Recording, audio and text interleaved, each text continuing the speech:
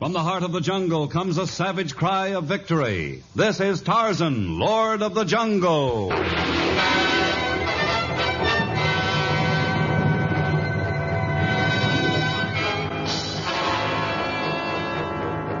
From the black core of dark Africa, land of enchantment, mystery, and violence, comes one of the most colorful figures of all time, transcribed from the immortal pen of Edgar Rice Burroughs. Tarzan, the bronzed white son of the jungle. And now, in the very words of Mr. Burroughs, the story of the drum without a heart. As everyone knows, most of Africa swelters beneath the tropical sun. And yet, in the very heart of Central Africa, astride the equator, is the Ruwenzori mountain range that is never without snow and ice and raging torrents of glacial rivers. In a small cafe in Nairobi, there was a man whose great ambition it was to climb Ruwenzori. No, with Jean Leclerc, it was more than an ambition. It was a passion. I tell you, it has been done. It can be done again. Yeah, by the Amin Pasha Relief Expedition, by the British Museum Expedition, by a few others with fantastic sums of money to spend on men and equipment. But, Deutsch, it is only 17,000 feet. Only? Well, I've climbed peaks almost that high before. Yeah, and so have I. Higher peaks even. But Alaska and Switzerland and South America are not Africa. But if other people have done it now... I told you, Leclerc, those expeditions had every known piece of equipment. And even then, many of them didn't reach any of the peaks. Of course, if you're satisfied with a partial ascent. No, I'm not. Whether or not you agree to go with me, I intend reaching the summit of those mountains. And neither the elements, nor animals, nor man is going to keep me from achieving my purpose. Ach, you haven't a chance. Ruwenzori. Ach, you're crazy, Leclerc. Maybe just crazy enough to accomplish it.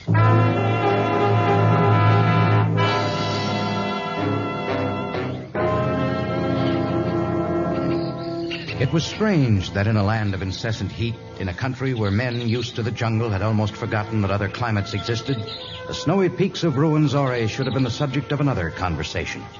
One that was taking place far from Nairobi, in the tiny native village of the Punya tribe.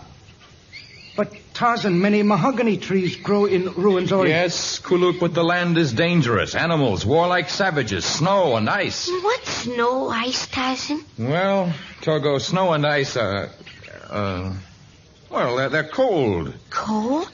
It's a little hard to explain. Snow is like rain, only, different. It's, He's not clear. Maybe take Torgo with us when go Ruwenzori? I can see no need to travel to the mountains of Ruwenzori. The missionary school can be built of bamboo or other woods that grow near here. We promised missionary best building in land if he come here. We build school of mahogany.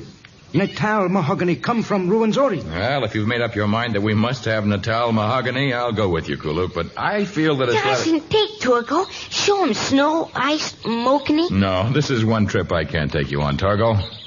Never before have I been to a land as dangerous as this. Take Torgo, please. Take Torgo, Ruwenzori. Oh, no, I'm sorry, but I can't. Torgo hate Tarzan. Tarzan me. Not like Tarzan anymore. Torgo safe on trip if Tarzan there. Well, perhaps if I could secure the skins of animals with heavy coats so that Torgo would not freeze on the trip. Kuluk, grown man for he see snow.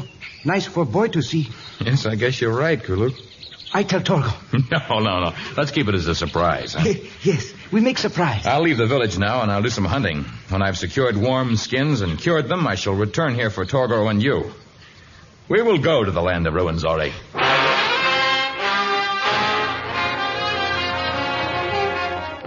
And even as the mountain climbers left Nairobi to start on their expedition, and as Tarzan and Kuluk in the Punya village planned their journey to Ruwenzori, the natives there, perhaps the most fierce of all of Africa's savages, beat their voodoo drum. Violence was in the making. God of Ruwenzori angry, not smile upon our people. Is true, mighty chief. Each moon are less of great trees. And when are no more trees, people of Ruwenzori not able trade for food, for hides, for other things they need. We beat voodoo drums to God of Ruwenzori, but he not here. Why? Why? 'Cause drum not have heart. It against law of white man now to give heart to drum. We listen law, white man. or voice God of Ruwenzori? We cannot anger God too much. Then we give heart to Drum. I, great witch doctor of Ruwenzori, look into smoke from ceremonial fire. What you see? See strangers come our land. See heart for Drum.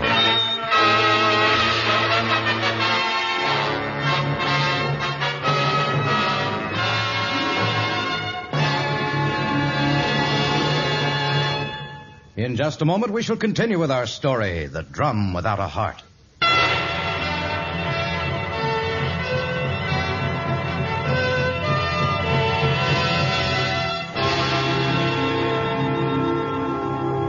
In the next few days, many animals contributed their lives so that warm clothing would be available for the trip to Ruwenzori.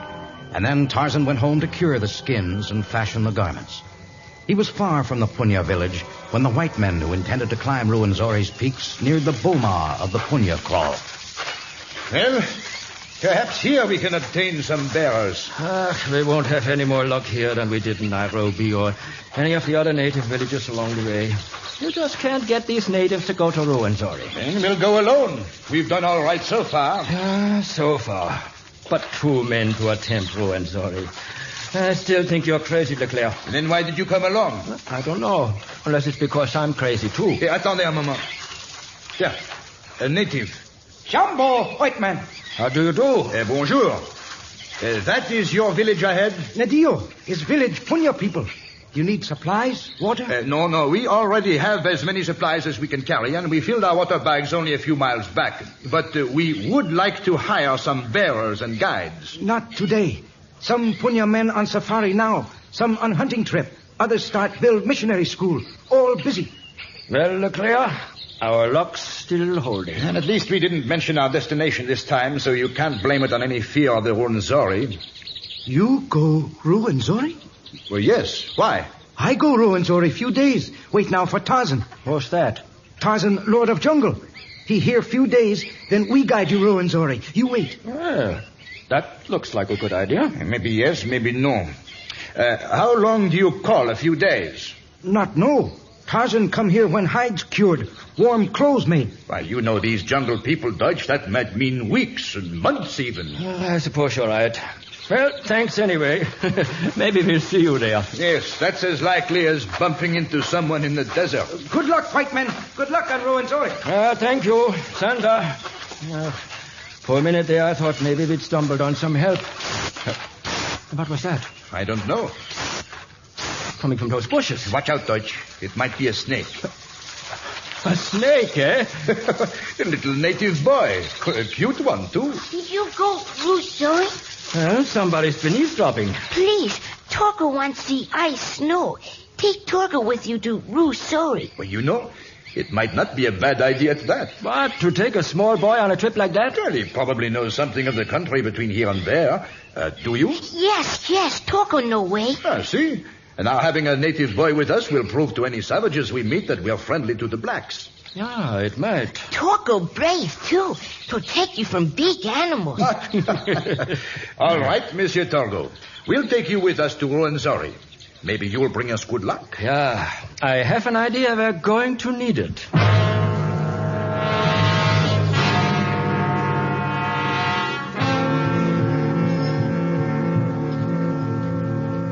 What do you mean Torgo's gone? Gone where? Not know. 1 minute here, next minute not here. When was the last time you saw him? Not remember exactly. Thought maybe it was with you. Mama Nagamo worry, so tell her Torgo go with Tarzan. Fine. So then no one's looked for him, huh? He be all right. He know jungle. Yes, he knows the jungle, but he's just a small boy. Now try to remember the last time you saw him. Think maybe was day white men here 4 or 5 days ago. White men in Punya village? Look for porters, guides. Kuluk tell them all Punya men busy. They go away. You suppose they could have taken Torgo? Oh, no white men not take small boy on trip Ruwenzori. The Tarmanganis were going to the Ruwenzori mountains? Nadio. Lead me to where you encountered these white men. It will not be easy to follow a spoor many days old, but we must try.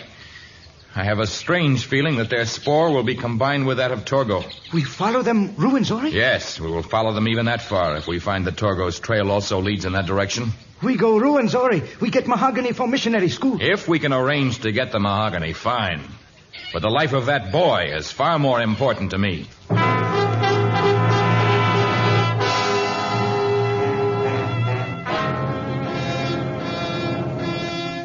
Under most circumstances, Tarzan and Kuluk might easily have overtaken white men. But this time, it was most difficult. True, Torgo's trail proved that he was with the Tarmanganis, but often the spoor was faint, and many hours were lost trying to determine the exact direction the strangers had taken. With 4 or 5 days' lead, the well-experienced travelers remained far ahead. Now the Ruwenzori Mountains loomed in the distance, its many snow-clad peaks seeming to defy man to conquer them. And as Tarzan and Kuluk pressed wearily onward, a light snow began to spiral downward. Snow. Snow Zuri. There's nothing pretty about it when you stop to think of what it means. Means? It will destroy every sign that they've left, every spoor. And even should we draw close to them, it will blot out their scent. Only thing to do, keep head for Ruwenzori. Are we to comb the entire 45 miles of its length? Are we to scale every peak? It will take us a year. What we do? Well, we're not sure what the white men seek or why they saw fit to take Torgo along, but they could belong to that strange group that climbs mountains for the mere sake of climbing them. White men do that? Yes. And if they belong to that strange cult, they would attempt the highest peak, Mount Stanley. Stanley? Yes, that's the Tarmangani's name for our finger in the sky. So? Even our warm clothing will be little protection there. We have no ropes or metal-tipped staffs to help us in our climb. But we must attempt it, Kuluk. Nadio, Tarzan. Must save Torgo.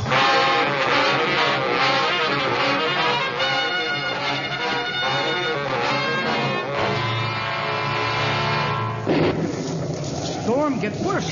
Much bad. Maybe you'd better turn back, Kuluk. It isn't fair for me to ask you to risk your life for Torgo. He punya, boy. To me, he's been like a son, but to you... We go on. Not waste time. Words. Shots. Not far off. That's fantastic, but somehow we've stumbled onto their path. Come on, Kuluk, run. On the ledge, Deutsch! On the ledge! I can't make them out in the snow. They're being attacked by something. They above us. Up rocks. Here, let me help you. There. Now, watch your footing. If you slip, you'll fall thousands of feet. There must be dozens of them. Well, there's no use shooting. I can't see them well enough in this storm. Sound like panthers. No, I don't think so. Look, white men. Big cats above them, ready to spring. Wildcats. Stand still, Kuluk. Use bow, arrow through snow. I can hardly see them, but it's the only thing I can do now. That's one of them. You get one, all right. Look there. Someone's shooting at them. Whoever is shooting has an eye like a... Well, that's the third. Not see any more wild cats. All dead.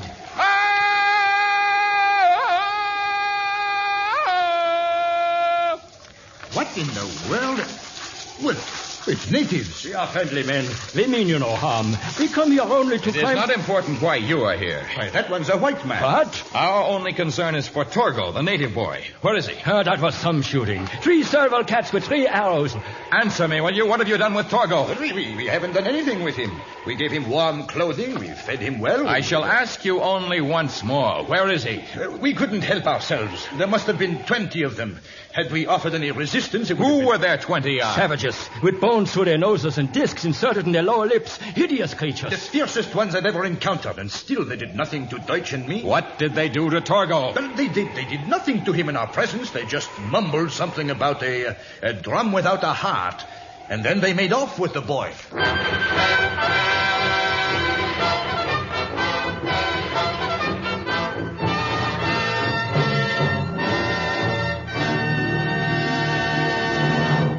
In just a moment, the exciting conclusion to our story of the drum without a heart.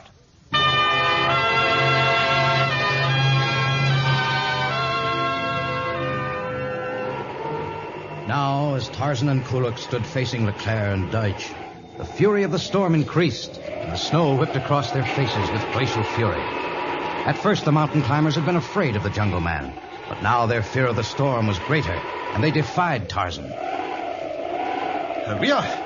We're not going through this storm just to try to find some native village. But without you, we could not recognize the savages you claim made off with Torgo. Do you know what they meant by a drum without a heart? No, I didn't, but I've been wondering. Some tribes use a drum with which to pray to their god. In making the drum, they hollow out a tree. When it's nearly finished, they send a small boy into the drum to finish scooping out the wood at the very end with his hands. Yes? Before he can finish and come out, they clamp the head on the drum, a strong hide that a boy cannot break through. Is true. Is custom many tribes. It's unbelievable. The boy remains in the drum until he is dead, and he remains there afterwards. This is the heart of the drum, the element that makes it sound pleasing to their god. Or so they think. Leclerc, we'll have to join them in trying to save Togo. I am not turning back. I came to climb to the very top of Ruwenzori, and that's what I'm going to do. You will never live to reach the top unless you come with me. You may come of your own accord, or with my knife at your back.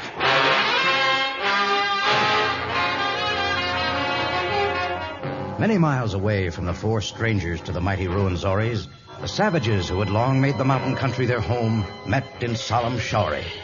At last they had secured a heart for their drum. Men have drum ready. Witch doctor? Almost is time for boy to finish. Torgo not want go inside You drum. go in when time come. Torgo cold, not like snow ice. Be still. Must not say not like snow, ice. But Torgo not like. You anger God, Ruwenzori. He make great trees to die. Torgo not care. Hope trees die. Not say that. Not say. Now must make boy pure before becomes hard. You be sorry, small boy. Now must have ceremony. Else you not make good heart for drum. Torgo not know what you mean heart for drum. But he not like. Witch doctor, get things we need for ceremony. Then boy change what he say about snow, ice, great trees, Ruwenzori. Yes. When boy through ceremony, he not defy God. He be meek, quiet, obedient.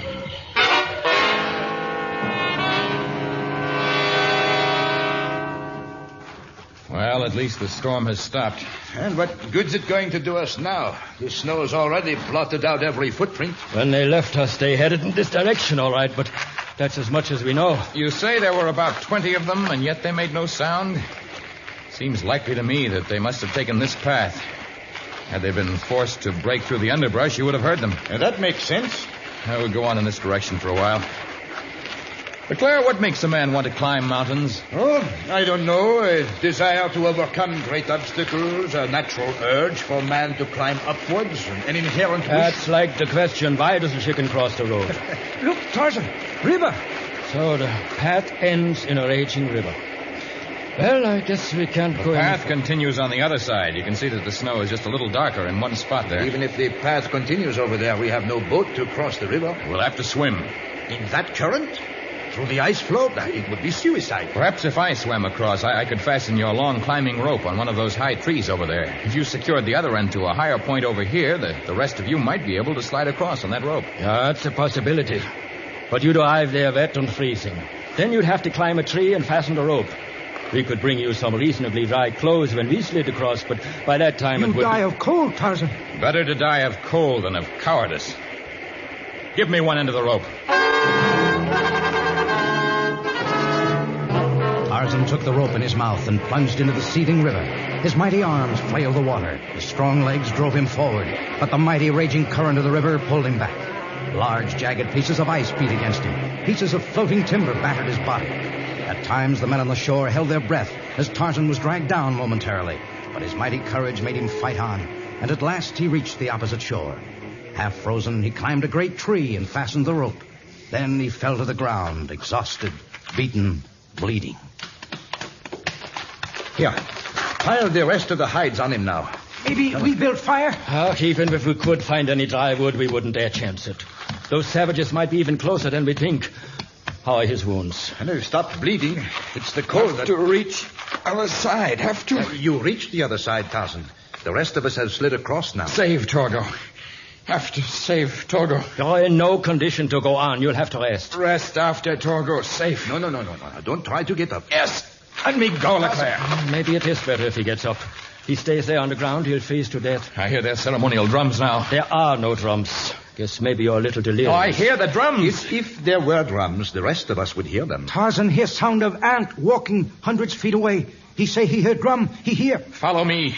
Be careful you do not step on a twig or stumble on a rock. A slight sound could silence us all forever. Yes, I can hear the drums now. Yes, their camp is right below us, see? Begin snow again.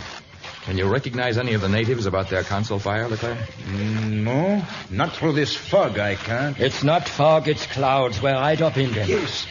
They are dressed the same as those who took the boy.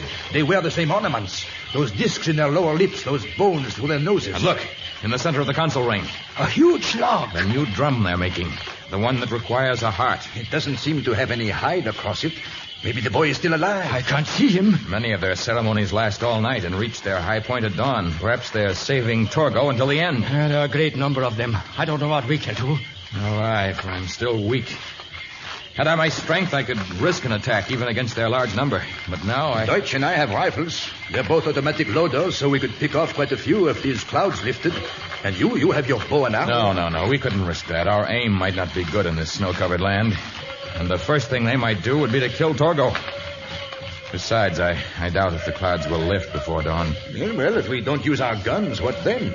We shall have to use our heads. Clouds get thicker. Good. It will cover our actions. What actions? Just beyond the protection of these trees, we're going to build snowmen. Are you crazy? Perhaps he is still delirious. I know it sounds mad. Perhaps it is. But it's the only thing I can think of. We must build as many snowmen as we can between now and dawn. We must find dye roots to color them so that they resemble people. And we must find wood and fashion many rifles. If the clouds lift enough so that the natives can see the figures, they will think we have a large army. And if the clouds lift too suddenly, they'll recognize the snowmen for what they are. In that case, you three will have to run for your lives. We three? Well, how about you? I shall be in the camp of the Ruwenzori people.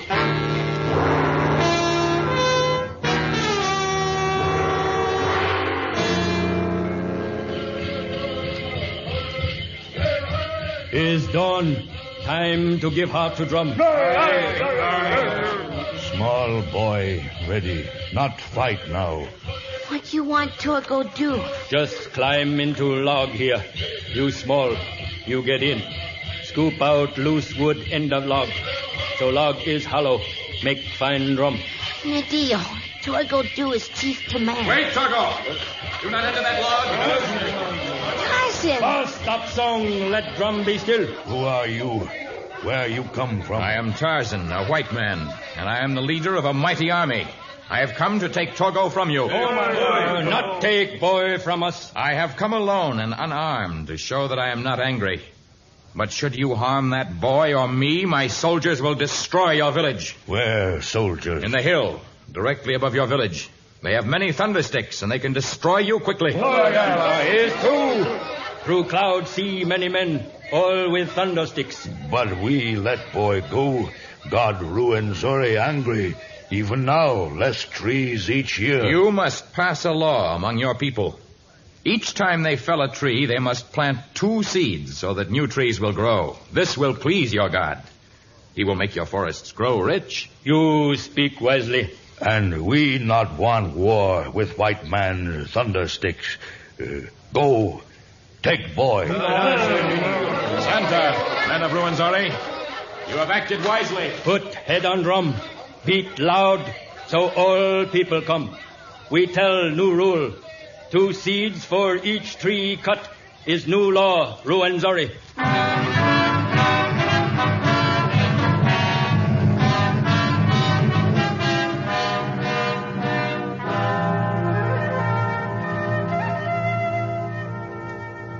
Well, men, our paths part here. We go Punya village. Without mahogany for missionary school. We brought a pupil back.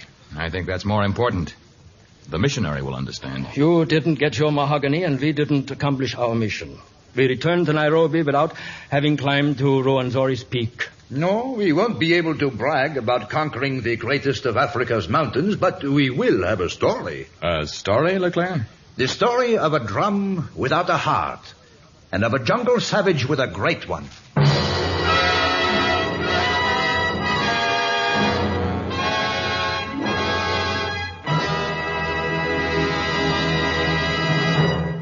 We'll be back to tell you about our next story of Tarzan in just a moment.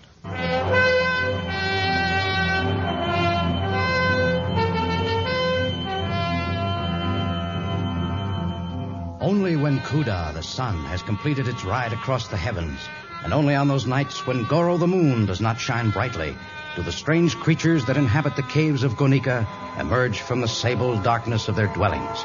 Then their pale eyes gleam from the blackness, and all who enter their Congo stronghold learn of terror at night. Tarzan, a transcribed creation of the famous Edgar Rice Burroughs, is produced by Walter White, Jr., prepared for radio by Bud Lesser, with original music by Albert Glasser. This is a Commodore production.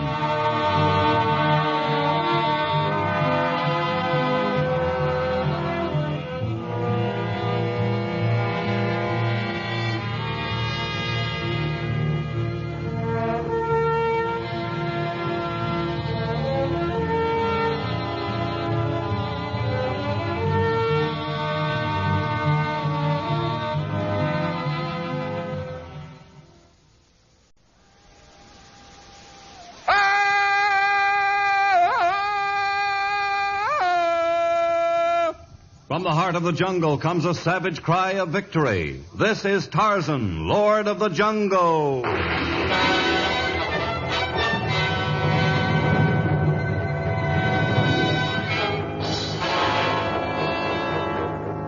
From the black core of dark Africa, land of enchantment, mystery, and violence, comes one of the most colorful figures of all time, transcribed from the immortal pen of Edgar Rice Burroughs. Tarzan, the bronzed white son of the jungle.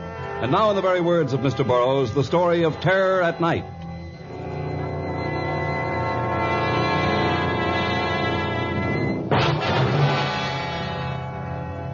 Several years had now passed since Tarzan's return to his beloved jungle.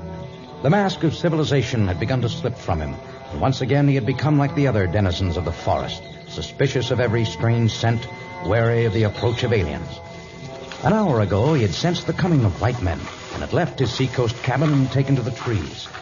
Now he glared down as two rough-looking, jungle-weary intruders passed directly below him. They had many weeks' growth of beard on their faces, and the clothes they wore, which might have once been Navy uniforms, were now tattered rags. I tell you, matey, I've got a feeling someone's watching us. Relax, Pete, relax. They haven't followed us this far. Oh, perhaps they haven't. It's getting me down, it is. I'm telling you to relax. A fine fix we'd have been in if I'd relaxed back there. And by this time we'd be where the rest of them are now. Let's not talk about what happened to the others, Pete. I don't fancy talking about what happened to them any more than you do, Harry, but stop telling me to relax. I won't relax until we're out of this bloody jungle. Perhaps not even then. Okay, so don't relax. Well, I'll be blowed. Hey, a cabin. A wooden cabin. Right in the middle of the blooming wilderness. And smoke coming out of the ruddy chimney. Hey, Pete, maybe we get some chow there, huh? Yes. Or maybe run into the bobbies. Oh, the police ain't after us. They might be by this time, matey. Well, I'm taking a chance. I'm tired of eating berries and wild bananas and rotten coconuts. Where there's smoke, there's fire. And when there's fire, there may be some food cooking. Well, I'm downright starving myself, matey, but I ain't risking a pair of bracelets on me wrists for a meal in me belly. Well, I am. There ain't no telephones or wireless around here, and no one knows about us. You can do as you like, but I'm bumming a meal. I'm not spending another day eating bird food. Hey, wait for me, matey. Don't go off and leave your old pal. Well, hurry up, then. I'm not waiting all day. Now, if we got separated, well, we could never find each other again. I'd be all alone. And they might still be after us. Oh, Pete Scruggins, you're giving me a pain. For 2 cents, I gotta let you... Don't get in a flap. If you say so, we'll knock on the door. Come along. But let's be real polite, like. There's no sense in having a squabble here and making a bad impression. Okay, Limey. Then, here goes.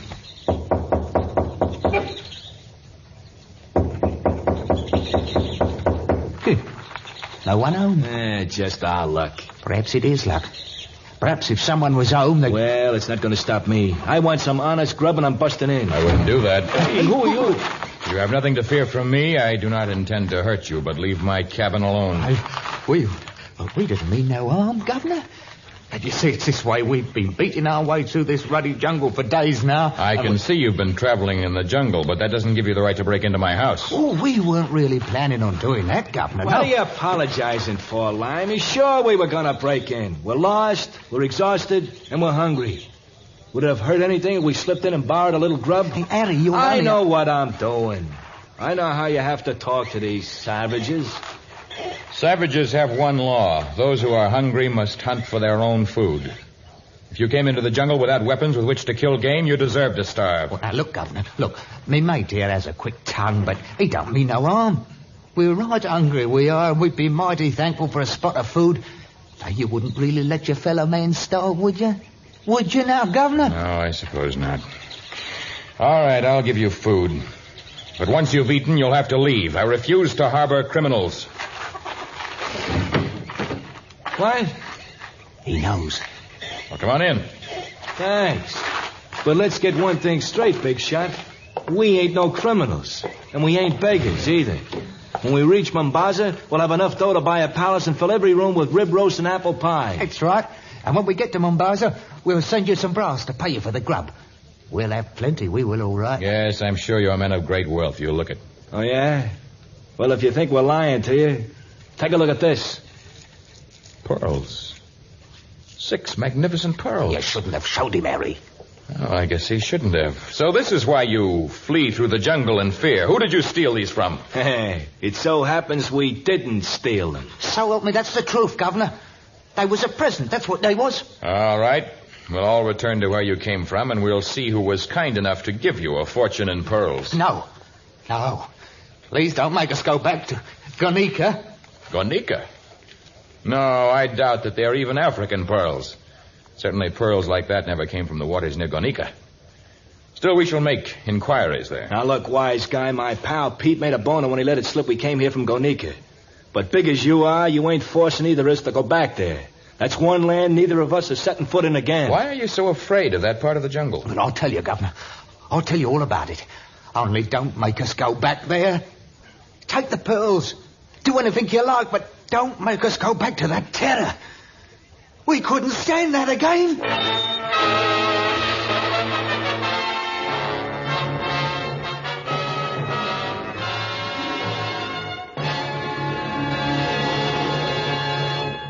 In just a moment, we shall return to our story.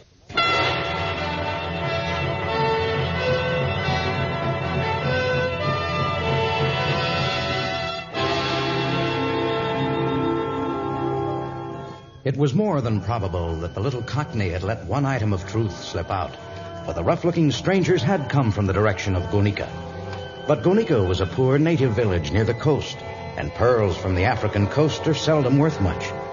Those the American had shown Tarzan were worthy of an Oriental potentate, yet no wealthy potentates were within thousands of miles of the miserable native village or the nearby port of Carisi, to which only the poorest of ships came. Yes, the men, the pearls, and their great fear were all mysterious and intriguing, and Tarzan knew that men talk more freely when their stomachs were full. Another piece of meat, Harry? Yeah, thanks, Tarzan. Sure you ain't got anything stronger than this fruit juice? I'm very sorry. That's all right. I'll have another glass of it anyway. Now, don't go making a pig of yourself, Harry. It ain't polite. Just worry about yourself, pal. You ain't been doing so bad. Oh, yes, I've eaten quite a bit, but then there's no sense in eating Tarzan out of house and home. Go right ahead. Eat all you want. We can't carry any of this food with us. We'll have to hunt as we go along, and... Hey, now, listen, get this straight. We're not heading back to Gonika. You promised to tell me why you feared that part of the jungle. I didn't promise. Pete did. All right, Pete. If you've had enough to eat, Pete, suppose you just sit back and tell me the story. Is it all right to tell him, Harry? Go ahead. Well, it was this way, see. Pete and I were hands on the Anna III sailing out of Singapore. And a more miserable, rat-ridden old hulk you've never laid your eyes on. No decent food aboard either. Tin stuff, mostly cheap canned rations or something. Oh, that's right. The grub was a fair horror. I see. Well, we gets to Carisi. That's near Gonika, no? Yes, I know. Right, well, we pulls into port to pick up a load of copra. We'd been out for 6 months, and by this time we were so bloody tired of that tinned food we was fit to scream. Get to the point, Pete. Well, if I ain't telling it nice enough to please your highness, you go ahead and tell it yourself. Okay, I will. To make it short and sweet, Pete here, me, and 6 other guys jumped ship, see? We took along enough of that tin stuff to get us by until we lined up some decent food. We hadn't drawn our pay, so we couldn't buy any. And we hightailed it out of Carisi. We didn't know where we was headed, but it didn't matter as long as we got away. You headed for the interior? Yeah, and we hadn't gone a mile before the skipper of the Anna III called Copper. Yes, his old crew was gone and he couldn't pick up a new one in Carisi. No, not bloody likely. He's probably still sitting there. Well, Tarzan, I don't know where they rounded them up, but there must have been a dozen of them watchmen come after us, all with guns. And we didn't even have a cap pistol with us. We're getting to the story of the pearls very slowly. Well, this is where we gets to it. You see, when we reached Guernica, they were right behind us. There wasn't any place to hide in that one-horse town, so we kept going, all 8 of us. Just beyond the town, we reached some low mountains, and we stumbled across a huge cave. And we hid there. We should never have done it. I wish I'd never seen that cave. Yeah, it was cold and it was damp. But it looked as though it'd be safe from those watchmen. Well, I guess it was, but they kept looking for us. We could hear them outside night and day for a week. And that night, it happened. The first time, I mean. What happened? Well, it was old Murphy. He was sitting the furthest back, and he had his rations by his side. Long about midnight, he fell asleep. And when he woke up, his rations was gone. Yeah, but whoever took them left one of those pearls in its place. That's the most fantastic fairy tale I ever heard. It's true. 6 times it happened. Oh, 6 different nights, Governor, so help me. 6 lots of canned rations stolen, 6 pearls left. Then what happened? Well, sir, it just so happens that Harry and me was the only ones without a pearl, and the only ones still had their rations. Well, we'd gathered a few berries and things near the cave's entrance, but that wasn't enough, so Harry and me agreed to split what we had left with the others, providing that we was all partners in everything. I made them let me hold the pearls before we give them any of that grub. And rotten as it was, they agreed. But then they must have got to thinking. Whoever was leaving them pearls was leaving it in payment for that junk. But we'd eaten most of Pete's and only mine was left by this time. 1 more bunch of grub and 1 more pearl. Yeah, and the others weren't satisfied with 7 pearls for the 8 of us. At least that's the way we figured it out later. They didn't say nothing to Harry or me, but when we were sleeping that last night, the rest of them must have got up and started back into the cave. As deep it was. And they was after the place where them pearls come from. Pete and I woke up all right. Just in time to see the last of that scurvy lot being dragged away. Dragged away? Oh, they was screaming and carrying on awful, they was. And you could hear that they was being choked. By the most horrible-looking creatures I've ever seen. Not that I could see much of them in the deep shadows. They wasn't men, Tarzan. Though they had arms and legs. Yeah, and thin, sort of spidery hands and fingernails, or it was claws, 7 or 8 inches long. And it was all white, Tarzan. White all over, I mean, and sort of shiny in the darkness. More of a gray, I'd say, except for their eyes. Their eyes was a sort of pale and red-rimmed. Go ahead. What did you do? What did we do? We ran, we did, just as fast as we could. And we've run most of the time since then. We thought we were bad off with a rap facing us for jumping ship. Well, if we'd run from bad grub on a rotten ship, you can imagine what we did with those creatures after us. The story is very interesting. Now we will head for the caves near Guernica and find out if it's true.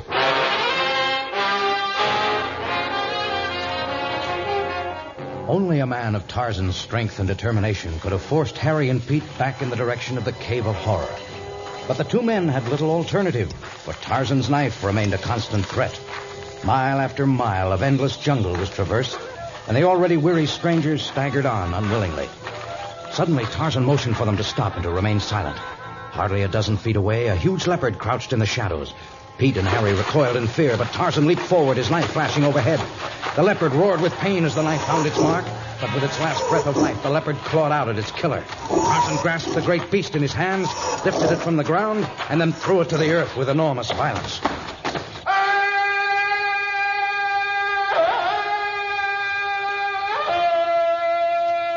Did you hear that? The blighter's a bloody savage. Never mind what he is. Did you see how he handled that leopard? Yes, of course I saw it. I've got eyes in my head, haven't I? Do you know what it means? Means? I don't know what's in that cave, but a guy who can sling a leopard around like that can handle anybody or anything. You think so, matey? You said you had eyes in your head. Well? Oh, with his help, we could find where those pearls come from. We could have every blasted one of them. A real fortune.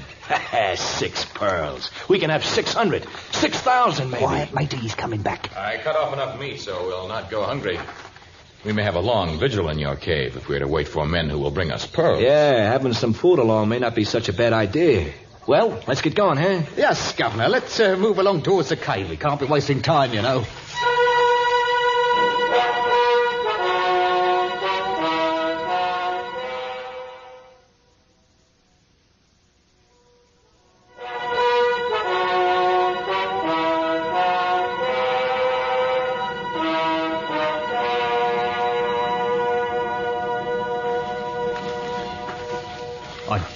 I'd have sworn the cave was right about here, I would. I told you we took a wrong turn back there by the big rock. Well, how can you tell all the rocks around here look the same? Wait a minute.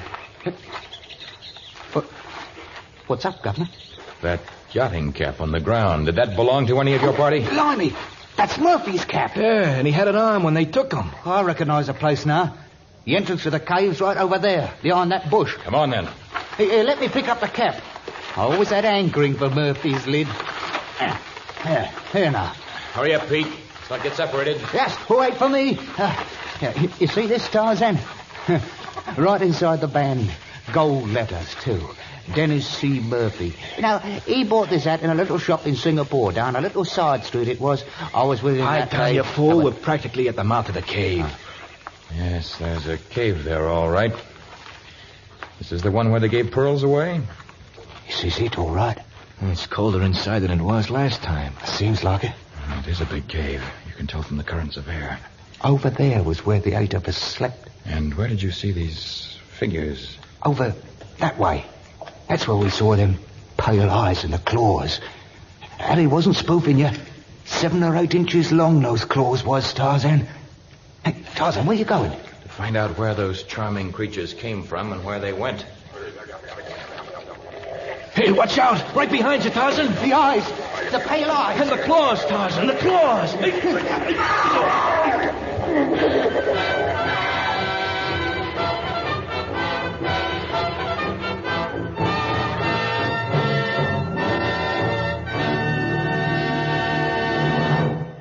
In just a moment, the exciting conclusion of Terror at Night.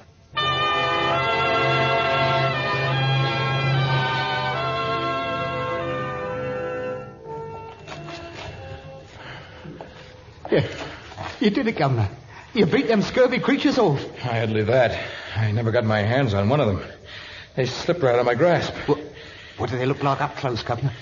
I couldn't see anything but their eyes in this blackness, Pete. Well, they were scared of you, all right. We're safe in the cave now. We're a breeze from here on in, we are. That's right. If you outfought them once, you can do it again. What are you getting at, Harry? At their supply of pearls, I hope. So, that's why you finally decided to come back willingly. You look to me to get the pearls for you, huh? Oh, now, we'll cut you in for plenty, we will, Governor. Nothing cheap about us, there ain't. Here's what we figured. Now that you know we were telling the truth, we can go into Gonika and dig up some tin boxes. Empty boxes. But we'll make like they was full, see? We'll each lie down at night with a box by our side. Like they had them tin rations in them. And then when they come out to grab them... We have the meat I took along the trail. We'll place that by our sides as we pretend to sleep. All natives of the forest use traps, but the bait must be real. It's our law. Okay, Governor, whatever you say, so long as you go along with our little plan. Sure, any way you want to do it, Tarzan. Just as long as we get them pearls. I wouldn't count on it, Harry. But I'll confess I want to see those strange underground creatures. I'm willing to set a trap, but perhaps we ourselves may prove to be the bait.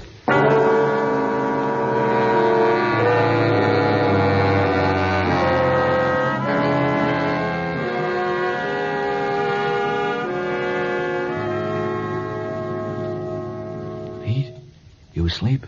Not bloody likely. The night's almost over, and they haven't come. They won't come if they hear you talking. You must pretend to be asleep. If I ever close me eyes, I will be asleep. Oh, me too. I'm dying for a little shut-eye. Yes, our journey was tiring, but we can't risk sleep. You can see the sun starting to come up outside. I guess they ain't coming. Maybe they don't like fresh meat. Maybe all of them canned rations. You men know little of the jungle. The creatures whose stronghold we've invaded are playing the jungle game of patience. They'll come. You can bet your lives they'll come. In fact, our lives may be the prize in this game.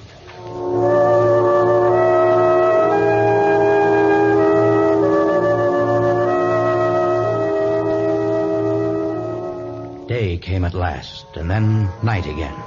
3 days and 3 nights went by, and still the vigil continued. For Harry and Pete were resolved to get the precious pearls, and Tarzan was determined to solve the mystery of the strange underground inhabitants. Now Pete and Harry lapsed often into fitful snatches of sleep, and even Tarzan's lids were heavy. It was the 4th night. All was as silent as death. Harry and Pete were asleep again, and Tarzan was fighting sleep. But finally his eyes closed, his head nodded, his breathing became heavier. Now pale eyes rimmed with red peered through the sable darkness. Spidery legs scurried across the cave floor. Thin, slippery bodies glided toward the sleeping men, and talon-like claws, hundreds of them, reached for the intruders. No, take your claws from my throat. Help, Tarzan. Help, Tarzan. Breathe. I can't help you. They're all around me. They're slimy. I can't get my hands on them. No. They're putting chains on me. Chains! Me too. It's no use. We can't. No, you won't. I refuse. They knocked Tarzan over the head. He's out like a light. I'll give up. Hey, if you don't struggle, they don't do anything to you. Look, I've stopped trying to fight them. Look, they're carrying Tarzan to the back of the cave. Yeah, and that big one's motioning us to come. Well, I suppose we haven't got no choice. I'm not having them claws around me throat again. Me neither. But I guess this is curtains. For me and for you and for Tarzan.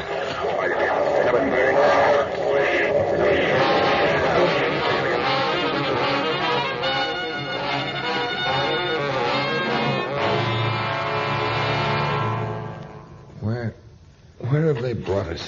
They carried you and we walked down 1,000 stone steps, I'd say. Oh, if only they'd leave us alone instead of just standing here glaring at us out of those eyes. Looks like a room in which hundreds of them must sleep. Look, on them blooming shelves. Yes, some of them are lying on those stone bunks now. Maybe they got a fortune in pearls, but they sure ain't enjoying life. Watch out for those big ones near you. They seem to have their eye on you, Harry.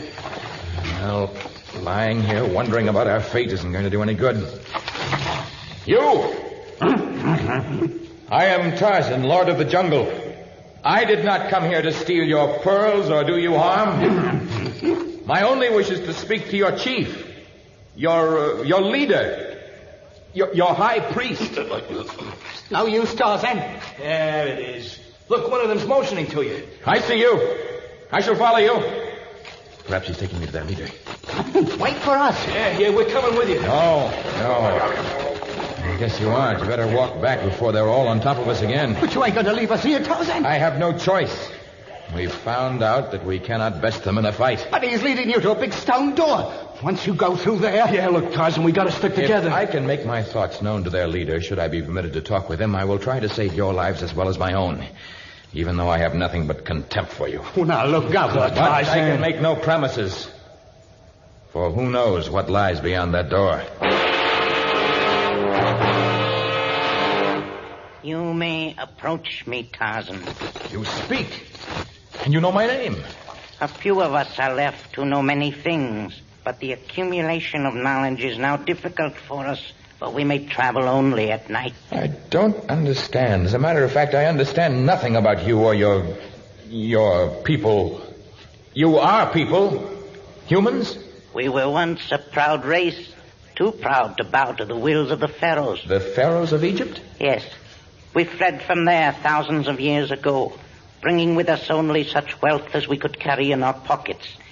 But the pharaoh's legions pursued us across the desert, across jungles, across the rivers and swamps. But thousands of years ago? My people took to underground caves to escape the pharaoh's fury. We have remained here ever since. And living underground, we have disintegrated. We have become something less than human, living on roots and insects, seeing no light. Now only a few of us can speak, and each year the number grows less. Soon we will disappear, all of us. We are nothing, we have nothing. But the pearls? Meaningless. Even our attempt to use them for a little food, for which we were happy to pay, ended in disaster. Disaster for the men who tried to enter your underground kingdom? They met no disaster. Not even the one who almost escaped, the one whose hat you found. You see, our cave is but the hub of a vast network of underground tunnels. The men were taken back to their ship. You didn't harm them? Not seriously. But they shall long remember what they went through. They will not return for pearls. And what of us? The two who came with me and me. After we have relieved them of the pearls, of which they are not worthy, they will also be taken to their ship. And what do you intend to do with me? Your case is different. Oh?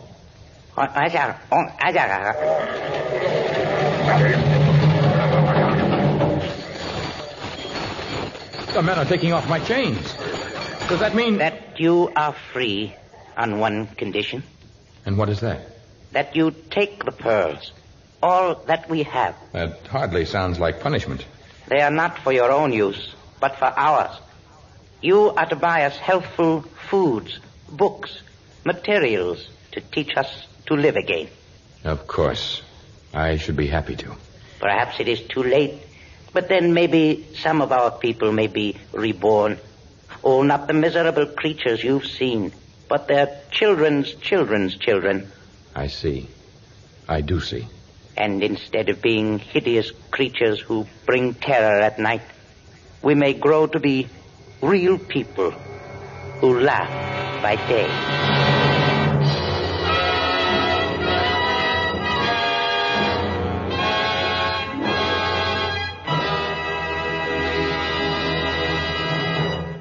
In just a moment, a preview of our next exciting story of Tarzan.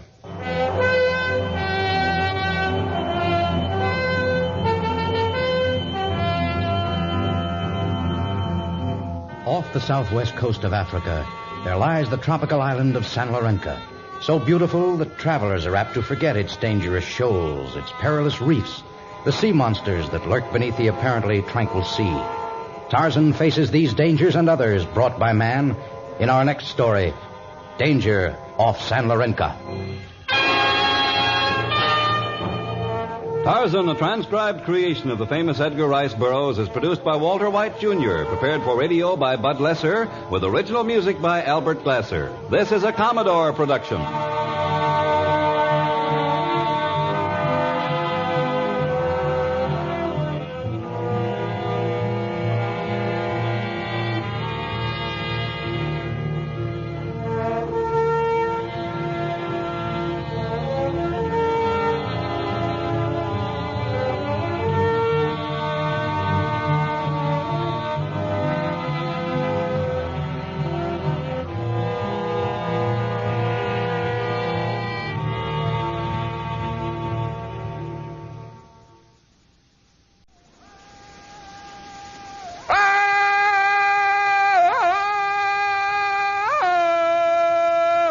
From the heart of the jungle comes a savage cry of victory. This is Tarzan, Lord of the Jungle.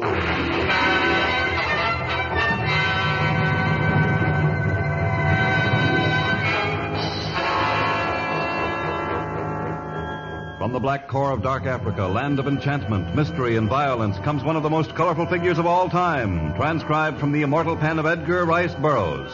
Tarzan, the bronzed white son of the jungle. And now, in the very words of Mr. Burroughs, the story of Trouble off San Lorenca.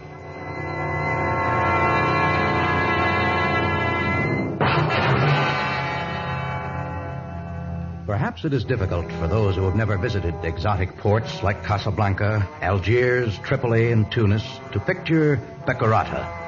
For Bekarata is much like those other ports, except that it's a trifle dirtier, a bit more sinister, a little more completely steeped in the dark mystery of Africa.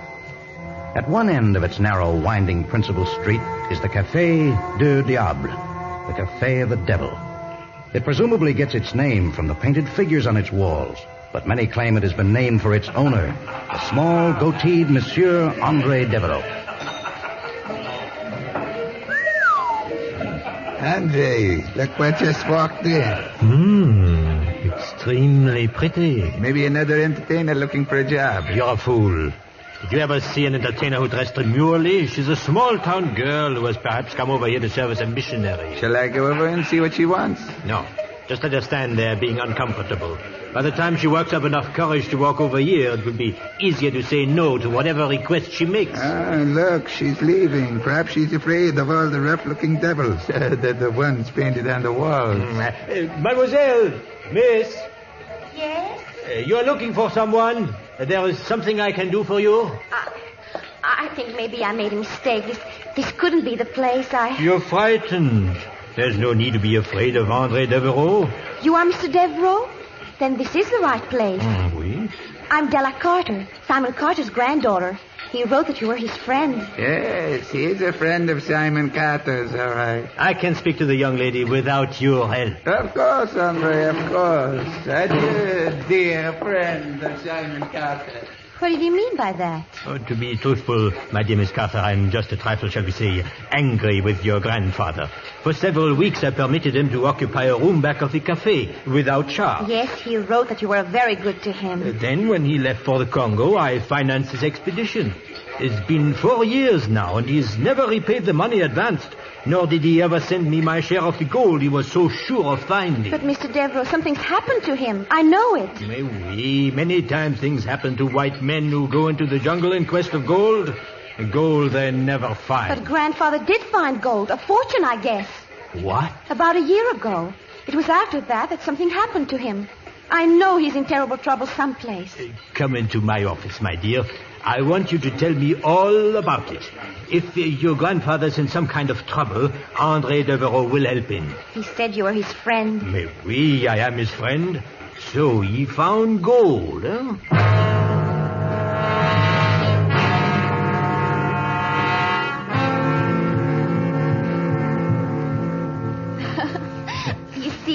Grandfather was always the character in the family, wandering all over the face of the earth and having all sorts of strange experiences. I see, Della.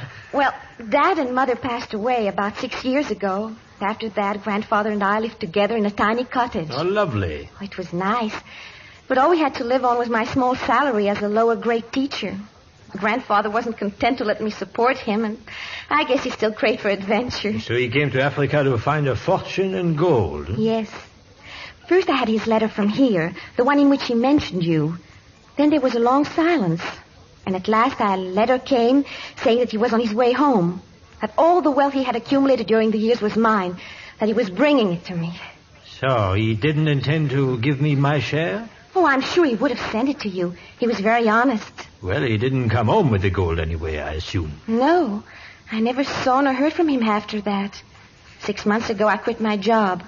I decided then to come to Africa and find him, or at least learn what had happened to him. I can understand your feeling, my dear Della. Andre Devereaux will help you in your mission. You and I will find out what has happened to your grandfather. And who can tell, we may also recover the fortune he discovered in the Congo.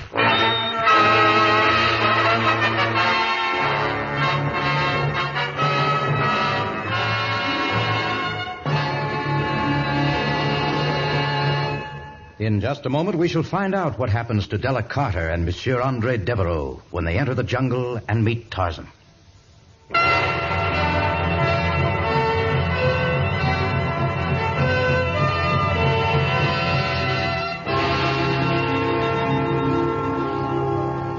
In civilization, it is difficult to learn about matters that transpired 4 years ago. In the jungle, it is almost impossible. But Della Carter was determined to find out what had happened to her beloved grandfather. And Andre Devereaux had a driving will to get the wealth that Simon Carter had mentioned in his letter. And so the two led their safari deep into the Congo jungle where the old man had last been seen. Their trail led them eventually to the seacoast cabin of the Lord of the Jungle. Could this be it? Yes, this must be the cabin the native mentioned. Boss, we will stop here then.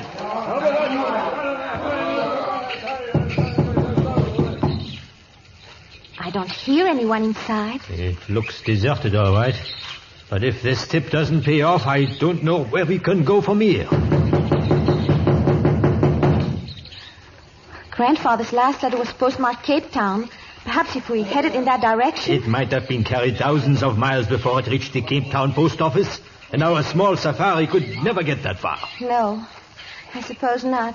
But where else can we head next? We can head back to Bekurata. I've been a fool to invest further money in a lost cause. I've financed your grandfather's expedition, and now I've borne the expenses of this ridiculous safari. But we must go on. Grandfather may be dying. Maybe he's been captured by cannibals or...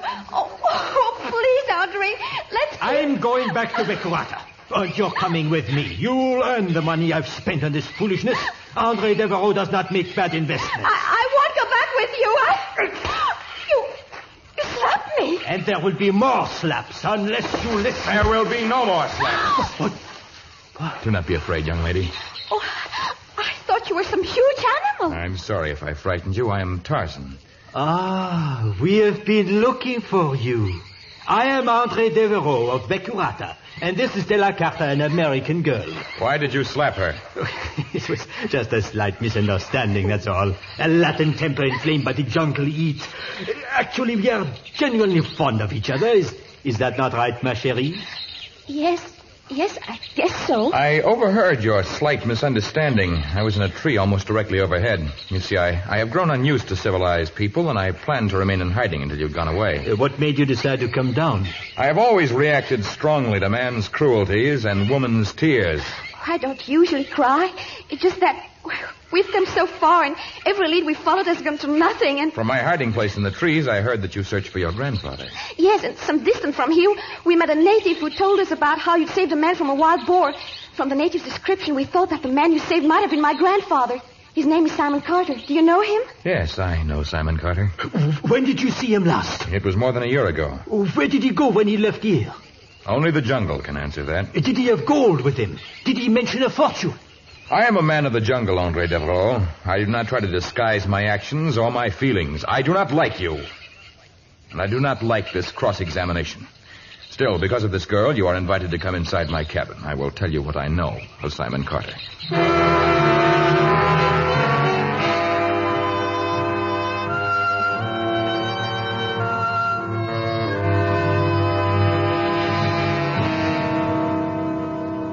Then you don't actually know whether he'd found the gold before he arrived here. I have told you all I know. He'd been in the jungle for several years before our paths crossed, and he had gone through many horrible ordeals. Yes. Go on. He rested here for several weeks and then left. Did he have any large sacks or boxes with him? Only a humble carpet bag and a few crude mining tools. The carpet bag? Was it heavy? Heavier than it would have been had it contained only clothing. Yes, it was heavy, but I did not look inside. If it contained gold, that was Simon Carter's business, not mine. And that is the last question I shall answer you. I only meant to... I shall prepare food for you, the young lady, and your bearers, and then you must leave. And Miss Carter... Miss Carter! Gone. She must have... I didn't hear her leave. If she's wandered beyond the edge of the clearing, she... Numa, the lion, preparing for a feast! Tarzan dashed from the cabin, crossed the narrow clearing in a few great leaps, and hurtled himself into the middle level of jungle growth, traveling in the direction from which Numa's roar and the cry of the girl had come. He moved with incredible speed, and although Della had wandered far from the cabin, Tarzan's overhead flight brought him quickly to the place where she stood with her back to a huge rock, facing an enormous, angry lion. And even as Tarzan looked down, the huge lion, tired of toying with its prey, crouched low. Its muscular haunches quivered, and it leaped. But Tarzan was already hurtling through space, his great knife flashing in the air as he dove at the lion.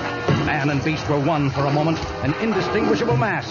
And then, as the lion shuddered convulsively, Tarzan got to his feet and placed one foot on the dying animal.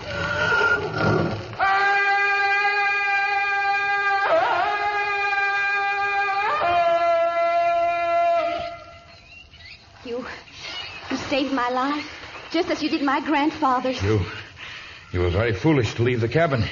I couldn't stand listening to Andre any longer. When we left Becurata, I thought he was being kind, that he wanted to come with me so that he could help in case grandfather was in some kind of trouble. But now... Andre Devereaux is neither a safe nor a suitable companion for you on a long and dangerous safari.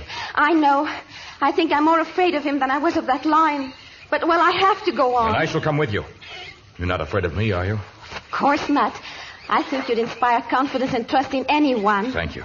With you along, I'm sure we'll find my grandfather.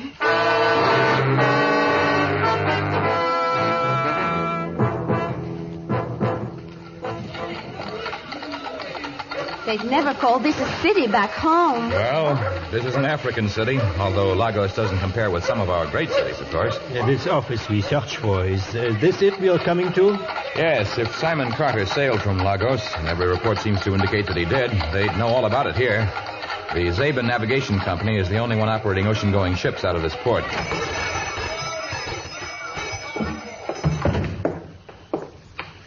It isn't much to look at, this navigation office. Oh, is there something I can do for you? You are Mr. Zabin? Yes. What do you want?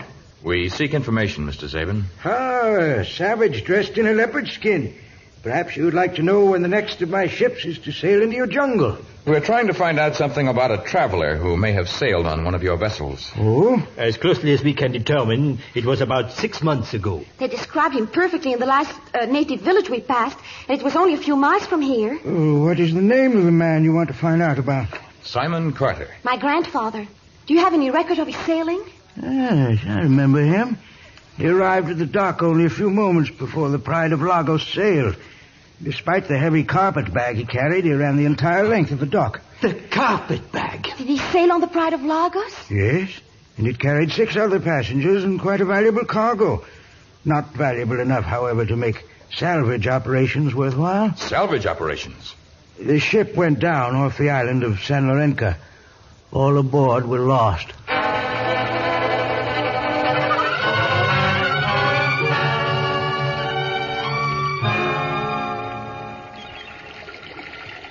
Still seems foolish coming out in this boat.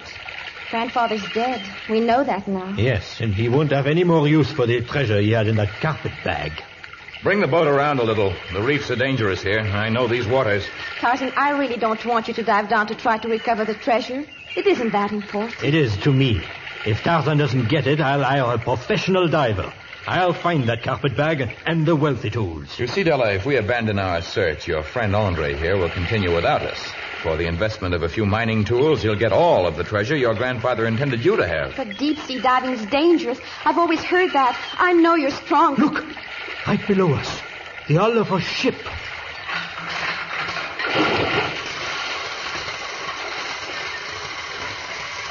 I hope the anchor will keep us from drifting too far. The water's so clear. I can almost make out the name on the prow. I can see the name. It's the Pride of Lagos, all right. I've never seen such clear water. The ship must be 100 feet down. More than that, I think. 200 feet, perhaps. You can never descend to that depth without a diving suit. I can try. No, Tarzan, it isn't worth risking.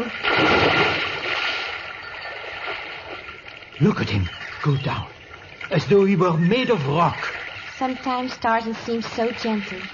With that knife held between his teeth, he seems a complete savage. Do you think he can reach the sunken ship? I hope so. It'll save the expense of a diver. They get a lot of money. I can hardly see him now. The water's suddenly cloudy. Something seems to be stirring up the mud on the bottom. I can make Tarzan out now. He's about halfway down. Look, Andre, look, an octopus! Sacre bleu! It must be 25 feet across. He's got Tarzan! It is the end of the jungle men. Oh, no!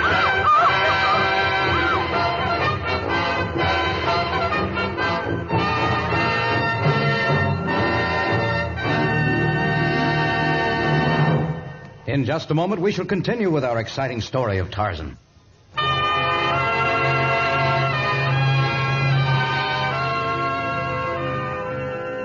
Two of the octopus' thick, slimy tentacles were already wrapped around Tarzan's body, their suckers holding him in like a steel grip. The other undulating arms gradually moved closer.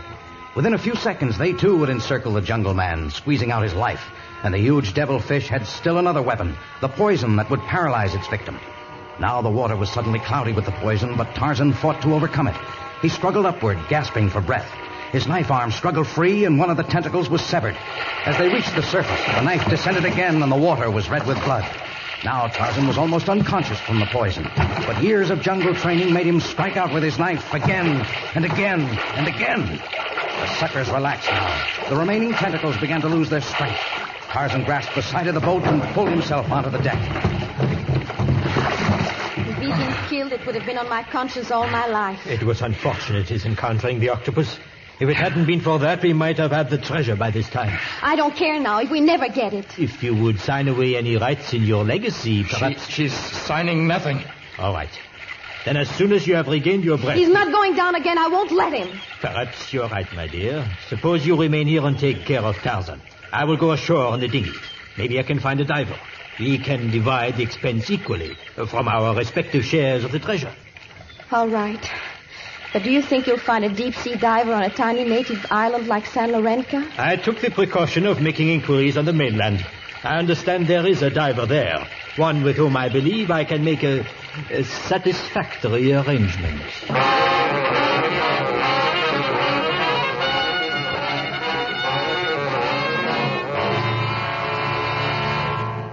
By your accent, I would judge that you are far from home. I ain't asking you no questions. I don't want you to ask me none, see? But certain things I must know. Your name, for one thing. Just call me Tex. Mais oui, that's enough of a name. And you are an experienced diver? I was one of the top divers in the States until... Well, never mind that. I'm a top-flight diver, and I got all the equipment. But I warn you, I'll come high. I will pay you double your established rates, provided you will play ball. I believe that is your American expression for it. I get you. But I'm a diver, not no trigger man. If I wanted a certain man shot, it would not be necessary to engage you for the job. I carry a gun, and I know how to use it. Now, I have a more elaborate plan, of which you shall be a part. Okay. But I want my money first. All right. I shall give you your regular wages now. Later, when the treasure is all mine, you shall get the rest.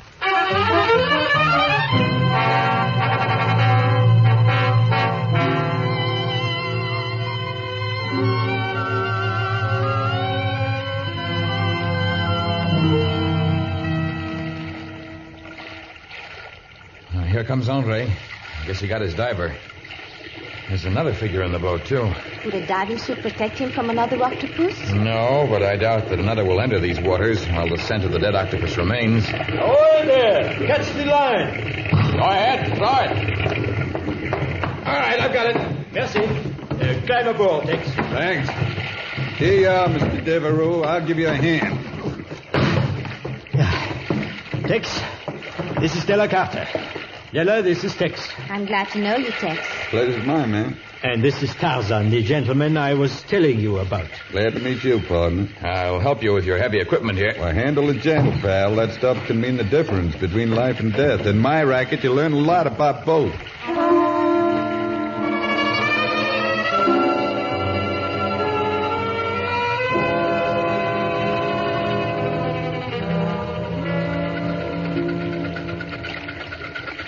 Tex is coming up now.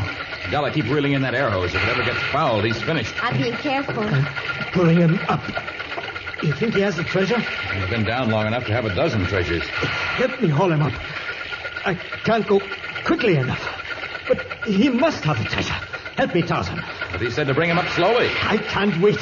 It is too exciting. He's almost at the surface now. How far down did the dial say he'd gone? About 120 feet.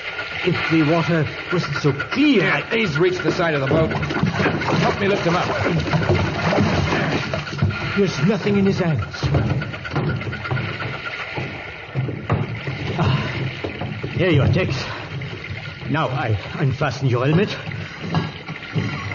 There. Tex, you look so strange. You brought me up pretty fast. What did you find? I went through most of the cabins. I found the old man you described. You found him? He was in his bunk, ma'am. I'm sure he didn't know what hit him. I don't think he even knew a moment's pain. It ain't a bad way to go. Never mind that. The carpet bag. Did you find it? I seen it all right, but it was lodged under a heavy timber. Too heavy for me to lift. What's wrong? A little piece of the bends, I reckon, ma'am. Comes from being hauled up too fast. Next time we will raise you to the surface more slowly. There won't be no next time, partner. When you caught a case of the bends, you daresn't risk another dive for a spell. Tarzan, perhaps Tex could tell you how to use the diving equipment. All right, I'll try it. No, Tarzan, please don't. Now, we've gone this far. We might as well complete our job. I can tell you exactly where that carpet bag is, Tarzan. With your muscles, you shouldn't have no trouble getting it. No trouble at all.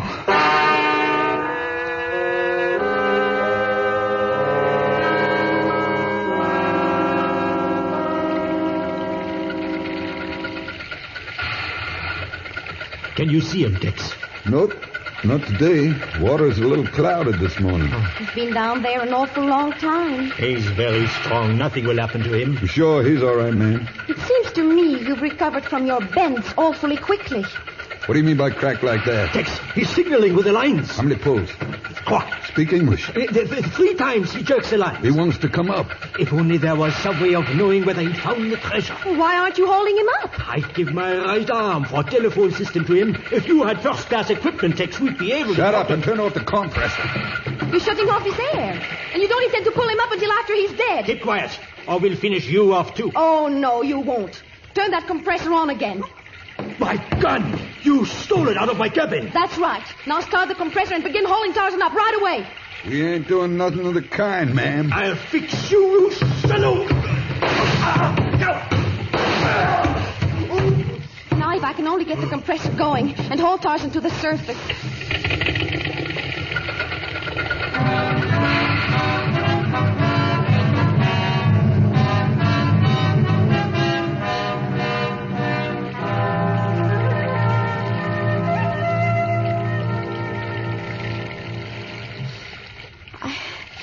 I killed 2 men, Tarzan. I don't think I can ever forget that. You must try. Remember only that you saved my life. I still can't get over how you managed to work the lines and haul me to the surface. I didn't know I had that much strength either. Are you sure you're all right? Oh, I'm fine. And awfully glad to get out of that weighted suit. Well, shall we see what's in the carpet bag? Yes. Catches. Quite badly rusted. Ah, there it is. What are those things? Native jewelry, most. Not worth much, I'm afraid. That package there, wrapped in oilskin. Perhaps it contains the wealth he wrote of. It's a book of quotations and a letter to me. Look. Let's see. To my granddaughter, Della Carter, I leave the accumulation of a lifetime. A few gold dollars, some interesting native jewelry, and a wealth of wisdom which is contained in this collection of quotations. And this is what 2 men died for. Boiled down, it all amounts to a simple homily. Do not search the world for riches, for a man's treasures are on his own hearth. This is the wisdom I have accumulated during a lifetime, and this wealth of knowledge I leave to you.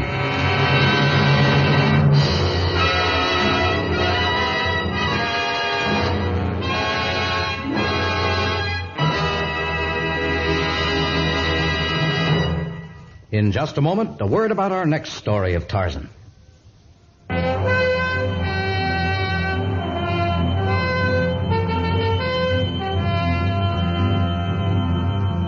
Nowhere in Africa is there a land more foreboding than Egypt. Bordered by the blue Mediterranean, the Red Sea, the great Libyan desert, and the inscrutable Sudan, it defies the advance of civilization. And those who ignore the warning of her gods are doomed. In our next story, we relate how Tarzan incurs the curse of the Pharaohs. Tarzan, the transcribed creation of the famous Edgar Rice Burroughs, is produced by Walter White, Jr., prepared for radio by Bud Lesser, with original music by Albert Glasser. This is a Commodore production.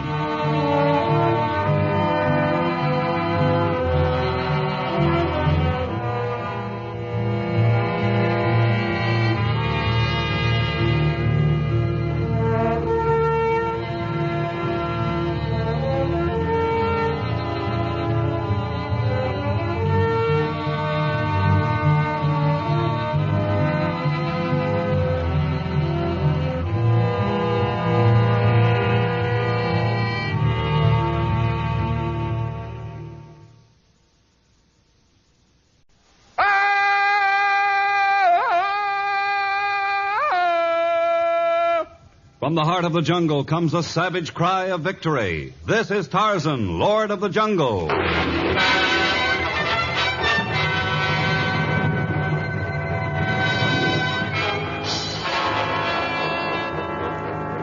From the black core of dark Africa, land of enchantment, mystery, and violence, comes one of the most colorful figures of all time, transcribed from the immortal pen of Edgar Rice Burroughs. Tarzan, the bronzed white son of the jungle. And now, in the very words of Mr. Burroughs, the story of the curse of the Pharaohs.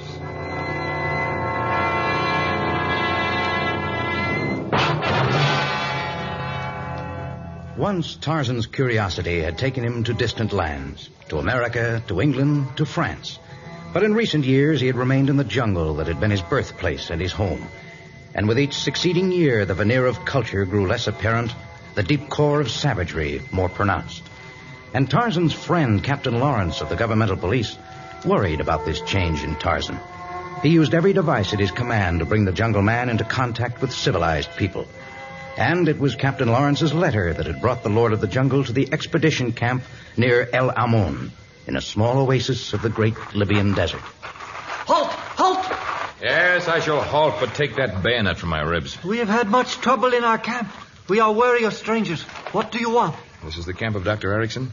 Aiwa, it is. Then take me to his tent at once, will you? You are a friend of Moalem Erickson? I've never met Dr. Erickson, but I have a letter to him from my friend Captain Lawrence. He said it was most important that I come here at once. Then you are Tarzan. Yes. But Dr. Erickson! Dr. Erickson! Moalem! Tarzan is here. The man you wait for has arrived. Dr. Erickson and his daughter have waited long for your arrival. They will be most happy. He has come, Ilse. He will make us famous after all these years. Isn't it wonderful? Had we not met Captain Lawrence, perhaps we might never... Dr. Erickson, No, don't say a word. That is right. Just stand there. Let us examine you. Examine me? Hush! Not a word. Father, notice the head form. As perfect as any of the more advanced ethnic types. And the body development, Ilse. The power and the ruggedness of the Neanderthal man with the refinement of a much later period. The total absence of Negroid features, despite his African habitat. Molly, go into the equipment tent and get a pair of scissors. Yes, Moalem. I hasten to do your bidding. A lock of his hair should be examined minutely. Dr. Erickson... You see, Tarzan, an examination of the hair texture will be most important in classifying you. Will one of you please tell me why I'm being examined like some rare animal? Oh, I am sorry. Perhaps our enthusiasm has made us rude. But after all, it is not every day in the week that scientists come across an important discovery. That is right. Why, when Captain Lawrence first spoke of Tarzan of the Apes, we couldn't believe our ears. Imagine the offspring of jungle apes, walking erect, learning to speak, adopting many of the... Final proof of Darwin's theory. Before you increase your hopes and my anger, I might tell you that I am not the offspring of apes. What? You see, my parents were marooned on the African coast many years ago, before I was born. They were killed when I was just an infant, and I was adopted by an ape tribe. Adopted? Why, I was sure... Yes, the apes raised me. They treated me like a baby of their own, taught me how to fight for survival. I lived as one of them. But I am not really one of them, except in spirit. I'm afraid you can't make me into a specimen for some museum. I have never been so disappointed in my entire life. Well, I shall leave now so that the cause of your disappointment is... No, Tarzan, don't leave. Why not? Because you may yet be more useful to us than a museum specimen. Oh, in what way?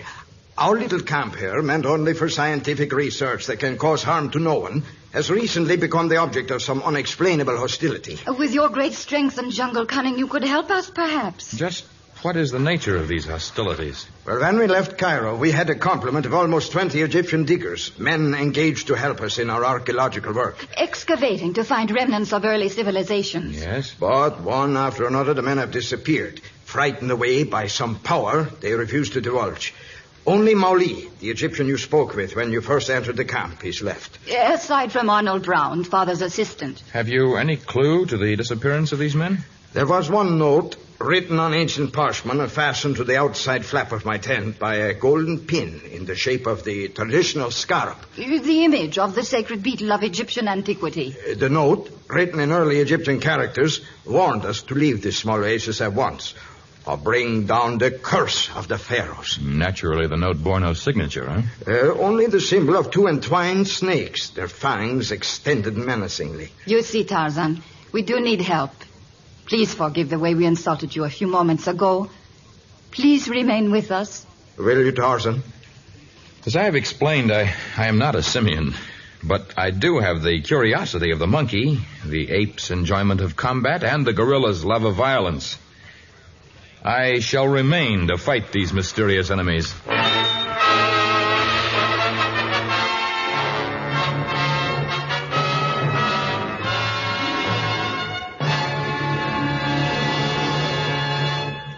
In just a moment, we shall return to our exciting story of Tarzan.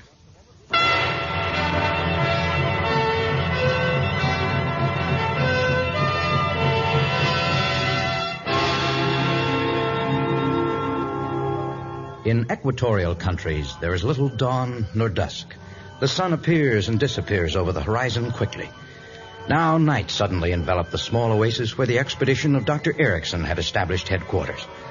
Outside the tent of the expedition's leader, Maoli, the faithful Egyptian servant, walked sentry duty. And inside the tent, Dr. Erickson, his daughter Ilsa, one of the doctor's young assistants, and Tarzan sat before a well-laden table. I still can't get used to sitting cross-legged and eating from a table that's practically on the ground. By the time you've made as many field trips to the Orient as I have, Ilsa, you will be used to many things. And when you have lived in Egypt as long as I, you will find that the country's eating habits are more civilized than many of its customs. You've lived here for a long time, Mr. Brown? I've spent most of my life here. You see, Tarzan, my father was in the consular service, and I came to Egypt with him when I was only a child. Upon his death, I was adopted by an Egyptian family. I was educated in Cairo. Well, then perhaps you have some explanation to offer concerning the threats and the disappearance of the native workers Dr. Erickson engaged in Cairo. Well, strangely enough, although I've lived here most of my life, I didn't become interested in Egyptology until very recently. He is very apt, though. A real addition to our group. There's one thing I'm sure of, Tarzan. There's something located near this oasis that's important. Something that someone is anxious to keep hidden. That must be the answer, for no one disturbed us until we reached here, and we were much more vulnerable while we were traveling. Have you reported these strange occurrences to Captain Lawrence? This is outside of his jurisdiction, Tarzan. Captain Lawrence has no authority here. We have written to the gentleman through whom we obtained permission to explore, an extremely intelligent individual by the name of Ismail Farid. We expect some advice from him soon. I think I will go outside now. I want to watch for any new threat. Stay here and finish your meal, Tarzan. I've had quite enough to eat, and I'll take a turn around the camp before I retire. I'll let you know if I see anything out of the way. All right. I'll visit with the Ericksons a little longer before I begin my vigil. Yes, do that. I'll see you all in the morning. Good night, Tarzan. Dr. Erickson. Good night. Ilsa. Good night. Tell me about him, Doctor. About Arnold Brown, the young man who just left? Yes. How much do you know about him? Nothing more than he told you. His father was an important diplomat. Arnold's lived here most of his life. He attended school in Cairo. He has recently become interested in Egyptology, the study of Egyptian antiquities.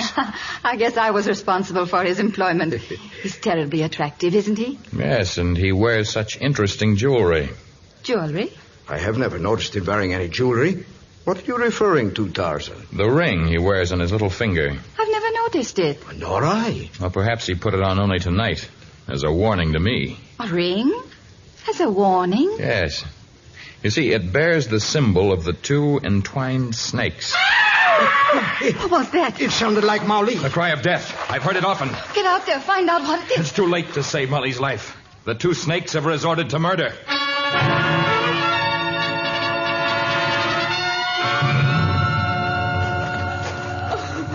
Go into your tent, Ilsa. This is no sight for a woman. The symbol of the snake carved into Marley's forehead. But I've got here only a second or two after his scream. A moment before the rest of you. Dr. Erickson, how could anyone have had time to cut that symbol in Mauli's forehead? Perhaps with an ancient implement of torture, once used by early Egyptian religious fanatics. It is somewhat similar to a branding iron, but with a razor-sharp cutting edge. I think you showed me one in a museum at home. It was used on traitors, wasn't it? On those whom the high priest believed guilty of betraying religious secrets to non-believers or foreigners. But I am unfamiliar with any cult that used this particular symbol. Perhaps Mr. Brown can explain it. Me? That ring you wear on your little finger. It carries the same symbol as that engraved upon Mauli's forehead. Obviously placed there because of his loyalty to Dr. Erickson, a foreigner. I had almost forgotten the ring. I found it this afternoon in the sand. I put it on my finger because, well, I guess that's a natural place to carry a ring. And Yes? I headed for Dr. Erickson's tent to show it to him. I thought it might be the first clue to some undiscovered ruins near here. But you didn't tell me about the ring, Arnold. When I entered your tent, Tarzan was there. You introduced us, but you didn't explain to me who Tarzan was. I didn't want to tell you about the ring in front of a stranger. You knew about Tarzan's coming, Arnold? We told about our conversation with Captain Lawrence concerning Tarzan of the Apes. Exactly. Lawrence is an Englishman. He made up a ridiculous story about some aboriginal man he wanted you to meet. And then this Tarzan came here. Well, there's little aboriginal about him. It was a very easy thing for the Englishman to get one of his agents into our camp. Do you hate the English? I distrust them.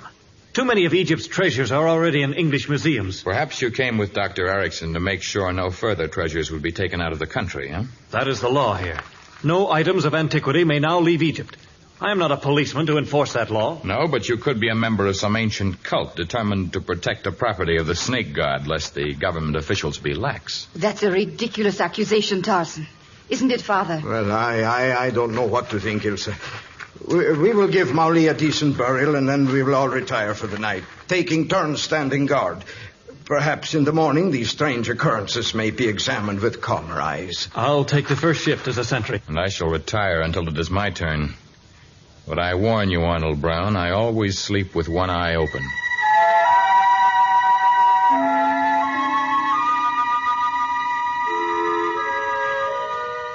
Maury was buried, and then the camp retired for the night. But despite the melodrama of early evening, the night hours passed without incident. Tarzan, pretending to sleep, peered out through a narrow slit in the flap of his tent.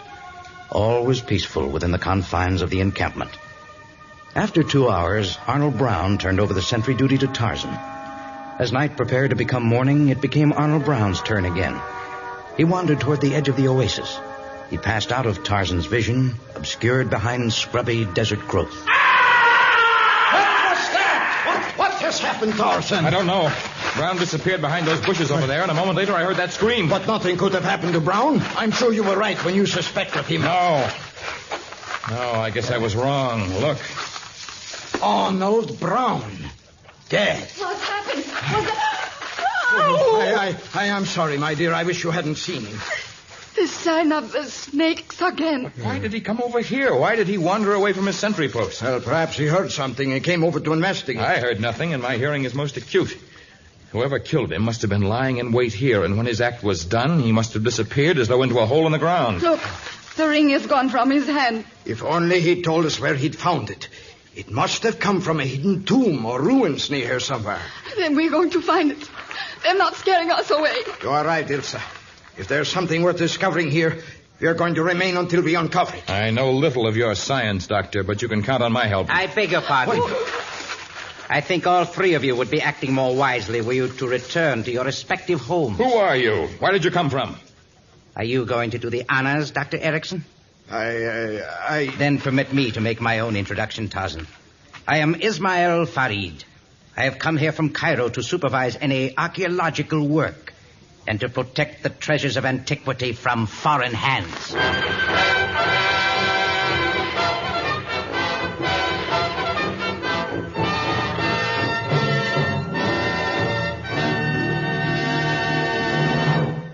In just a moment, the dramatic conclusion of The Curse of the Pharaohs.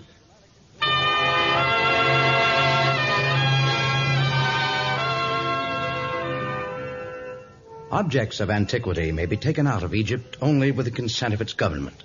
Indeed, excavation may not even be attempted without governmental approval. Ismail Farid, although not an official of the National Museum, was highly connected, and he was treated as an honored guest. Even the tragic death of Arnold Brown was cast aside in order to take Ismail Farid to the most comfortable tent of the camp, to prepare food for him, to make sure he was comfortable and reasonably contented. And only then did Tarzan and Dr. Erickson head back to the scene of the latest violence, so they could prepare Arnold Brown's body for burial. Well, I am glad we finally persuaded Issel to get some rest. You know, she was getting genuinely fond of Arnold. Well, he was very much attracted to her. I could tell that much. You know, Tarzan, I had come to the conclusion that Arnold was involved in these strange happenings. It's too bad it required his death to clear him. Well, all we can do now is to give him a decent burial. Yeah, that is all we can do. I hate to go into these bushes and have to gaze on the poor boy again. Suppose you just start to dig his grave, Dr. Erickson. I'll take care of the rest. The jungle has hardened me to gruesome sights. No, I'll come into the brush and help you. After all, Tarzan. What? His body, it's gone. Disappeared into thin air. But what possible reason could anyone have for removing it? I don't know. Dr. Erickson, I do not have your knowledge or education, but many years among jungle people have taught me the ways of voodoo, native superstitions, and primitive ways. The early Egyptians shared many of the customs and beliefs of the jungle people. What are you getting at? I'm not too sure yet. But I want Ilsa and you to go along with a little plan I have. What sort of a plan? One that will permit us to investigate this mystery without Mr. Farid's supervision. Will Ilsa and you do as I suggest? I am sure Ilsa will do anything that may help to solve the mystery, and I certainly will. After all, we have no desire to bring the curse of the Pharaohs down upon our heads.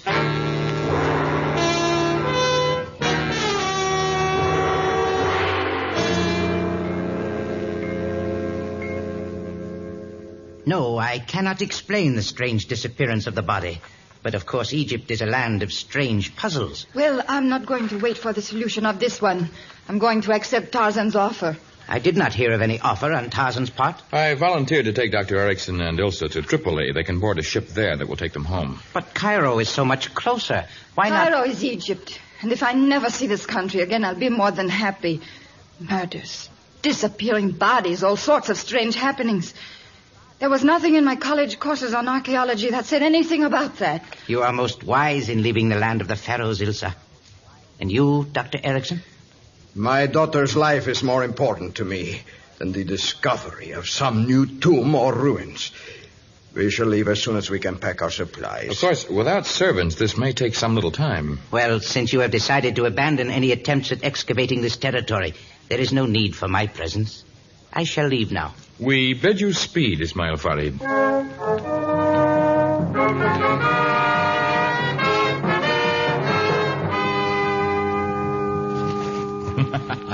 You both gave excellent performances. I don't know how I managed mine. Wild horses couldn't drag me away from here. Farid's obvious relief at the news that we were leaving makes me sure that we're on the track of something important. Well, we won't find it standing about talking. I have a feeling our friend will turn back long before he gets to Cairo. We better get started. Tarzan, must we do our digging here, where Arnold was killed? Isn't some other spot just as likely? Not if my theories are right. But perhaps you might try over by that big rock. Why? Why Father and I permitted ourselves to be ordered about her. It's more than I can... Father! Yes, my dear? Father! Tarzan! Come quickly! What is it, my dear? This. Why, an ivory-handled dagger. Where did you find it? Almost directly at the base of the rock. He must have been lying here for countless years. Is it very old, Doctor? Let me examine it. Yes. A product of one of the very early dynasties. Probably made about 3000 BC. Made almost 5,000 years ago, and it bears little sign of age. Yet it could have been held in someone's hand as recently as the time of Arnold's disappearance. I don't think we can count on that. You see, Tarzan, it's because of Egypt's unusual climate that so many archaeological finds have been discovered here. Thousands of years have left many items completely unchanged. Whole cities have been discovered, virtually intact, entirely beneath the sand. What's the matter, my dear? I suddenly felt weak. I guess the worry and the excitement. Oh, you've eaten nothing since last night. Rest for a moment, Ilsa. Lie down. No, I'll be all right. Just lean back against the rock. What? The rock! It's swinging open! You must have accidentally touched some spot that caused it... Look. A long corridor leading straight back.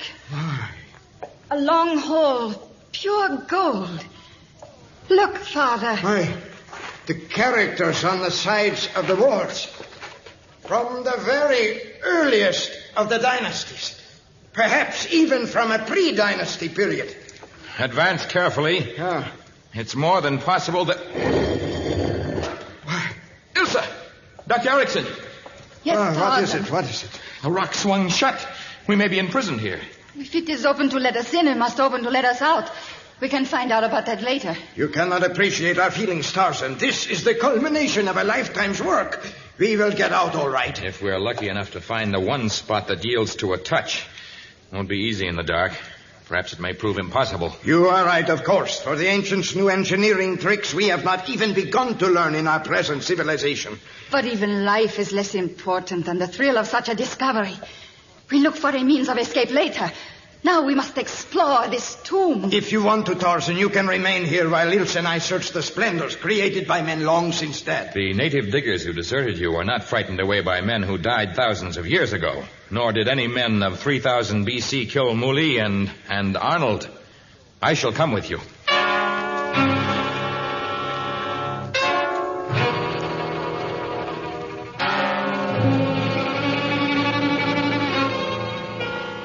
Look at the colors on these wall paintings, Tarzan. Not a sign of deterioration after all these years. And the magnificence of the vases and the jewelry we found. Oh, it is amazing. And we haven't even reached the central room of the tomb yet.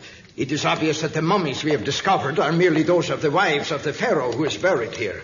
Not even in the tomb of Tutankhamun were such rich treasures buried. He must have been a most important pharaoh. Wait. This must be the entrance to the central room. The symbol of the king god is over the door. Look.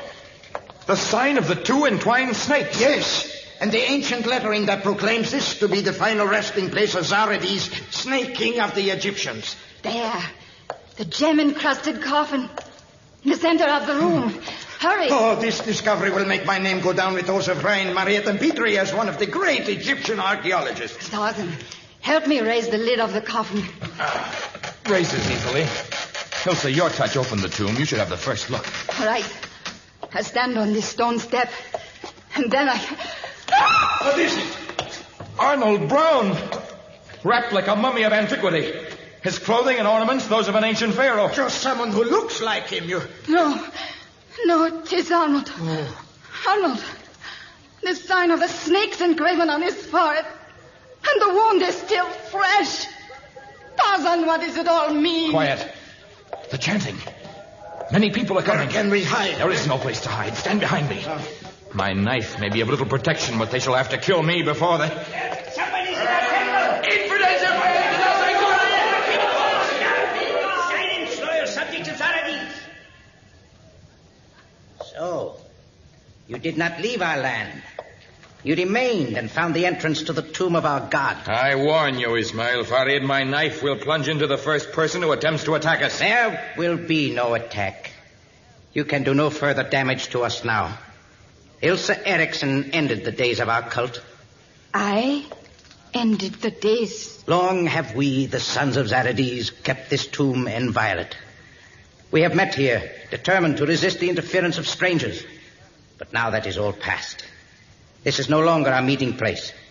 And you, Dr. Eriksson, may claim as many of the treasures here as permitted by our government. For that I am most thankful. But there is much I do not understand. Zarathus the First was once buried here. And so were his son and his son's son and others in a long and noble line. Other pharaohs succeeded the sons of Zarathus to the throne of Egypt. But the Zarathus have always been the king gods to some of us. Until the death of the last one, last night. Arnold Brown? Was he the last of the Zarathus? Yes. Why, I thought he was the son of a foreign diplomat. He was. His grandfather revolted against the strict rules laid down for our gods. He left the country, but fate sent Arnold's father back as a member of a foreign consular service. It was necessary to kill him to secure Arnold. It must have been your family that adopted Arnold. Yes, but along with his royal blood, there flowed the blood of foreign lands. He, too, decided to cast off the responsibilities of a deity. He desired to marry you, Ilsa, and leave our land. It was necessary to kill him, to put to rest here the last of the kings of Zarathus.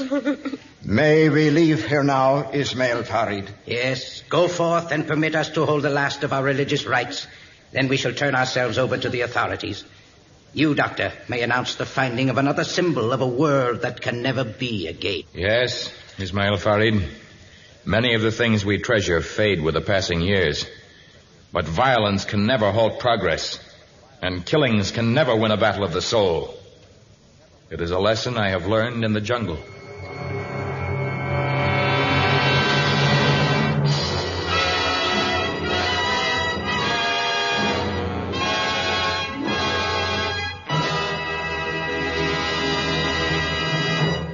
In just a moment, a preview of our next exciting story of Tarzan.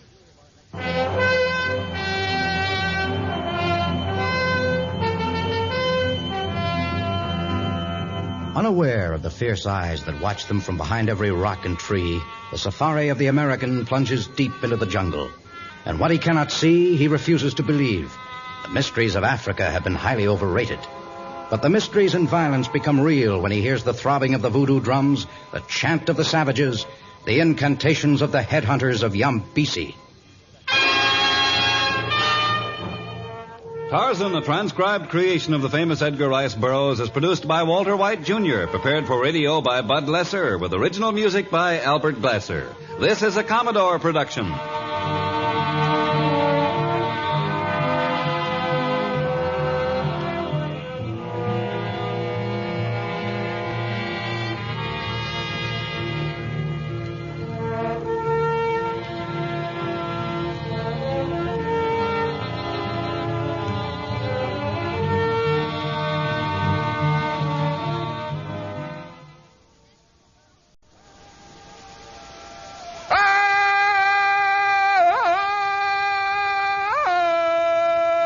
From the heart of the jungle comes a savage cry of victory. This is Tarzan, Lord of the Jungle.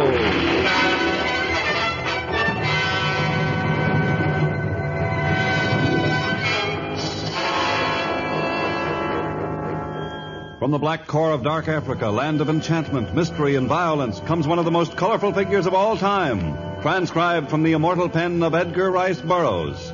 Tarzan, the bronzed white son of the jungle. And now, in the very words of Mr. Burroughs, the story of Headhunters of Wombesi.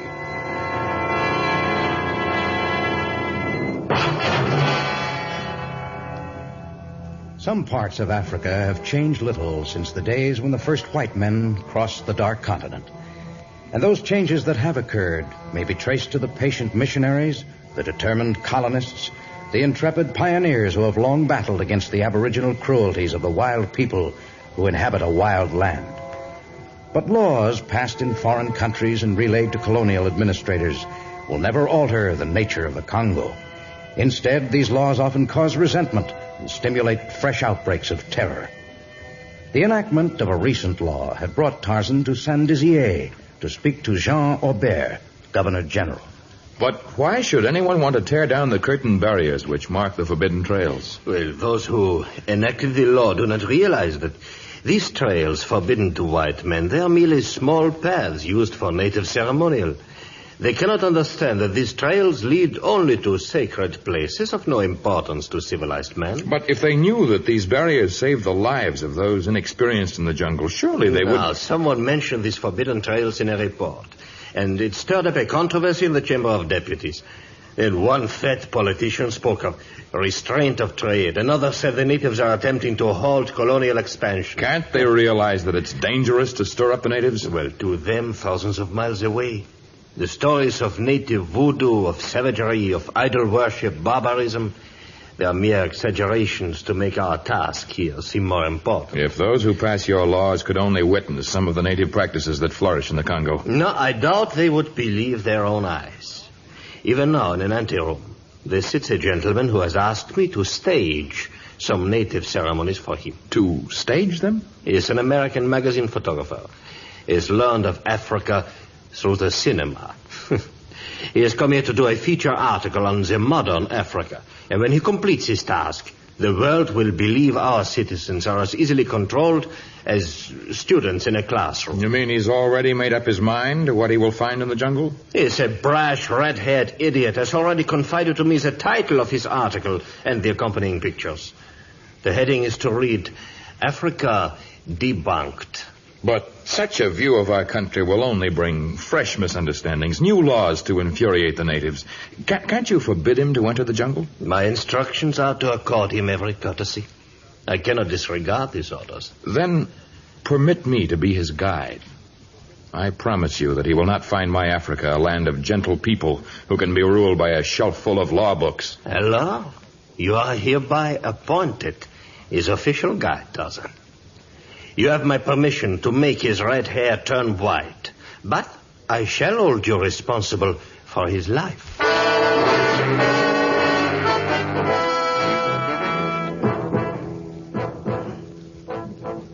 Monsieur Tarzan, Monsieur Red Hail. First time you ever saw red hail, huh? Usually it's white. I'm happy to see you have a sense of humor, Mr. Hale. You're apt to need it before we return to Saint-Dizier. Well, I'm game. Yeah, nothing surprises me. Not even that leopard skin you're wearing. Hey, where'd you get it? From the good old USA by mail order? This is the skin of a leopard who was about to rend a native child limb from limb. It was fortunate that I was able to jump between them. And you killed the leopard with your bare hands, huh? Monsieur Tarzan's feats of bravery and strength are legend in our country. I gotta hand it to you guys. You're a real showman. Oh, gosh, if you could stage a battle with a leopard for me, I could get a series of pictures that'd sell 1 million copies of the magazine I work for. Well, then you are willing to accept me as a guide? Sure, why not? You and I will take a jaunt through the jungle and bring back enough material to go into business for ourselves. I'm afraid you and I will need assistance on our jaunt. I can travel unaided through the jungle, but those unused to jungle ways must have bearers, porters, personal boys, askari. Well, I'm on an expense account. Let's shoot the works. I took the liberty of lining up a Manyapara, a headman. He is waiting outside. Yeah, all right. Trot him out. I hope he has a ring through his nose. He'll make a great cop. Mickey? Mickey? That's the name of the savage man, whatever he called? It is a simplified version of his native name. One is adopted for use when he serves as a headman for safaris. Uhaligani. Nahale Najima. Pujambo, Mickey. Sijambo. A native headman dressed in an army shirt and an overseas cap. A little out of character, ain't he? Mr. Red Hale, this is Monaki Miki, whom you may call Mickey. He is to be your headman. I'm glad to meet you. Where catch 'em white men's clothes? I secured the uniform as part of the regular equipment issued to student engineers sent from Africa to Europe a few years ago. I was best in my class. There, now, you see what I mean? All of this talk about savage Africa. And my headman talks like a college instructor. What made you come back out here, Professor Mickey? I returned, Mr. Hale, because I could not accustom myself to the ways of so-called civilized people. Inside, I'm still what you call a savage. Oh, now see here. I hope I'm able to restrain my savagery in dealing with you, Mr. Red Hale. But perhaps temptation may prove too great.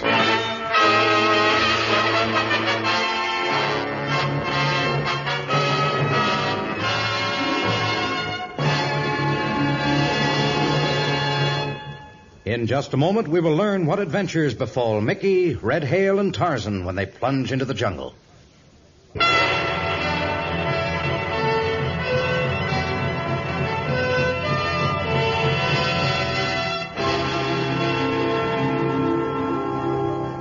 Set among the native huts, the sun-whitened governmental buildings, the colorful native bazaars, and the exotic shops of Lagos is a modern building which bears the sign Safari Equipment Corporation Limited. And it was to this modern structure that Tarzan brought the skeptical Mr. Red Hale. Now, don't tell me. I know it. It just looks modern. Inside, I'll find a clerk with a bone through his nose and wearing a breechcloth made out of a gorilla skin. Oh, on the contrary, you'll find Mr. Bridges well-dressed and extremely civilized. He may be the last civilized man you see for a long time. Good afternoon, Tarzan. Good afternoon, sir. Mr. Bridges, Mr. Hale. Very happy to know you, sir. Going to have a go at the jungle, eh? Yes. I'm going to brave the jungle wilds where no white man has ever trod. Sounds like a travelogue, doesn't it? Yes, precisely. We will require a green linen tent for Mr. Hale's use. Righto, one green linen tent. We carry only the finest, sir. Lined in red as an added protection against the sun. Some colors are more heat-resistant than others, you know. Well, the color of my hair ought to be some protection. We shall need Uganda water bottles, airtight tin boxes, a portable washstand, and the other usual camping equipment. Righto. In addition, you'd best measure Mr. Hale for mosquito boots and suitable clothing. Oh, we'll fix him up first rate. Hey, what's that up there? Why, that's a hammock chair, sir. Oh. One of those things they carry you in, huh? That's right, sir. 2 porters carry the chair suspended between them. Mm-hmm. Well, when you make up the order, throw in one of those. Mr. Hale, they are meant for invalids or women. Or for guys who don't like walking, huh? But it will be almost impossible for porters to carry such a chair on the paths we will follow. I said we're taking the chair. All right. But I think that before our return, you will find that this is the most dangerous decision you've ever made. Yeah, how do you figure that? I think from now on I'll let experience be your teacher. Lessons so learned are best remembered. If the pupil lives.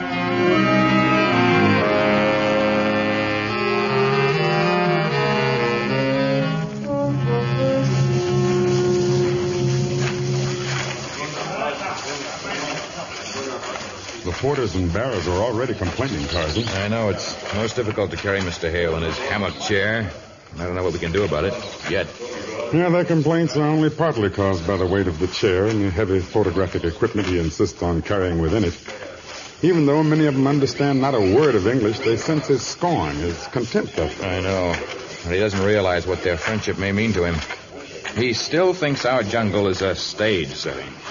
But during the past few days, dozens of ferocious animals have come within a few feet of him. His eyes might well be those of a newborn baby who's not yet learned to use them.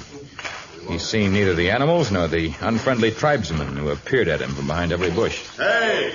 Are you two going to gab all day, or are you going to dig me up something to get some decent pictures out? Tarzan, there's only one thing to do. scare him so badly his ideas and his manners will change. Oh, that's exactly what I have in mind. Even if I have to assist nature. Hey, I heard that. I'm wise to your game. Now, let me tell you this. There isn't anything you can roll out that'll scare me.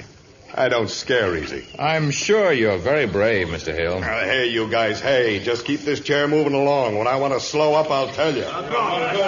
Perhaps it would be good to let the Wampagazee rest here, Tarzan. No, Mickey, the porters must go on for now. I've caught the scent of an elephant herd, and at this time of the year they... Elephants, eh? Well, let's head for them. Might be able to get some good pictures for a change. The season is a dry one. If they hunt for water, they might be... You heard me. I'm footing the bills for this safari. Now get going.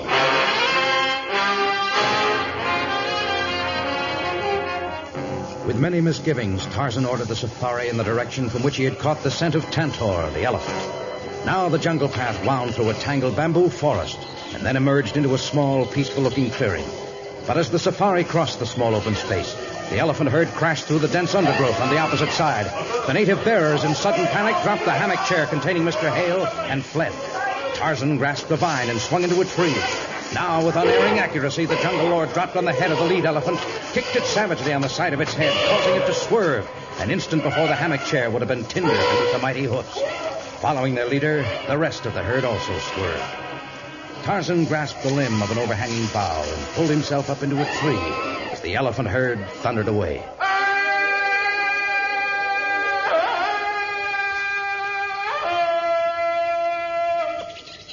Well, Mr. Hale, are you satisfied now that Tarzan and I have not been lying to you about the dangers of the jungle? Oh, gosh, did I get some wonderful shots of that stampede. They're worth their weight in gold. Are you all right, Mr. Hale? Huh? Sure, I'm all right, Tarzan. I told you I don't scare easy. Unfounded courage is often stupidity. You're like a baby ape who attempts to attack a panther. Yeah, maybe so, except that I've never seen an ape with red hair. Well, tell the boys to come out from behind those trees. I'd like to reach our camping place early tonight so I can try to develop a couple of these pictures. Well, what's holding things up? The porters and bearers have deserted us, Mr. Hale. What? Even before you needlessly endangered their life by insisting on crossing a path of an elephant herd, they spoke among themselves of refusing to serve you further. Did you know about this, Tarzan? I did not know they'd run off taking all our food and equipment, but I was aware they might desert. Well, then why didn't you do something about it? I permitted experience to give its first lesson. And now, if you can tear yourself from that chair, we shall walk from here. Okay. Although you may not realize it, the chair you insisted on buying might have been the cause of your death. Had you been walking, you could have leaped for the protection of the trees, as the natives did. Then I wouldn't have gotten my pictures. Oh, here, Mickey. You carry the camera. Treat it tenderly now. Tarzan, you carry the knapsack with my darkroom supplies. And what will you carry? Myself. Hey. Aren't those our boys hiding in the bushes over there? Oh, your eyesight is improving. A few days ago, you would not have known anyone watched us from the edge of the clearing. Hey, you guys. If you think for 1 minute that I'm going to stand... They are not our boys, Mr. Hale. Huh? They're members of the Wombesi tribe. This is their land. Okay, we'll put a few of them on the payroll then. And I won't have to leave my chair behind. I'm afraid it would be unwise to hire Wombesi natives, even if they're willing. In the name of heaven, why not? They are cannibals and headhunters. Oh, no. You're not going to try to feed me that junk again. Hey, you! What'd he say? He's their chief, and he says he's approaching you and brings his men. No.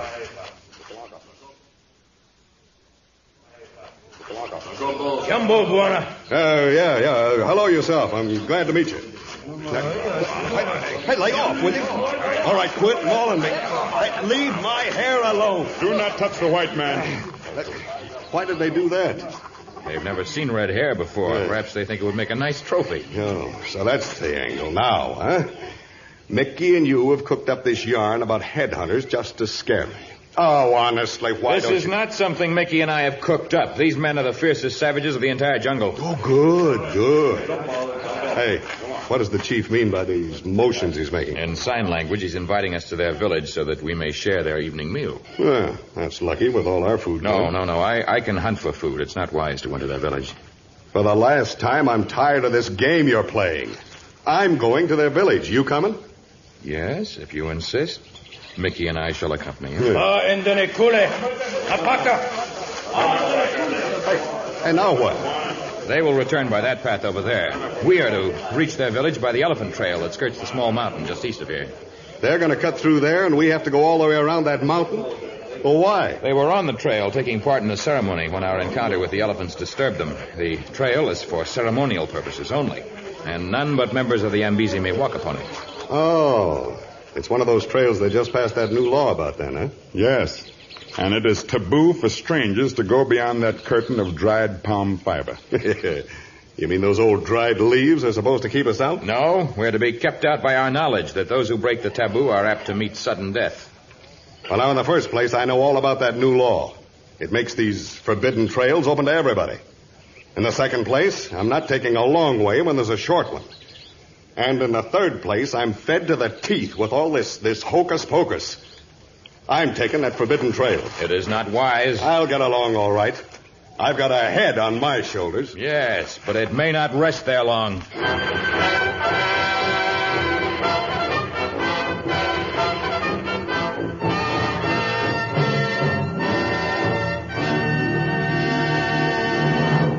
In just a moment, we shall learn the fate of Red, Mickey, and Tarzan in the village of the headhunters of Yambezi.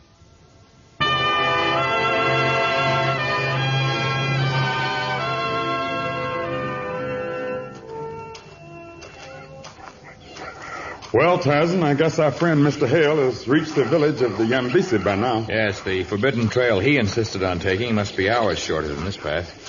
Perhaps he never reached the village. Perhaps they killed him the moment they discovered he'd broken their taboo. No. Had I thought his life was in immediate danger, I would not have left him. The Governor General is holding me responsible for his life, after all. Well, then you're counting on the Yambezi to spend more time celebrating before they kill him, huh? It is the way of all tribes, is it not, Mickey?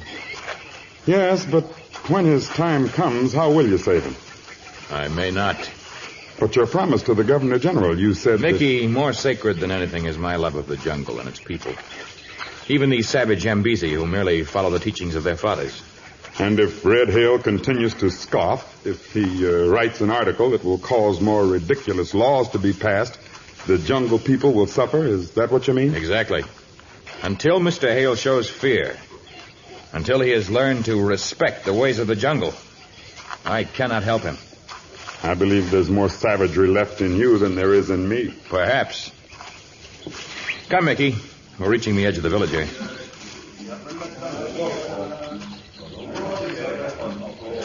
How about us? Do you think the Yambezi will want to take our lives as well as his? I don't know. But we must be on guard every moment. Look, Tarzan.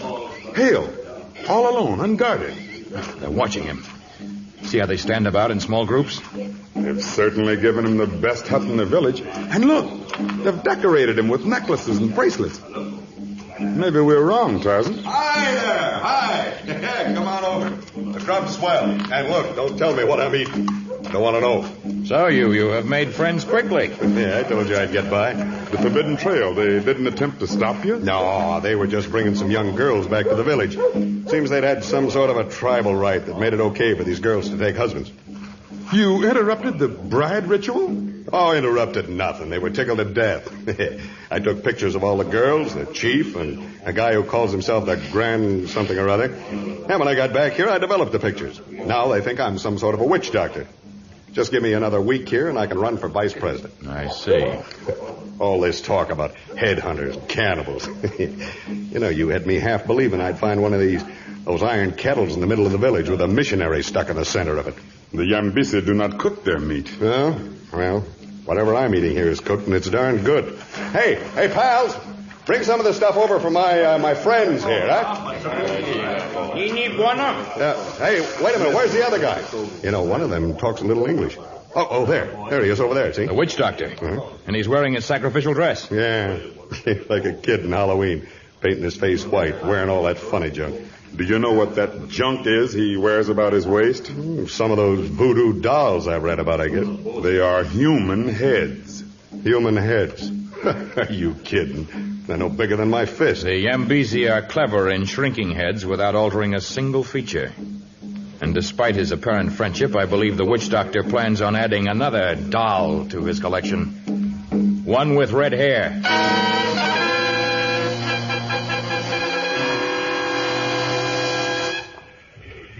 Well, Mickey, despite the witch doctor's sacrificial costume and the ceremonial dress of the entire tribe, they haven't given any indication at all of meaning harm to him. He's smarter than we've given him credit for. It's been the pictures.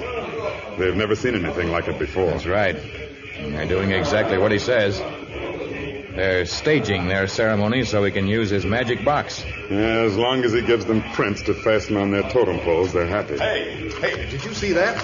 Native jugglers using children instead of Indian clubs. Oh, boy, won't that make a shot. Hey, and those knives. When they throw the kids, they only miss the knives by inches. It's a native practice that even we, who are used to the jungle ways, have been trying to stamp out. Many children have been killed in this dance. Oh, go on. The kids aren't even scared. They're hypnotized. They are? Boy, will that make a magazine spread. Yeah, nice going there, Yambeses. And now trot out the next act, eh? Now the snake charmer is to perform for you. Huh? It's developing into a three-ring circus. Hey, what are those guys doing? Passing needles and hooks and pins into their bodies. Yeah? Hey, Mickey, hand me that pouch with my flash bulbs in them. Oh, boy, this is great. They are holy men who torture their bodies in the belief they will earn absolutions from all their sins and be rewarded with eternal happiness. Well, I'll reward them with some candid camera shots of the rack. Hey, hand me that small box with my light meter in it, will you? Hurry. Yes. There you are. Yeah, that's it. Now the knife dances begin. Yeah, with all this material around, I need 6 cameras and a dozen hands. I'll hold that bag with the spare film in it. No, I'll just toss it in this stone over here. No, Mr. Hale. No, that's their sacred rock. It's just a brown stone to me. That stone is granite. It is brown from bloodstains. Yeah, well, it's well dried in. It won't hurt the film any.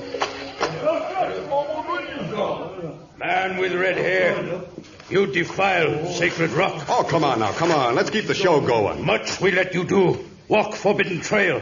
See maidens at bridal rite, enter tribal circle is enough. Now you defile sacred stone. Oh, wait. Take it easy now. I'll develop these pictures in the morning and you'll have Answer! Well, Mr. Hale, I think you've finally done it. Huh? Done what? You finally persuaded them to prove to you the savagery of the jungle. You're still trying to scare me, aren't you? Why did they quit the racks? They're preparing a new one now. They sing about it. What are they singing about? Native tribes make up their songs as they go along. This one tells how a Matuhodari, a clever man, came to their village and made them small and flat. That's how they describe the pictures you've taken. Yeah? It tells of how they fed you and permitted you to do what no one outside of the tribe has ever been permitted to do. Tarzan, the knife man is sharpening his execution blade. Mickey, they're all busy. I want you to slip from the village and start back toward Saint-Dizier. No. We will try to meet you on the trail. No, I'll stay as long as... Go. I can travel more quickly than you, even if I'm to carry Mr. Hale. Leave now. Well, all right. I wish you well, Tarzan. I'm still not falling for this racket. The knife man. You've arranged all this with the Yambesi. What are they saying in that song now? That none, not even the members of their tribe, not even their own chief, may place anything except a human head on the sacred rock. Tarzan, look, they're coming this way. The one with the green painted face does have a knife. It's as sharp as a surgeon's scalpel. I will stand by your side until the end. Well, look, they're not kidding. They're walking slowly, but they mean business. They do indeed. Yeah, that's too late. We can't escape. Perhaps not. Tarzan, do something. Help me. Save me. Tarzan,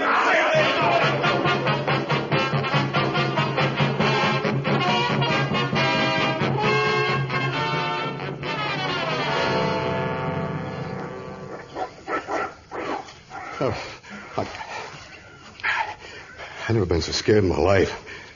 Traveling over your shoulder through the tops of the trees was almost more frightening than those headhunters. But this fright will pass.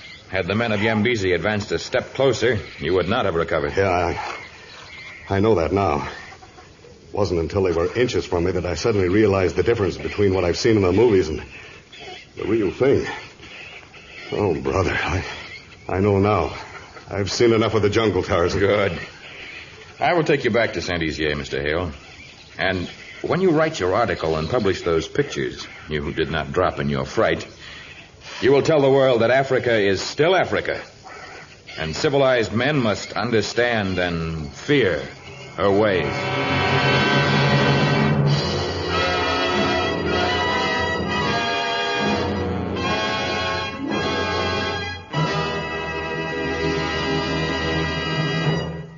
return in just a moment to tell you about our next story of Tarzan.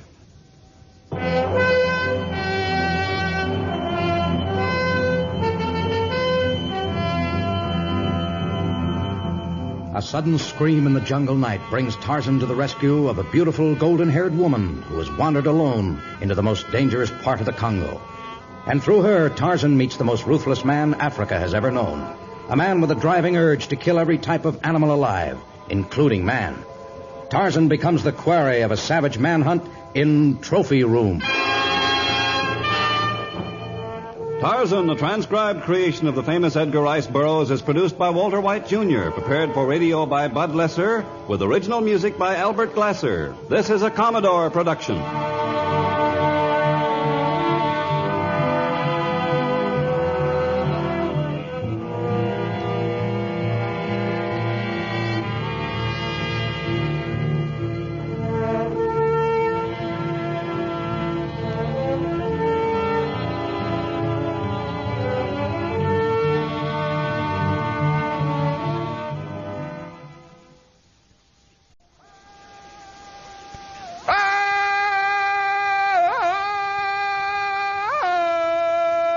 From the heart of the jungle comes a savage cry of victory. This is Tarzan, Lord of the Jungle.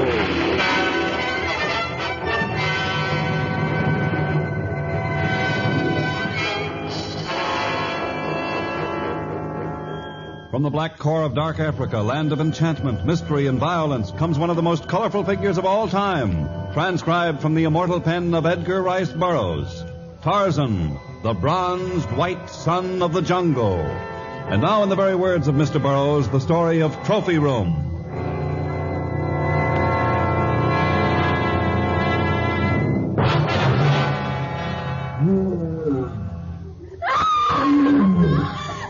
The roar of a wild beast and the scream of a woman. Tarzan grasped a hanging vine and hurled himself into the middle level of jungle growth. Swinging from tree to tree with incredible speed, he neared the spot where a beautiful blonde girl crouched in fear, a few feet from an angry lioness. On the ground, between the girl and the she-lion, lay a rifle. Now the girl gathered courage and reached out for the weapon, but the lioness, seeming to sense her intentions, struck out with cruel talons, breaking the girl's slender arm. The scent of blood was strong now, and the lioness leaped forward. But a metal-tipped arrow, seeming to come from nowhere, caught the lioness in midair and plunged deep into its savage heart.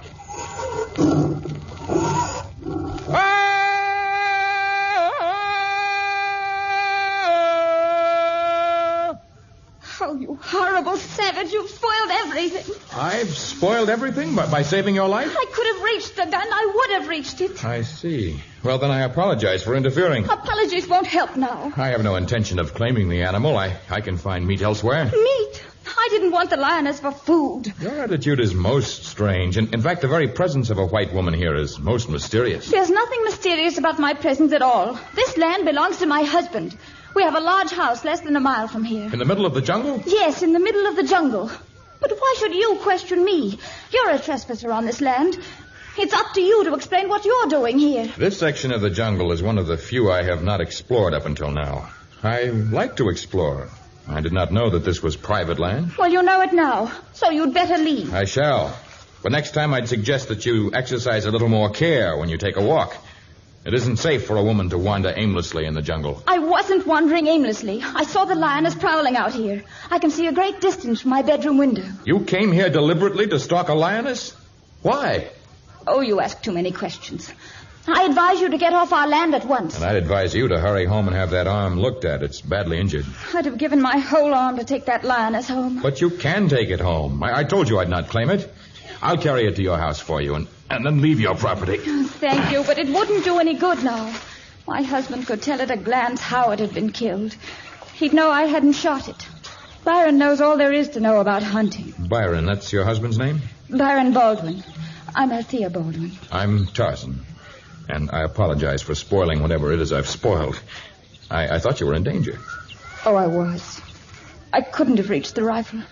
And even if I had, I probably couldn't have killed the lioness. But I wanted to so very badly. I've never been able to understand man's passion for killing. Nor I. But hunting means everything to Byron. That's why he had our house built in the jungle. Hunting's all he cares about. I thought if I could come out here alone, if I could kill that lioness without help, I could make him respect me again. I guess a woman will do anything to recapture her husband's love. Recapture? That explains a great deal. You imagine your husband no longer loves you, huh? It isn't imagination. But you're very beautiful. You have courage, too. Surely you must be mistaken about your husband's love. I'm not mistaken. If you don't believe me, come back to the house with me. I'll show you a man who lives only so he can hunt. A man whose only love is the love of killing.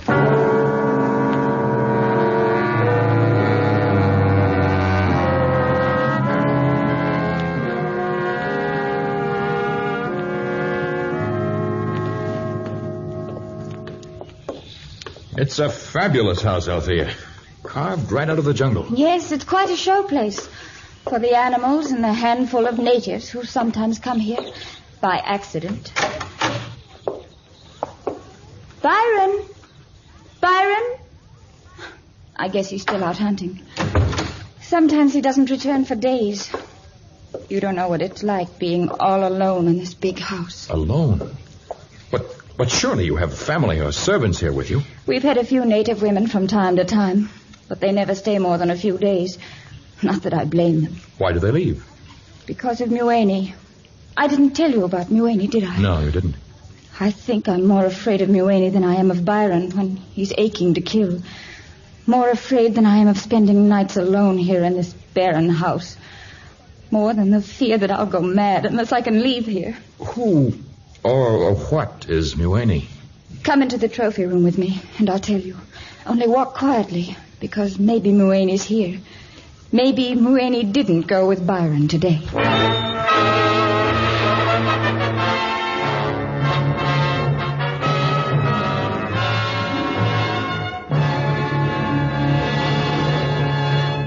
In just a moment, we'll return to our exciting story of Tarzan.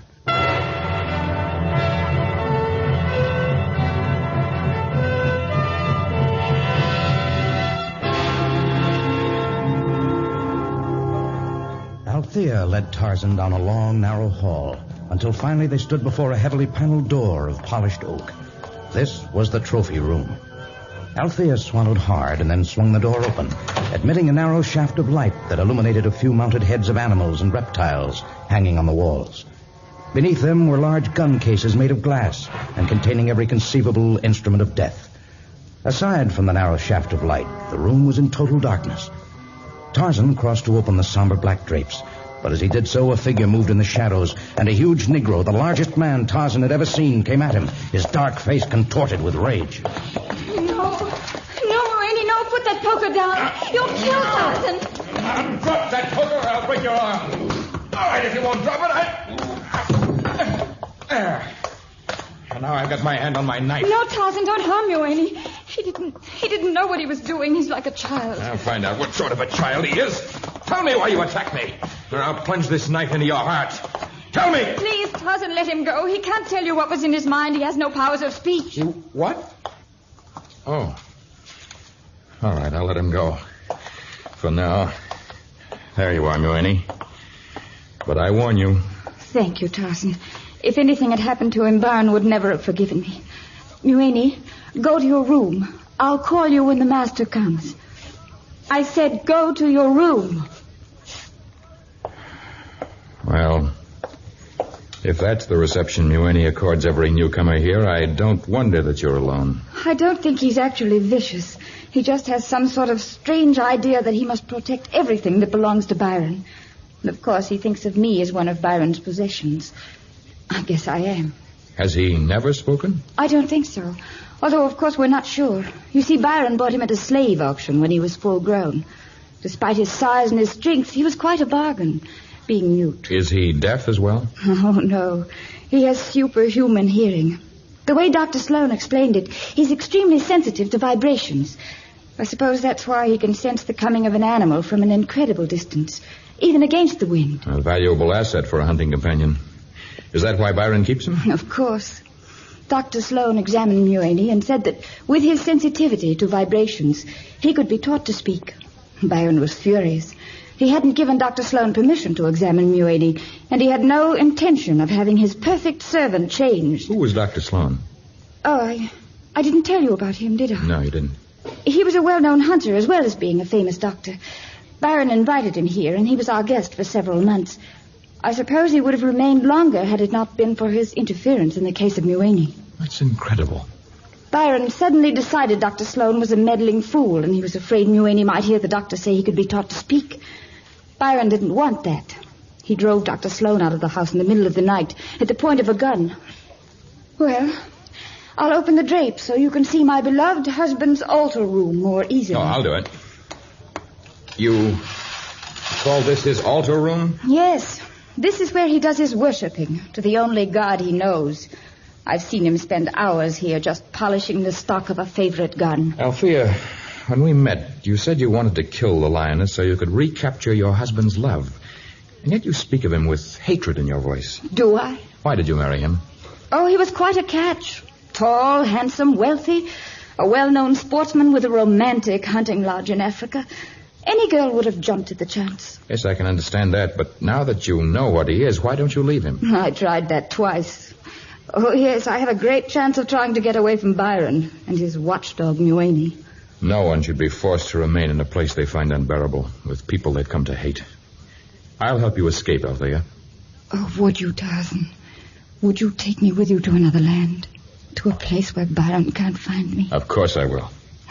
Oh, Tarzan, I've waited years for someone like you to come along. Promise you won't go back on your word. Of course I won't.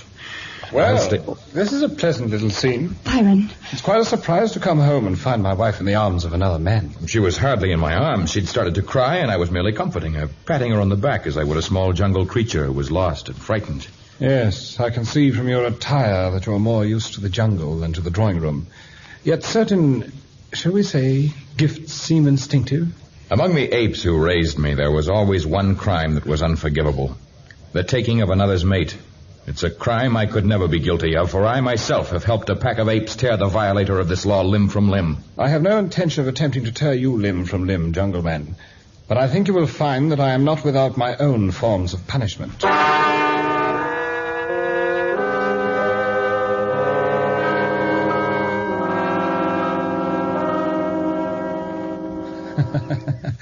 If I'd known you were Tarzan, I never would have talked to you like that. Tarzan? Why should my identity make any difference?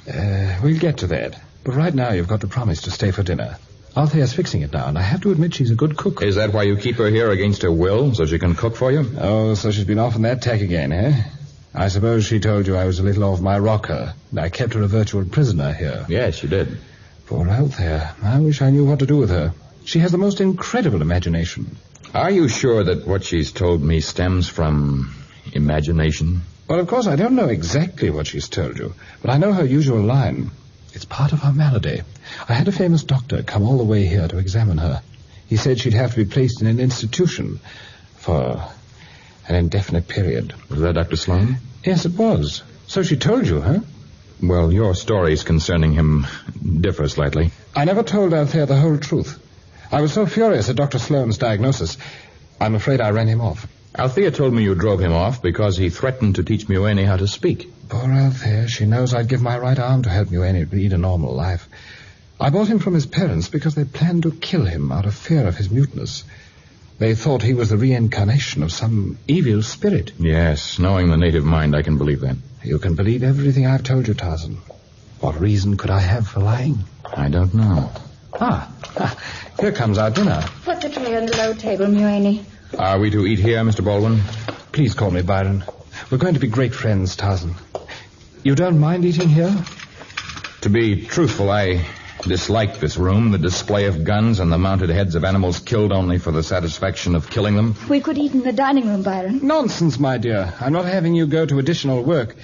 You see, Tarzan, we keep most of the house closed up because of the impossibility of obtaining reliable native servants. It would take Althea and Mulvaney hours to get the dining room into usable shape. I see. Why don't you tell him the truth, Byron? That you even sleep in this room?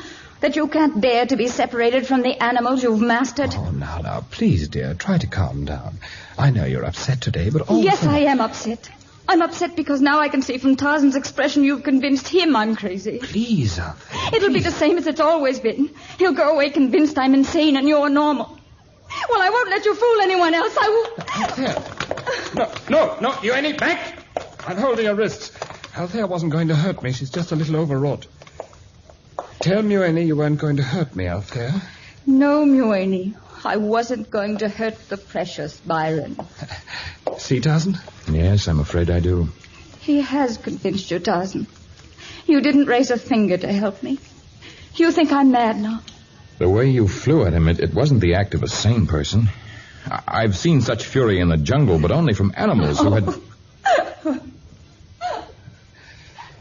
Shall we eat, Tarzan? Althea will get over it in a few minutes.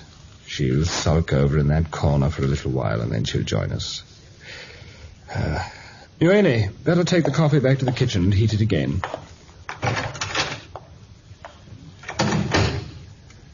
The strange thing is that when Althea gets over this spell, she'll be normal and lovely again. Here, have a bit of this cold mutton. I'm afraid my appetite has deserted me. Althea, what are you doing with that gun? Althea, put that gun down. Killing is never the way to solve a problem. The gun isn't loaded. I just want to prove to you whether it's Byron or I who's crazy. What? Oh. My favorite rifle. You smashed it. You broke it into pieces. Look at it. My lovely Cogswell and Harrison. Even the telescopic sight ruined. Althea, I'll never forgive you for this. It was my favorite rifle.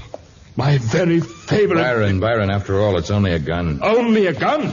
I killed 100 animals with it. I've worked over it for days, adjusting the sight, finding out the best ammunition for a sure kill. It was the one rifle I really loved. She's ruined it. I hate to destroy anything, Tarzan, but it was the only way of making him show his hand. I can see the picture now, Althea. I'll keep my promise. I'll help you escape. Oh, no, you won't. Just step back or I'll put a nice little hole in your forehead. I always carry a pistol, just in case. There's no use reaching for your knife. Mueni is very skillful at sleight of hand. My knife is gone. Yes, and your bow and arrows, too. Mueni and I expected something like this. No, Tarzan. Don't move toward him. He's an excellent shot. He couldn't miss at this distance. No, I couldn't possibly miss. But I'm going to give you one chance to escape, Tarzan. However, I hardly think you'll like the conditions.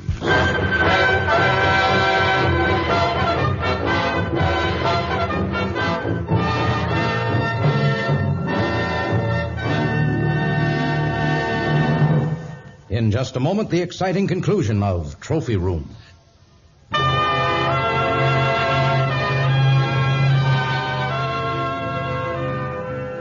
Byron, you spoke of giving me one chance to escape, provided I met certain conditions. What are the conditions? I read a story once about another man who had tired of the endless game of pitting his intelligence against that of dumb animals. He contrived a game wherein he would hunt man. Byron. Yes. I've begun to find that even the most formidable of four-legged animals is no match for my hunting skill. But from what I've heard of you, Tarzan, you combine the intelligence of man and the jungle knowledge of wild animals. Were I to hunt you, it might prove a thrilling experience. And why should I agree to serve as the quarry of your mad hunt? Because were I to give you a head start, there might be some chance of your getting away. I could just as easily kill you now. But you wouldn't, Byron. You're too much of a sportsman to kill a defenseless animal, even though he be a man. I would prefer a hunt. But it takes two to provide a chase, the hunter and the hunted. You can't play your game unless I agree, so I, too, can set forth conditions. Tarzan, you aren't thinking of playing his crazy game. I may. What are your conditions, Tarzan? That you return my bow to me, and that you provide me with one arrow. You may select any gun you choose, and you may take one bullet. Before our game is over, we shall find out who is to be the hunter and who the hunted.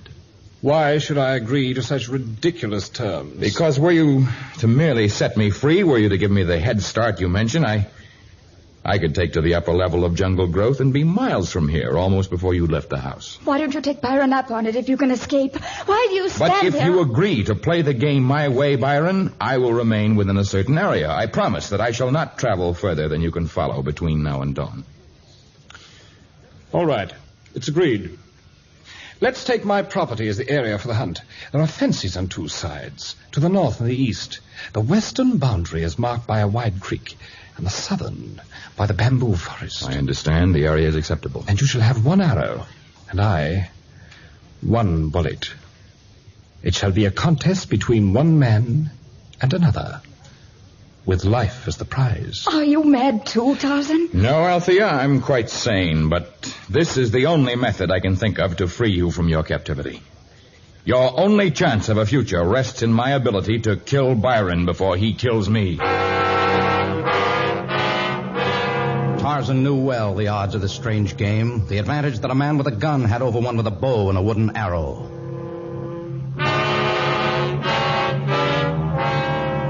He headed for the bamboo forest and then circled back along the heavy steel fencing that marked the north end of the hunting area. He walked softly, but if his adversary were near, he too knew the lore of the forest.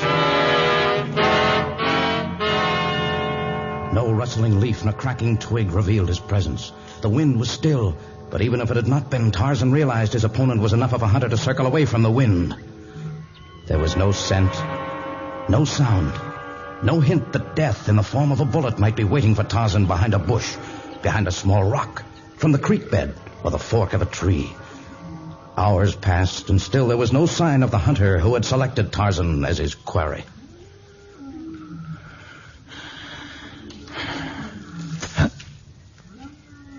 Byron. Now, if I can get him to waste his bullet, Perhaps I can step from behind this tree for a split second and then duck back before... Well, Mr. Byron Baldwin, you're not quite as accurate a shot as you gave yourself credit for. Perhaps the excitement of this hunt...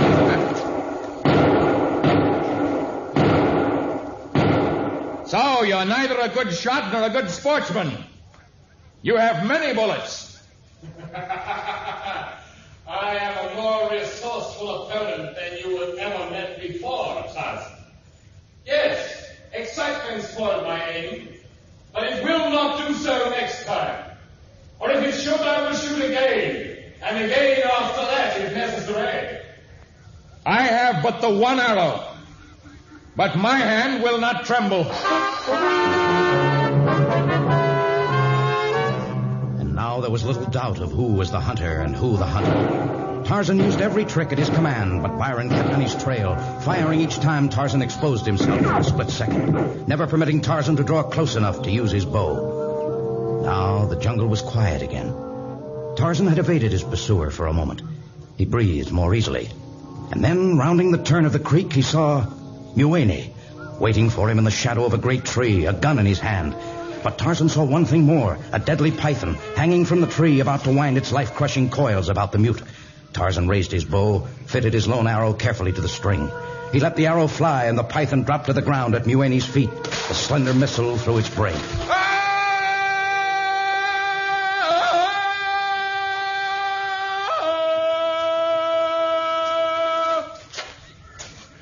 Yes, I know I'm a fool, Mueni, to have wasted my single arrow and then to let my hunter know where I am by sounding my victory cry.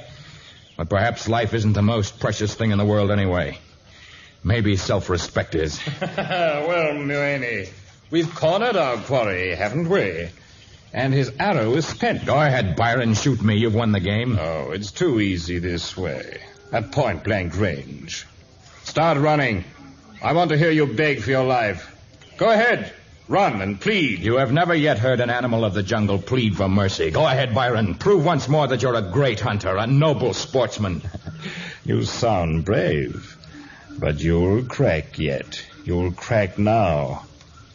As I raise my rifle to my shoulder, as I squint my eye, take my sight carefully, begin the pressure of the trigger, and... Mueni! You shot me. You...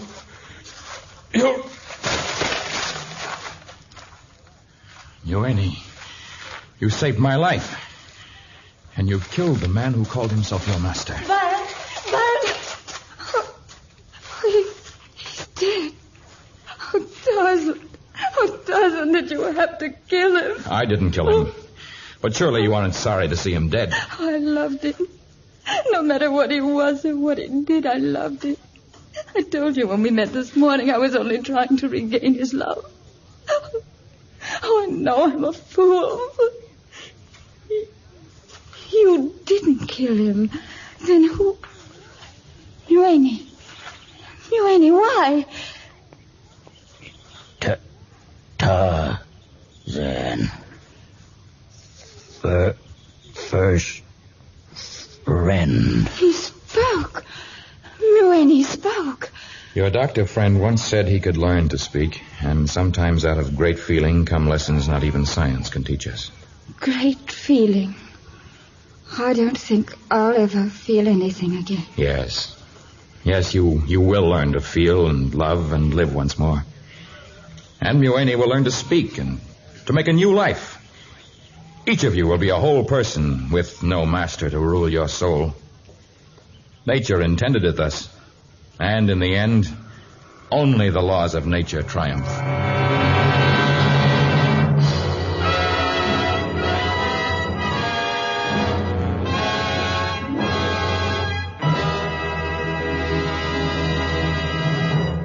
We'll be back in just a moment to tell you about our next story of Tarzan.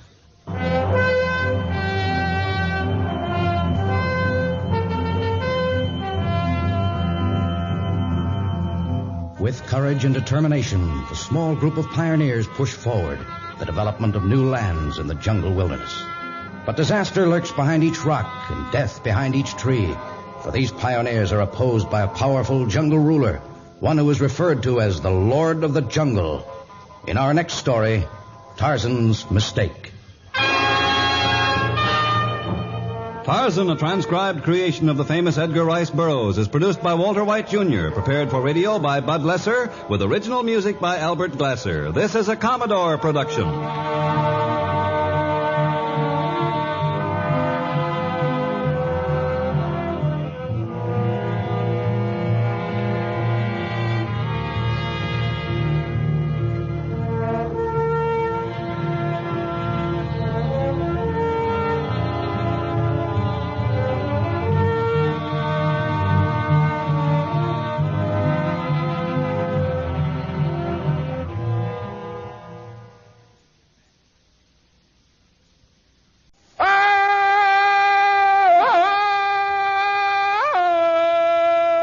From the heart of the jungle comes a savage cry of victory. This is Tarzan, Lord of the Jungle.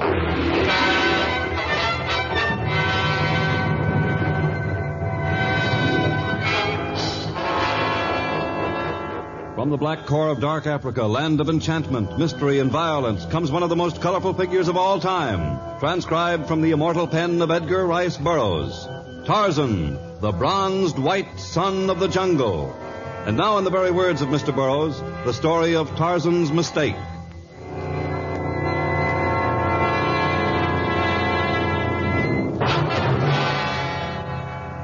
Black cats, 13, walking under ladders, spilling salt, knocking on wood. Maybe the list doesn't include your superstitions, but because people about us believe in these things, we sometimes think that maybe there's something to them.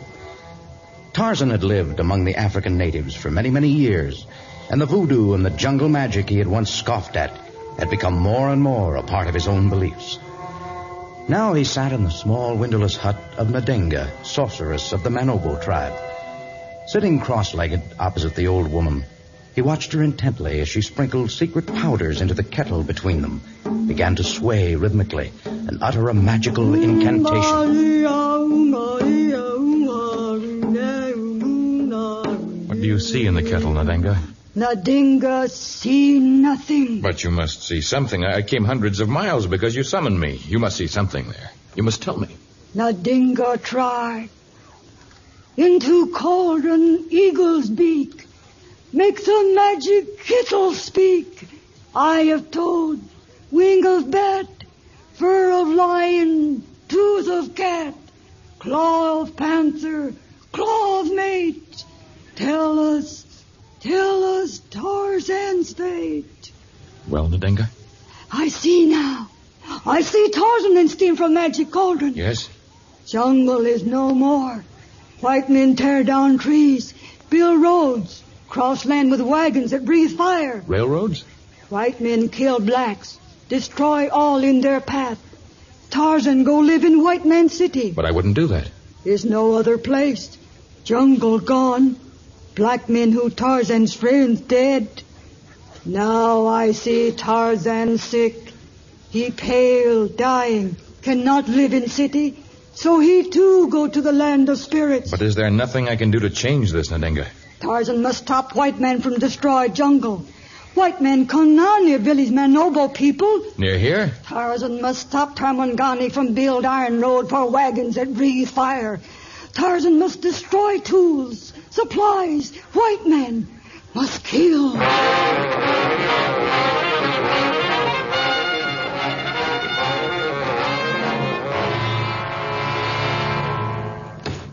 Come, Tarzan. Come into Hima. Me, Lokimo, Chief Manobo people. Thank you, Lokimo. Sit down. Eat meat with Lokimo. He Tarzan's friend. I have no wish to eat now. My mind is greatly troubled. You speak to Lokimo what in mind and heart. Lokimo know Tarzan since he young boy. Lokimo, have you seen any white men near here lately? This morning, see white men few miles village. But I came here only this morning. I didn't see them. You come from Punya village? Yes. Then you come from north. White men south our village, near Yukanya mountain. Lokimo see only this morning. They make camp there. Did you tell Nadenga about seeing them? Only Lokimo know. Not tell anyone yet. But Nadenga knew all about their coming. Nadenga, great sorceress, know all. She says they intend to build a railroad near here. Not know. But these Tamangani, these white men make big camp. Start build huts, stables for iron animals with great shields. Those with great teeth and those that crawl like Gimla, the crocodile. You mean bulldozers, steam shovels, and tractors? Well, I won't let them destroy my jungle, kill my friends, and drive me from my home. What we do? We must smash their equipment, destroy their supplies, frighten them so badly they will never want to return here. We must drive them from our jungle.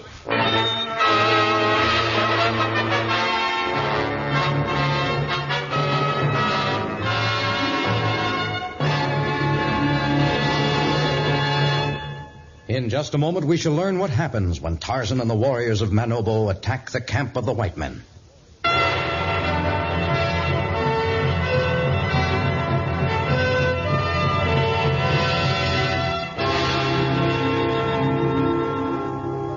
At the foot of the towering Yukanya mountain, the camp of the white men had begun to form a well-organized pattern. They had arrived only this morning, but already much had been accomplished. Exhausted, most of the expedition had retired for the night, but in the tiny field office, two men studied blueprints by the flickering light of an oil lamp. Can you turn the wick up a trifle more, Whitehead? There are a few things I'd like to recheck here. If you'll pardon my saying it, Mr. Halliday, I think it's time we turned in. We've all had a rough day. Yes, I know, but I can't help worrying about the way we're going at this. Don't you honestly believe we'd been better off starting to lay tracks from Lagos and then... Don't you trust my judgment? Oh, well, yes. Yes, of course I do, Whitehead. According to your references, you're one of the finest engineers in the country, but I still think we're making things tough for ourselves. Now, here, look. This mountain, for example. Mr. Halliday, I've been over surveys of every inch of ground between the tin mines and Lagos.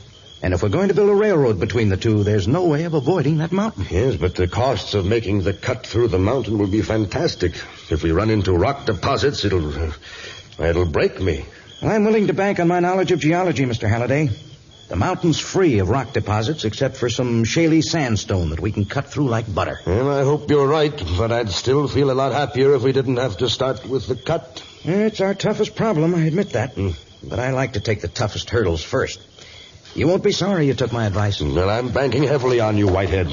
My original plans What's that? I don't know. Well, let's get outside. Hurry. Something's sure causing a devil of a racket. I can't imagine what's going on. Oh, no. Look, savages.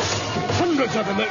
They're smashing our equipment. They're tearing our buildings down. They're ruining everything we've brought here. Better not get too close to them. I'll get our guns. But already the tide of destruction had swept over the camp of the white men. Buildings were smashed into kindling wood. Tractors and bulldozers and steam shovels were rendered useless. Valuable supplies were hacked and shredded beyond recognition. Halliday saw his life savings, his brave investment in Africa's future, fall before the savage onslaught of infuriated blacks, led by a white savage in a leopard skin. Before Whitehead could return with a gun, the natives had finished their job and disappeared into the deep jungle. What was that? I don't know. Some victory cry of the natives or an animal in the distance. It doesn't matter. Nothing matters much now. Well, this is a pretty tough break. One we couldn't look forward to. No, I suppose not. I feel badly for your sake as well as my own, Whitehead. And I may not be able to live up to that contract I made for your services. Oh, forget about it, Mr. Halliday. I won't try to hold you to the contract. Oh, thank you. Thank you, boy.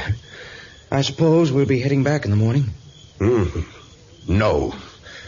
No, we won't.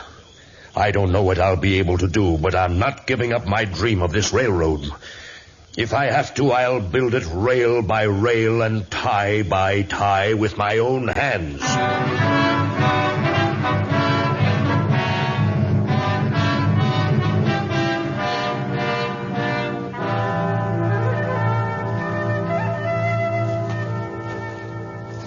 What do you see in your magic kettle now, Nadenga? Heart of white men still strong. They not move camp, not leave jungle. They haven't left? Well, I thought surely that after we ruined their equipment, they would flee as fast as they could. White men still won't destroy jungle, drive black men from home. Well, they won't do it. If what we've done hasn't made them decide to leave our jungle, we shall take other measures. What Tarzan do? I don't know yet, but I'll make a plan. I'll leave you, Nadenga. I would have words with Lokimo, chief of the Manobo tribe. May spirit smile upon you, Tarzan, lord of jungle. May the spirit smile upon you, Nadenga, mighty sorceress. Lokimo! Jumbo, Tarzan, Jumbo. I was just coming to your Hema. Have your scouts returned from the Ukanya land yet? Returned just now. They tell that white men not leave their camp. Nadenga seemed to know that even before your messengers arrived here. She told me they hadn't left. Nadenga know all. What we do now, Tarzan? We shall wait until the full moon, which is but a few days off. Then, with the moonlight shining down upon the camp, we shall smash what is left of their equipment. We shall let them see our war masks and our arrows. And we shall brandish our knives and make war signs with our spears. It will be their last warning.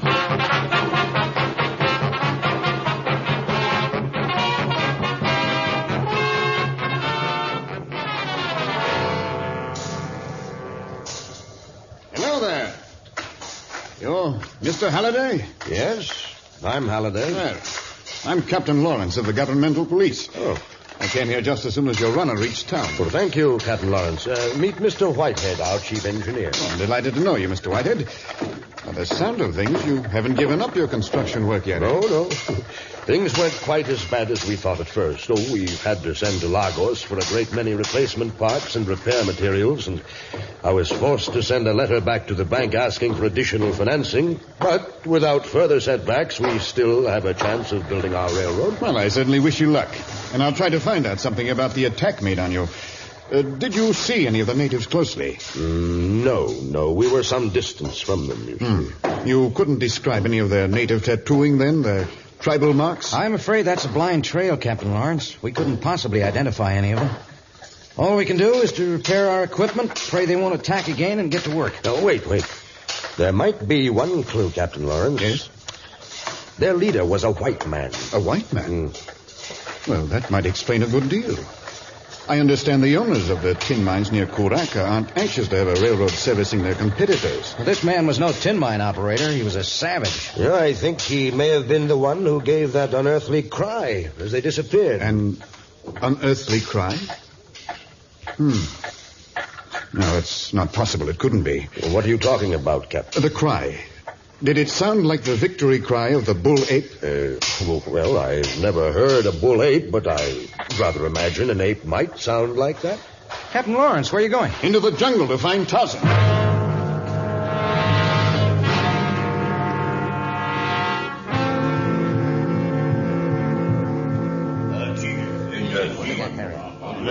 Move quick, white man. I'm coming to your council fire with you. There's no need to push me. Manobo people, not like white men who sneak into our village. I didn't sneak in. I walked right up to your sentry and asked him plainly whether he had seen Tarzan. It is important that I find him. Why do you want to see me, Captain Lawrence? Tarzan, it's good to see you again. I leave, Tarzan. Not want talk with white man. I shall join you in a moment. What do you want, Captain Lawrence? Well, it's not a very enthusiastic welcome for an old friend. Your lack of courtesy could be a shield to hide a guilty conscience. Why should I have a guilty conscience? 2 nights ago, a savage attack was made upon the camp of a Mr. Halliday. It was an unwarranted attack that caused considerable damage. And it was led by a white man. The white man could have been you. It could have been. Tarzan, what's happened to you? You've always been against unreasonable attacks, wasteful destruction of materials, injuries to a great and noble cause. A great cause? Do you think that tearing down the jungle to build cities where crime will flourish is a great cause? That depriving my black brothers of their homes is noble? Listen to me, Tarzan. Listen carefully.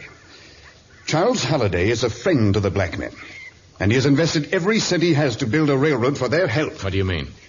For many years, the owners of the tin mines near Curaca have had a virtual monopoly.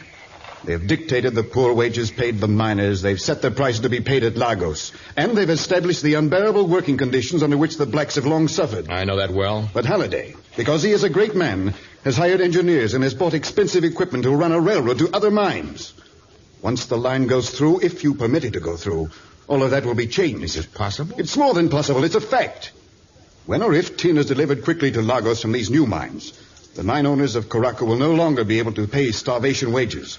They shall have to build clean houses for their workers, and they shall have to sell their product at a fair price. The future of Africa itself has been threatened by your savage attack on Halliday's camp. I have been away from civilization too long, Captain Lawrence. I've been swayed by the superstitions and the fears of the natives. I have made a mistake. You have made no mistake, Tarzan. Huh? Who's this? She's Nadenga, sorceress of the Manobo people. The one who influenced me to make the horrible mistake for which I must make amends at once. Good. I knew I could count on you, Tarzan. Tarzan not make mistake. Words of Nadenga are true. White man's camp must be destroyed.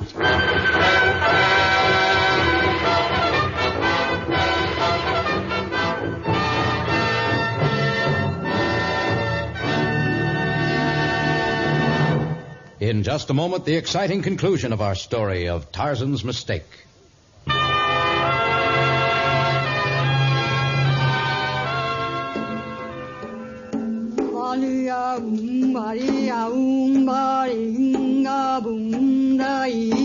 Your curses and your threats will do no good, Nadenga. My mind is made up to help my white brothers. Men of Manobo not help. Yes, you've been successful in frightening them so they will not undo their wrong, but at least they've promised not to attack the camp again. That bad promise. Nadenga's magic heart that talks say Manobo should attack. Your magic heart that talks? I've never heard of that device. See?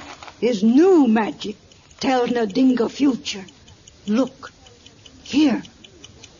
Oh, that isn't magic. It's a watch made by a white man. His magic heart. It is a small porcelain watch in the shape of a heart. Can't imagine where you got it, but I'm sure it's not magic.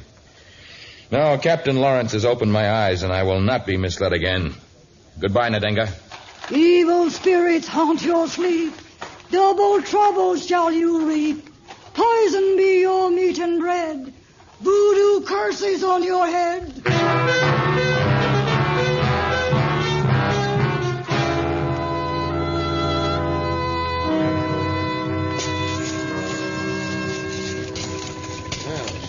found him, huh? Yes, Mr. Halliday, this is Tarzan.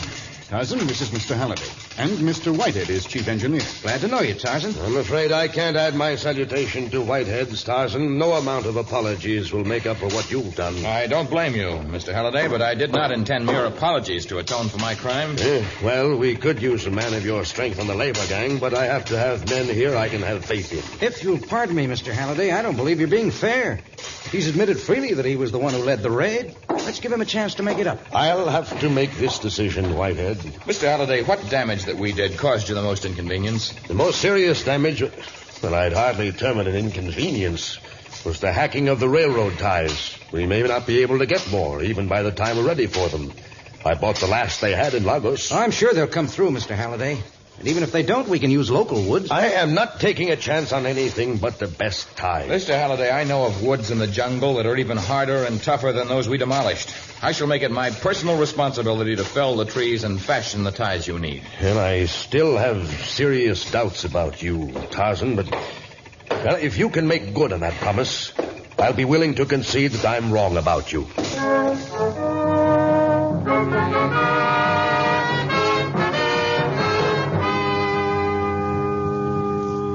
Well, Mr. Halliday, how did the work go today? Well, not too well, Captain Lawrence. We ran into granite deposits. Oh? Yes.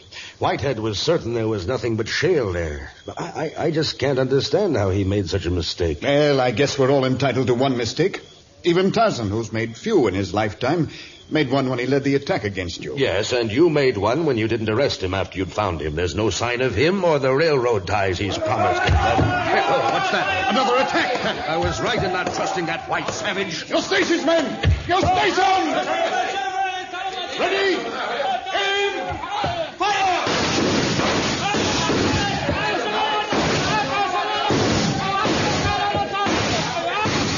The natives are on the run. Yes, they're giving up. They're retreating into the jungle, all right. Well, we've killed half a dozen of them. Yes, we have, but look. 3 of our men on the ground with arrows through their hearts. You're Tarzan and his promises. But he didn't lead this attack. And I'll swear on my honor he had nothing to do with it. Hell, if Tarzan wasn't responsible for the attack, at least he has no intention of helping us. For all we know, he's hundreds of miles from here by this time. In one conclusion, Mr. Halliday was 100% correct. Tarzan was hundreds of miles away. At the very moment he was walking down the rubble-strewn main street of Curaca, center of the great tin monopoly. He passed the wretched shacks of the workmen, glanced at the sign over the headquarters of the largest of the mine owners, and then strolled into a small shop that sold trinkets and ornaments. Something in the store's window had caught his eye. May I help you? I noticed a heart-shaped watch in your window. Could you tell me its price? It's £4.6. It's very fine porcelain. There's not another one like it to be had in all of Africa. How can I be sure of that? Why, I myself purchased the watches in Switzerland and brought them here. There was only 2 of that particular design ever made. Good. I'd like 2 of them. Were I to return home with only one, it might cause jealousy. I'm very sorry, but I sold the other one some time ago. Oh, that's too bad. Well, I'll have to think about buying just one. Perhaps I'll be back later. I have some business here in town, right next door. I noticed the sign Weisskopf & Son as I came in. Yes, it is the largest tin mining firm in the entire district. Do you happen to know if Mr. Weisskopf would be in at this hour? Mr. Weisskopf is a very old man. He goes home quite early. Oh, but I didn't say which Mr. Weisskopf. How about the son who's mentioned in the sign? The old man had hopes his son would enter the business when he erected the sign, but the lad had other ideas. Like taking up a profession instead of entering the business? Why, are you questioning? And could the profession have been that of engineering? I don't know. What is this all about, And anyway? the other watch, was it to young Mr. Weisskopf that you sold it? That's none of your business. Perhaps not, but I have an inquisitive mind that insists on hearing the answers.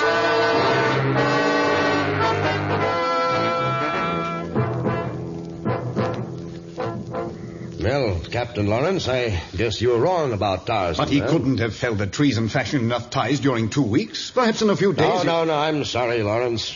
But if Tarzan intended to keep his word, he would have brought some here by this time. We're ready for them now, and there aren't any to be had in Lagos either. Well, I wish I could make some suggestion. All I can do is to have my men continue to guard your work. At least there haven't been any further raids. What was that? You spoke too soon, Lawrence. Look, hundreds of natives this time. This is the end of us. Like a tide of locusts, the warring blacks swarmed upon the camp. Captain Lawrence's small band fought valiantly. The workmen defended their equipment with picks and shovels as weapons, but they could not withstand the savage attack. And then suddenly from the thicket came a second band of natives, led by Tarzan. They waded into the attacking horde. Caught between Tarzan's band and the men of Captain Lawrence, the attackers became confused and disheartened. Badly beaten within a matter of minutes, those who were left fled into the jungle depths. Tarzan, you saved us this time, but why are your men holding Whitehead? Let me go. You have no right to hold me prisoner. I'd like to know... Quiet, Mr. Whitehead, or I shall permit my men to kill you now. In the name of heaven, Tarzan, what's this all about? When I left here, I went to my friends of the Punya tribe. Together we began cutting down the trees and fashioning the railroad ties you needed, Mr. Halliday. Yes? But I was troubled by what had taken place here. Not your unfriendly attitude toward me, Mr. Halliday, for that was natural, but by Mr. Whitehead's friendly reception, which was most unnatural. I merely wanted to... I left the cutting of the wood to the Punyas, and I traveled to Caraca. You went to Caraca? And a sign there reminded me of the German language I once studied. I suddenly remembered that the German Weisskopf, translated into English, is Whitehead. Weisskopf and Son. The firm that's tried to block me at every turn. Oh, I can explain, Mr. Halliday. Yes, and I suppose you can explain why you chose pure granite for me to cut through? My men will take care of Mr. Whitehead, alias Weisskopf. Martin, escort our friend back to Lagos for trial. No, I can explain. It's all a mistake. You see, he bribed a native sorceress with gifts of watches and other trinkets, and she stirred her people and me into opposing you. She shall receive jungle punishment. Well, I've changed my mind about you, Tarzan, but we still face problems. Perhaps I can help with some of them. The Punyas, who defeated the last of the natives Mr. Whitehead recruited, will return and get the ties we dropped when we heard of this latest attack. Wait, you've brought them. And I can also show you an old elephant trail that will make it unnecessary for you to cut through the balance of the Ukanya Mountain. So there is an easy way? There is no easy way to cross any part of Africa, but it should be easier than making the cut. The men of Punya and I will help you build your railroad. And you will help me erase my great mistake.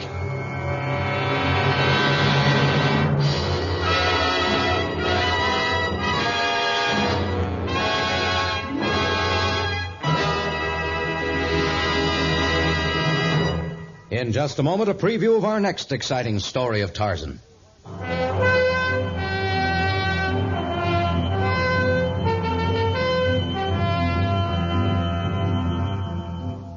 In later years, Tarzan was destined to question whether his strange experiences in the mystic land ever really happened at all. And yet at the time they occurred, they seemed real. The buildings and the people and the strange acting animals appeared as genuine as those of his own jungle. But one can be sure of nothing except that death has small wings, which is the title of our next story of Tarzan. Tarzan, a transcribed creation of the famous Edgar Rice Burroughs, is produced by Walter White, Jr., prepared for radio by Bud Lesser, with original music by Albert Glasser. This is a Commodore production.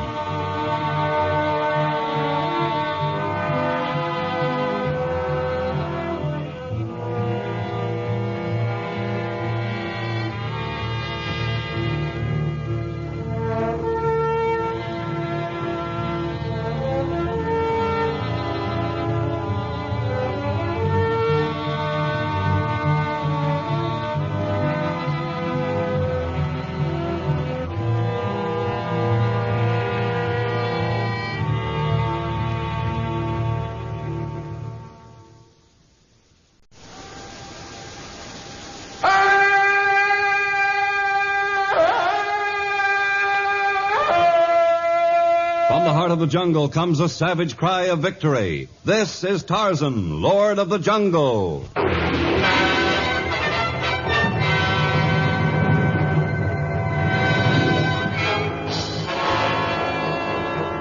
From the black core of dark Africa, land of enchantment, mystery, and violence, comes one of the most colorful figures of all time, transcribed from the immortal pen of Edgar Rice Burroughs.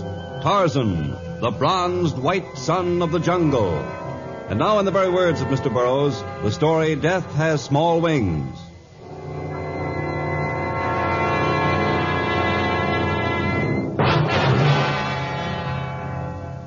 Tarzan had been spearfishing near his cabin when from the lagoon's babbling inlet came the roar of an animal and a girl's frantic scream.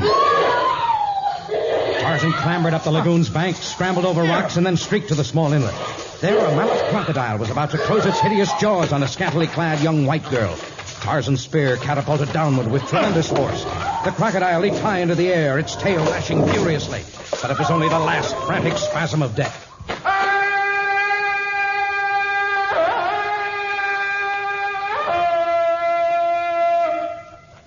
Well, hello there. Just like in the storybooks, the hero arrives in the nick of time. Are you hurt? Oh, only my new bathing suit and my dignity. He clawed at both. There isn't much left of the bathing suit. Oh, there wasn't much of it to begin with. It's a bikini bathing suit. Do you like it? Where is the safari you were traveling with this morning? How did you know about our safari? I caught the scent of white men many hours ago. I followed it until I discovered your camp and made up my mind that the men in your party did not come here to start trouble. But I might mean to start some. I've never seen a man like you before. You didn't tell me what had become of your safari. Why did you leave it? Oh, I wanted to swim, and Father got stuffy and impossible, so I just sneaked off when no one was looking. They'll come back for me when they find I'm missing. If I hadn't been fishing near here, they might have returned to find nothing left of you but the fragments of your bathing suit. I doubt that Gimla would have eaten that. You know, you're cute. Do you live near here? The entire jungle is my home. I am Tarzan. Some call me the Lord of the Jungle. I'm Gail Stevens, and I haven't got a title. But I'm open to suggestion. Maybe I'd like to be your Duchess, or as a lord's wife called a countess. A lord's wife is called a lady, and it's plain that you'll never be called that. Why, you insulting savage, Stop pummeling my chest, you little spitfire. I'll teach you to call me names. Stop it. Never try to strike me again. You're hurting my wrist. Will you behave if I let you go? No, I won't. And I'll have to put you over my shoulder and find the trail your safari's taken. You wouldn't dare force me to... Tarzan, put me down. Tarzan. I'll put you down when I've reached your camp and turned you over to your father. Together with a recommendation for a good spanking.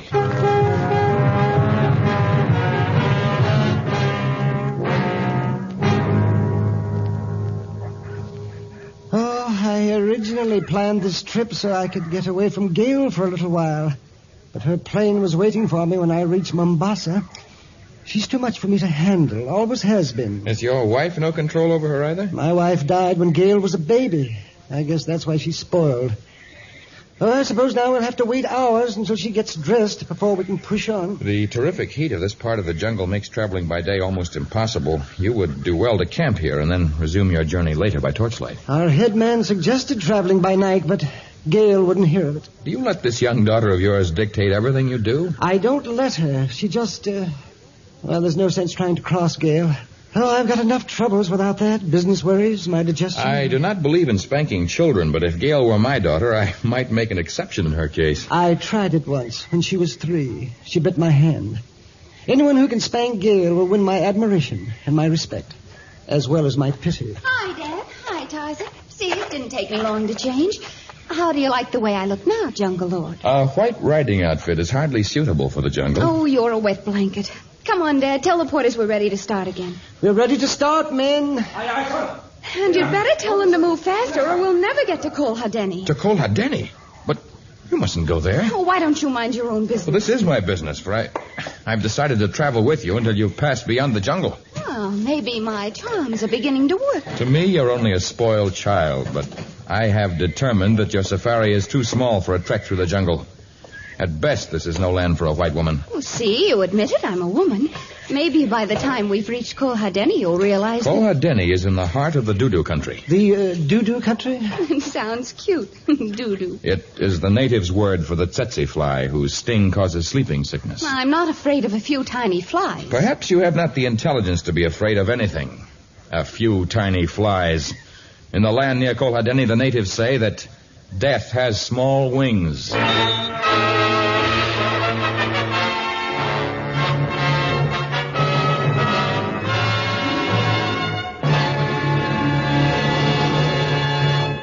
In just a moment, we shall return to our story of Tarzan.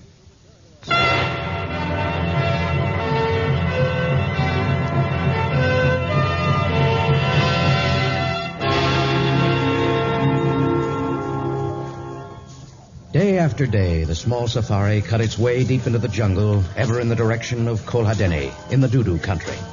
And as they approached this land of the living dead, The native porters began to desert the party, scurrying into the tangled undergrowth as though they had already seen the specter of the Grim Reaper.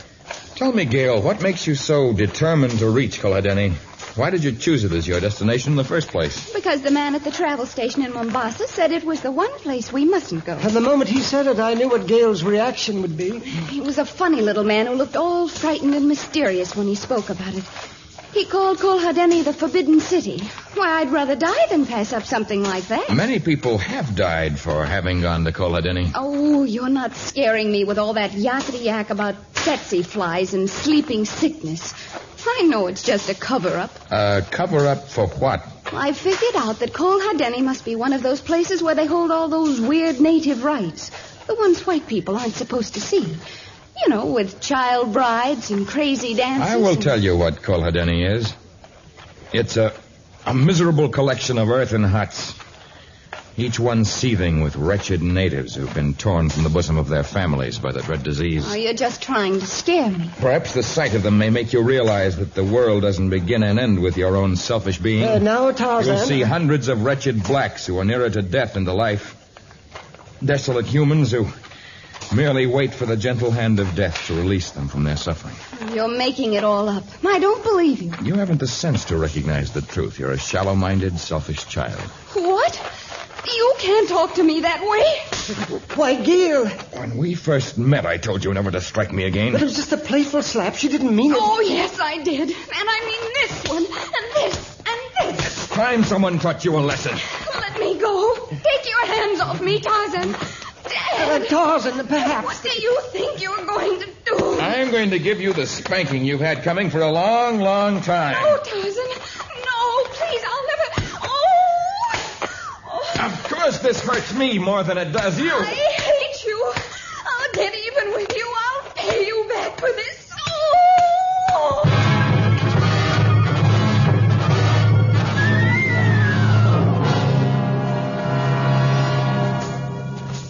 Tarzan, I'm getting very tired. Perhaps if we could stop for a little while. You're not tired, Mr. Stevens. You're afraid Gale's fallen too far behind. Yes, I am worried about her. She's in no danger. I can sense the coming of enemies. Oh, please stop and wait for Gale. Please, Tarzan. All right. Boss! Boss! Oh, she's trying very hard. She hasn't complained about the hardships for several days now. Yes, she's learning. She's only a child. With the body of a woman, a dangerous combination. Oh, yes, I guess so. Well, perhaps by the time we get back to the States... I wonder what's happening there. If only I could get my hands on the current stock market quotations. You're worrying about the stock market when we're drawing close to a land from which we may not return? But I can't help it. That's all I've thought about for years. Perhaps this trip may teach you something, too, Mr. Stevens.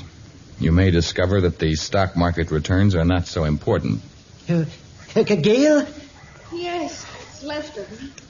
Well, at least you stopped for a rest. You know, I could stretch out right under that tree. We're ready to start again.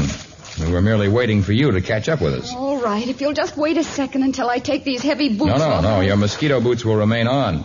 You're to keep your shirt buttoned to the neck, and at no time must you permit any part of your body to be exposed. No bikini bathing suit, eh? Well, what are you doing, Tarzan? Breaking off a few palm fronds. From this point, we will walk single file. Gale, you go first. Mr. Stevens, you follow. And if you see any large brownish flies land on Gale, use the frond to chase them away. I shall walk behind you and do likewise. But who'll chase them off you? I shall try to be wary and whisk them off before they have a chance to bite. But we've been inoculated, and you... Oh, there's no sure inoculation against sleeping sickness. And I'm in better physical condition than any civilized man. Well, we'd better be moving along. Yes, if we keep on at the pace we've been making, by tonight we shall reach the land of the doo-doo.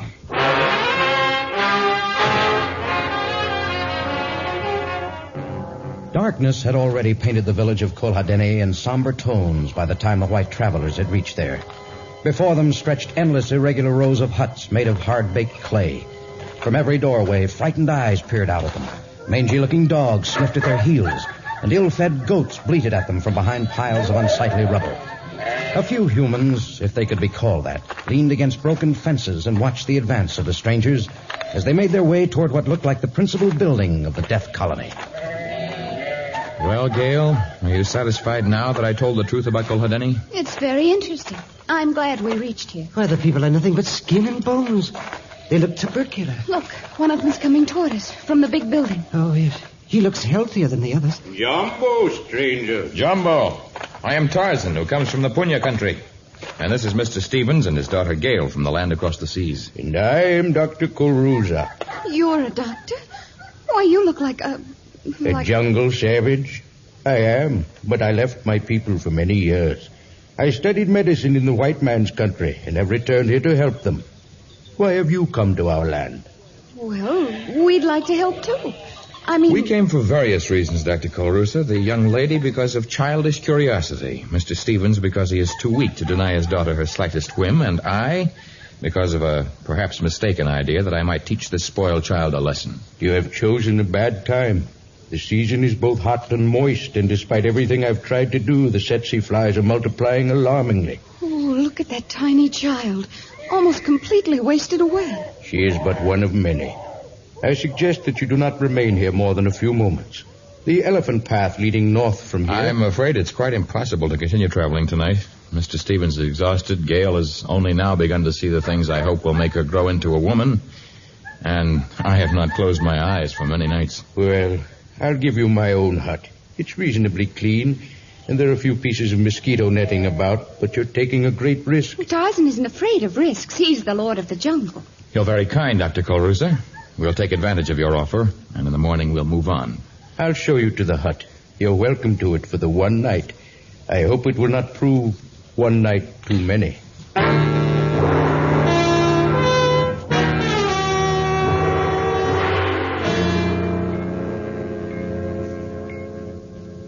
Are you all right, Gail? I'm practically asleep. For all your talk, this isn't so bad. I still think you ought to have one of these pieces of mosquito netting, Tarzan. We have clothing to protect us. Try to get some sleep, Mr. Stevens. We must start early in the morning. Well, all right then. Good night, Gail. Good night, Tarzan. Good night.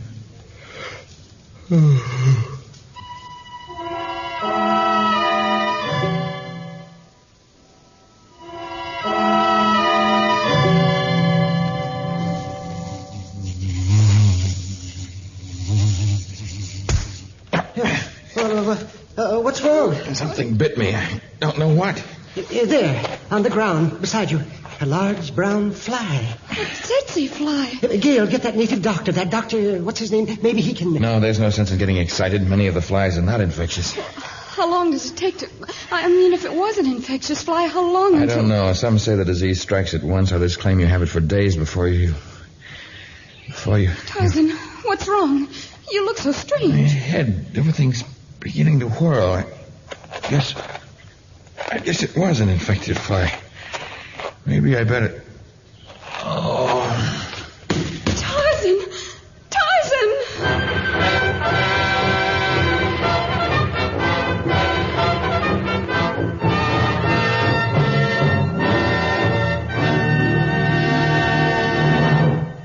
In just a moment, the very strange conclusion of our story, Death Has Small Wings.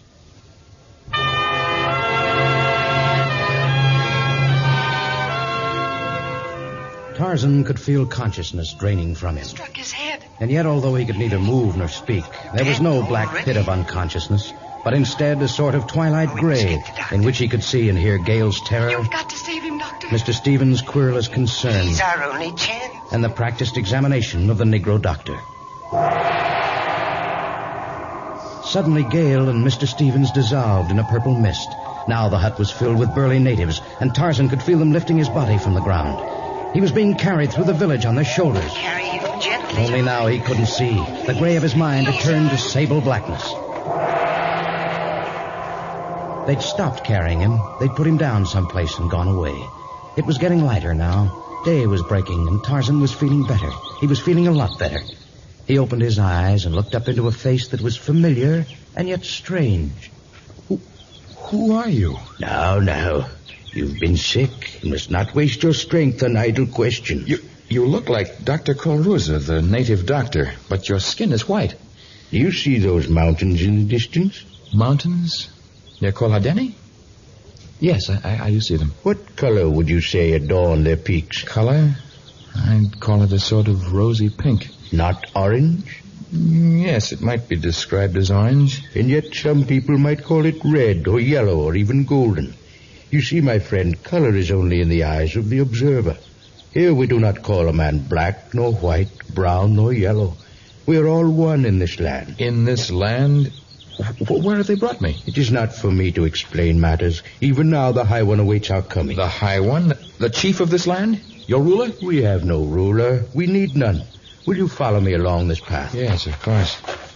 You walk without difficulty? Seems strange, but I've never felt stronger nor healthier.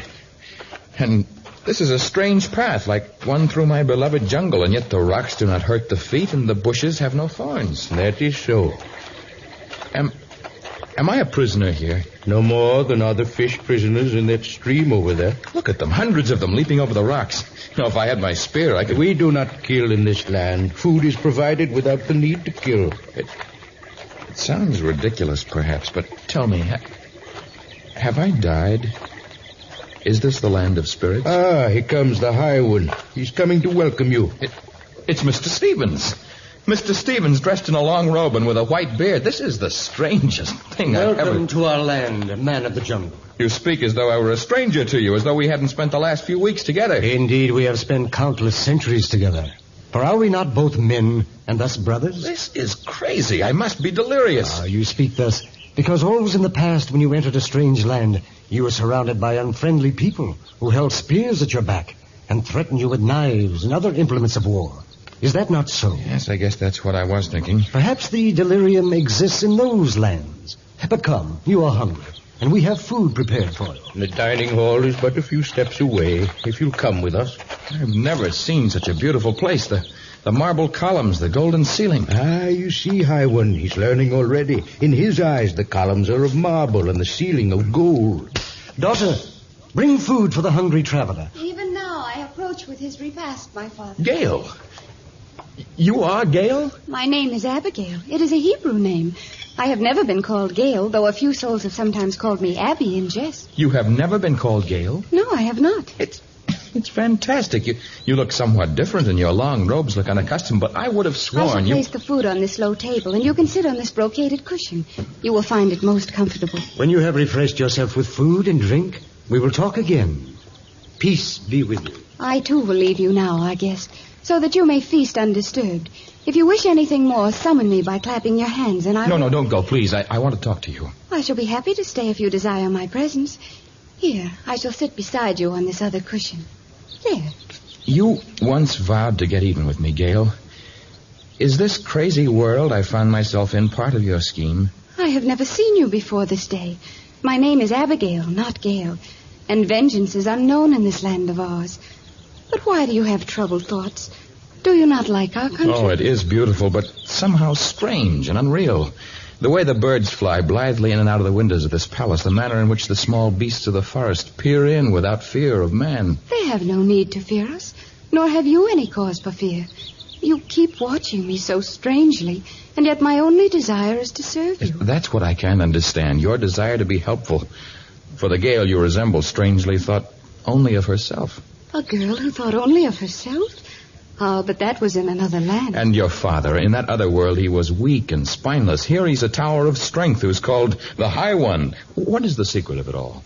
Our only secret, if we have one, is that here we know not the meaning of fear. And without fear, there is no evil. Look behind you. A panther. I have no fear. And I have no knife, but I will battle him with my bare hands as I've many times before. Sit down, jungle man, for the panther is as gentle as a kitten. What?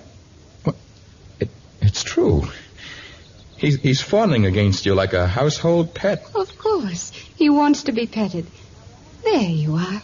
Now run along, for I must get our guest more food. I don't know what this land is all about, Abigail, or how I got here, but perhaps this is the place I've hunted for all my life. The dominion of peace I was never able to find in the jungles or in the cities of the world. I hoped you would say that, for if you accept our land, it will accept you.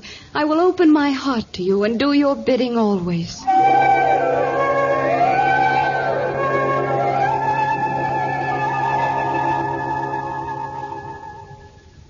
Oh, there you are, my beloved daughter. Noble Tarzan. I am afraid you will not think me noble nor grateful for your acts of kindness to me. One man cannot judge another. What is it, Tarzan? He wants to leave our land. Well, he has not yet taken our vow. It's hard to explain, High One. When I first came, I thought this was the paradise I had always longed for. And it is not? We have failed in some way? Oh, the failure is in me. I am unready for a land in which there are no wars, no angry words, no raging elements, a country that knows no weapons, whose animals are all peaceful as doves. I cannot hunt, nor is there any need to grow food, for it springs up in profusion without care. There's no need to build a shelter, for it never rains nor snows. There is no need to do anything. You are bored with our life. I hate to call it that, and yet I am a man of the jungle, used to fighting for survival, used to matching my wits against others. This land is too peaceful for the lord of the jungle. I am unhappy here. But perhaps a taste of your old world would make you change your mind. Should you leave us, we would all miss you. Abigail perhaps more than the others. I will miss you, Tarzan. Perhaps you will return, my daughter. Tarzan, never before have we given anyone the opportunity to taste of our fruit, to reject it, and then to return. But to you, the opportunity shall be given. What do you mean? Behold this small vial, a tiny flask containing a small amount of colorless liquid. When you drink of it, you will be returned to the world you left. It sounds like some native voodoo. Perhaps it is. Now behold this second vial containing an amber liquid. Hold it firmly in your right hand. Guard it. Treasure it. Should you find your old world displeasing now that you have tasted ours, drink the contents of the second vial, and you shall be returned here. Take them. Thank you. You are leaving. I'm sorry. I must drink the contents of the first vial, but I will guard the other carefully. If your mind is made up, then drink. I shall. Goodbye, Tarzan.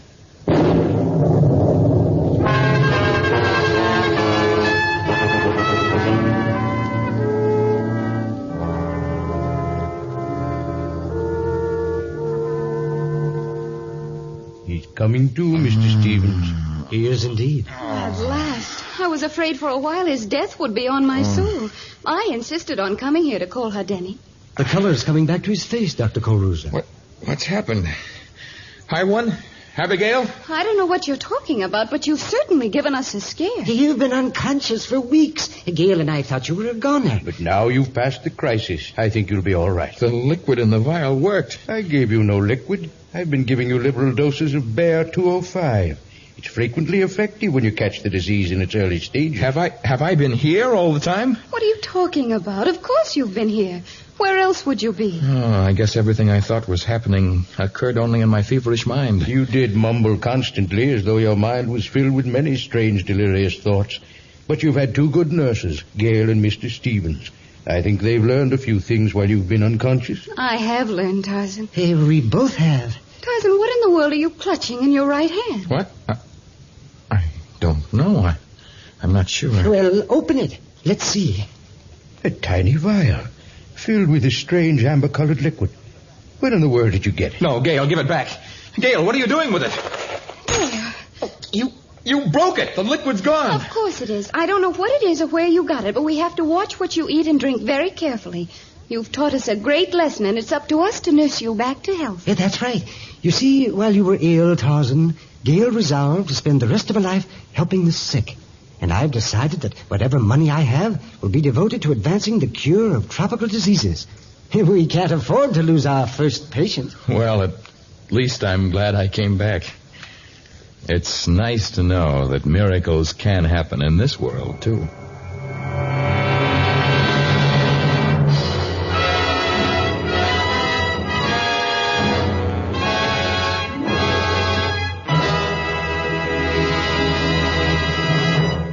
We'd like you to remain with us for another few moments so that we may tell you about our next exciting story of Tarzan.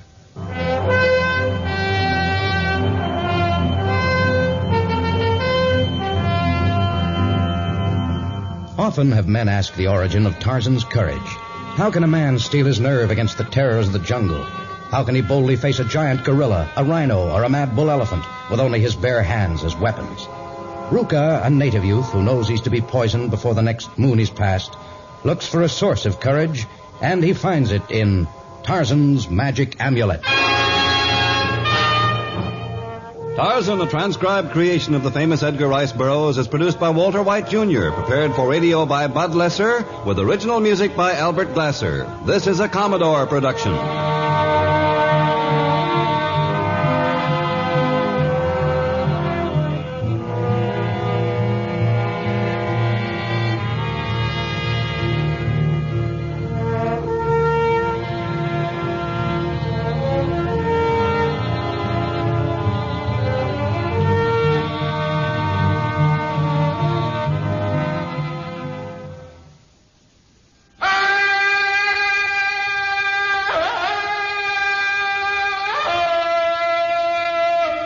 From the heart of the jungle comes a savage cry of victory. This is Tarzan, Lord of the Jungle.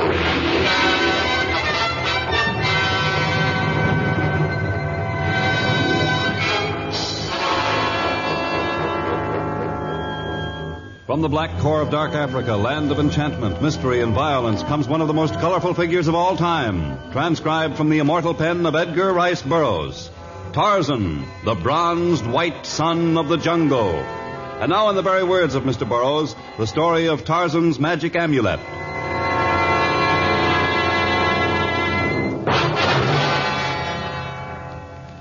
Tarzan had been on his way to the trading post at Anyiki, but now he suddenly halted his sleep passage through the upper level of jungle growth, for directly beneath him, in a small clearing nature had cut in the primeval forest, a scene was being enacted that was dramatic and strange. At one side of the clearing, a tremendous lioness stood motionless, her nostrils distended as she caught an alien scent. At the other side of the clearing stood a native youth, his face contracted with fear. At the youth's side was a young native girl, slender and beautifully formed and magnificent in her anger. Throw a bow, Ruka. This is your chance. You cannot do it, Keo. Cannot kill Lioness. You not kill Lioness, she kill us. Let her kill us. Maybe it's better we are dead. Oh, Ruka, look. She crouched to spring. Quick, Ruka, draw a bow. No, Keo, no. Then I kill. Give me bow. No, woman must not. Give to me. Now, give me arrow. No, Keo, no. Not take arrow. I take. No.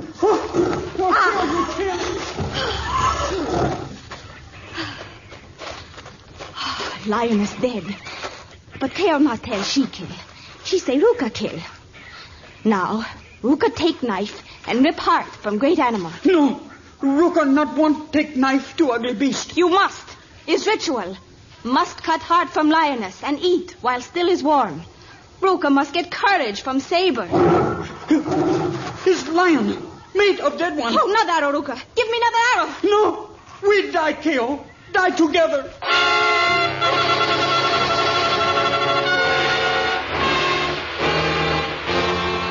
The air was acrid with the scent of blood, and the lion had been drawn from his lair by the story it told. Now, crazed with a longing to avenge his mate, he tossed his mane furiously, bared his great yellow teeth, and bellowed at the cowering youth and the helpless girl. For a moment, the lion hesitated over which should be his first victim. And in that moment of hesitation, a powerful bronzed figure catapulted downward. There was an instant in which bared fangs and huge talons, muscular hands and gleaming steel were indistinguishable. And then, in the fury of the struggle, the steel was reddened and Tarzan's knife claimed another victory.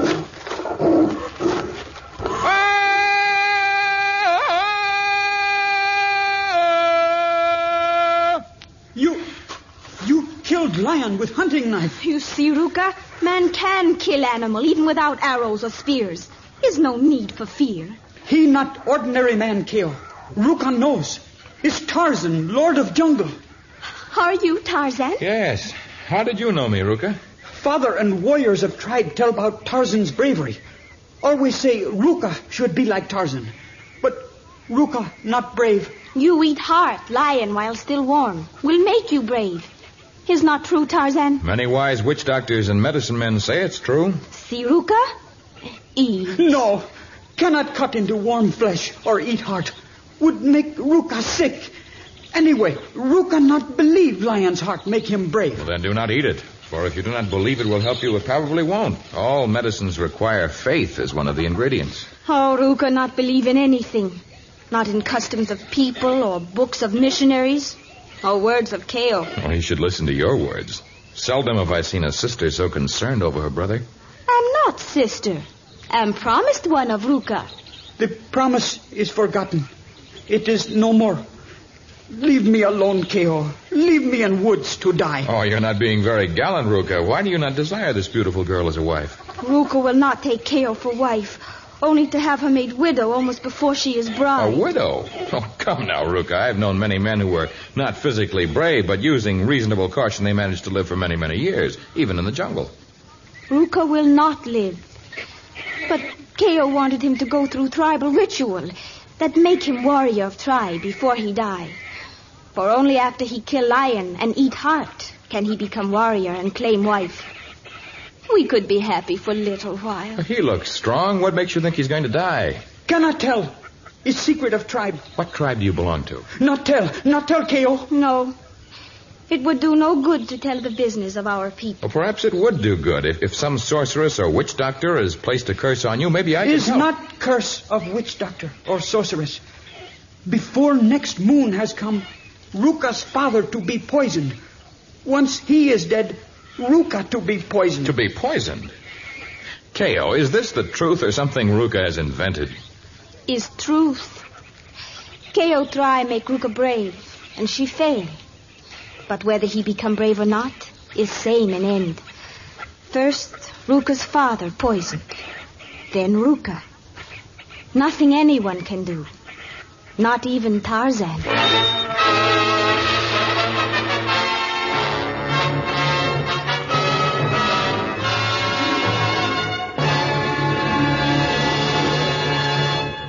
In just a moment, we shall learn what Tarzan does about the future of the strange Ruka and the beautiful K.O.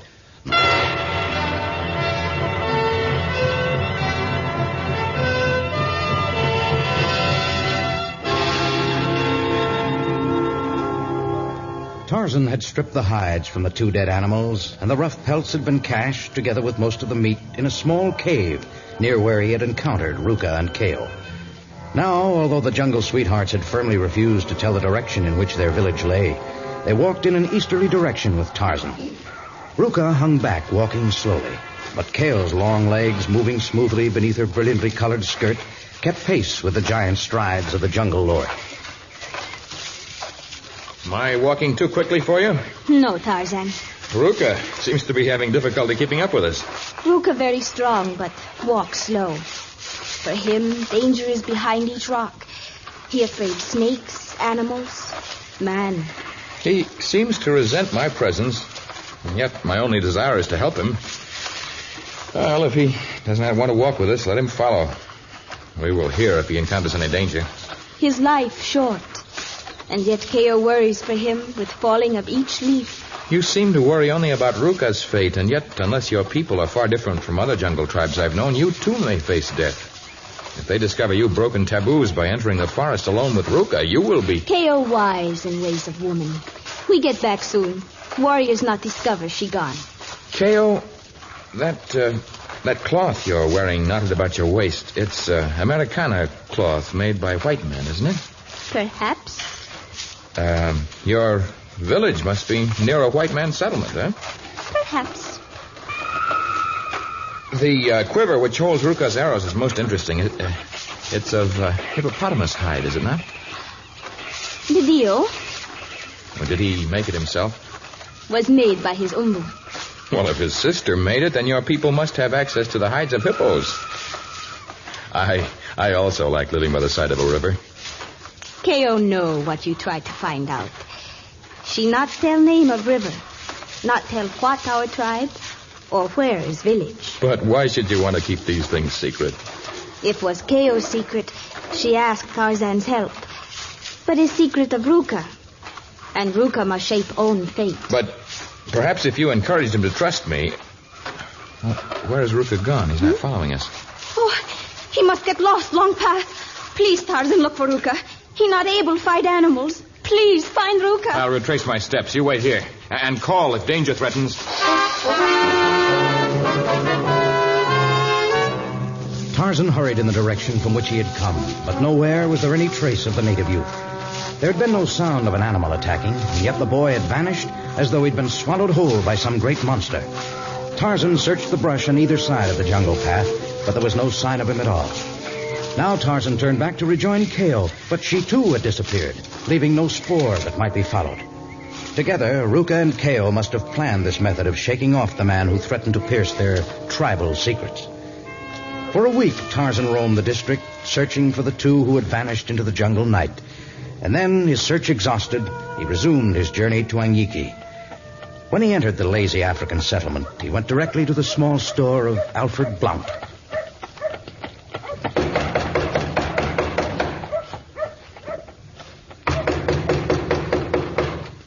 Strange that his store should be shuttered in the middle of the afternoon. Mr. Blount? Mr. Blount? Hold your horses, whoever it is. There's no need to break down me blooming door.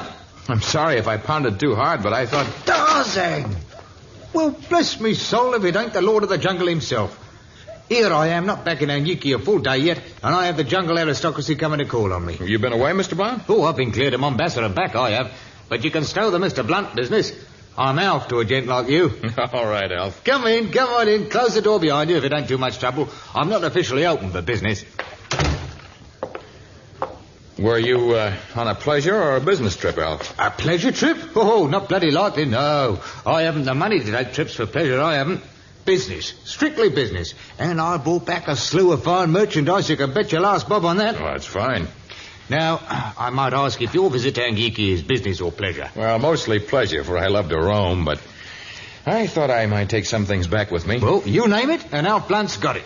Tea, coffee, tobacco, salt, flour, tin, butter, canned fruits and meats, beads, cloth, thread, needles, toys, trinkets, mining equipment, safari equipment, water bags, tents, ropes, guns, shells, bridles, harnesses, shoes, boots, nose rings, or corn cure.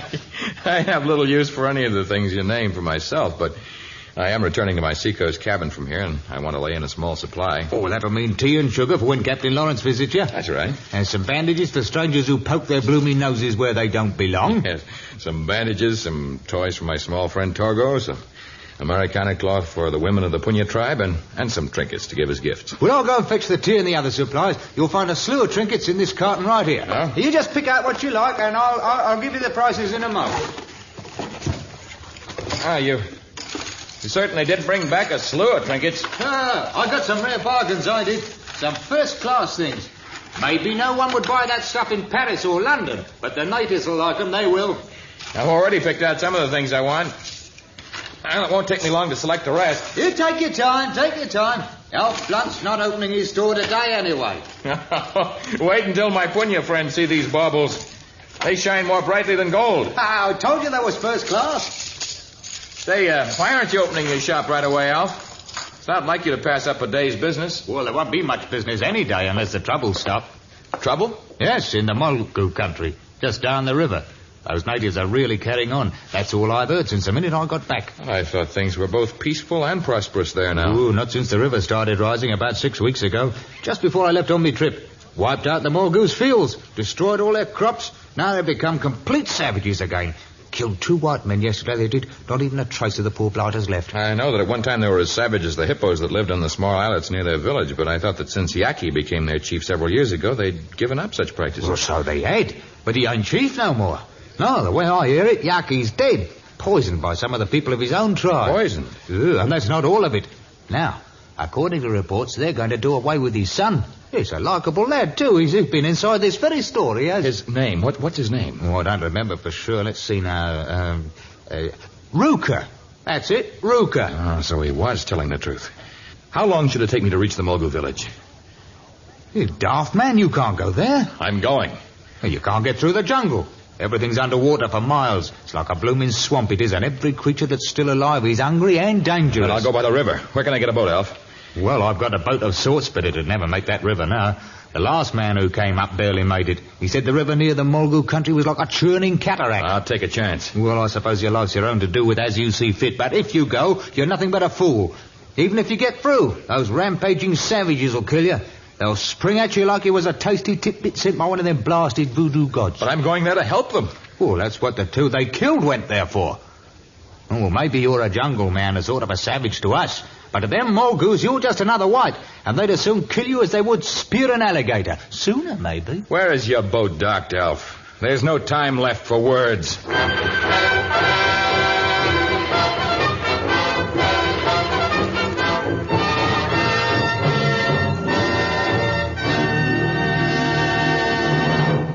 In just a moment, the exciting conclusion of our story, Tarzan's Magic Amulet.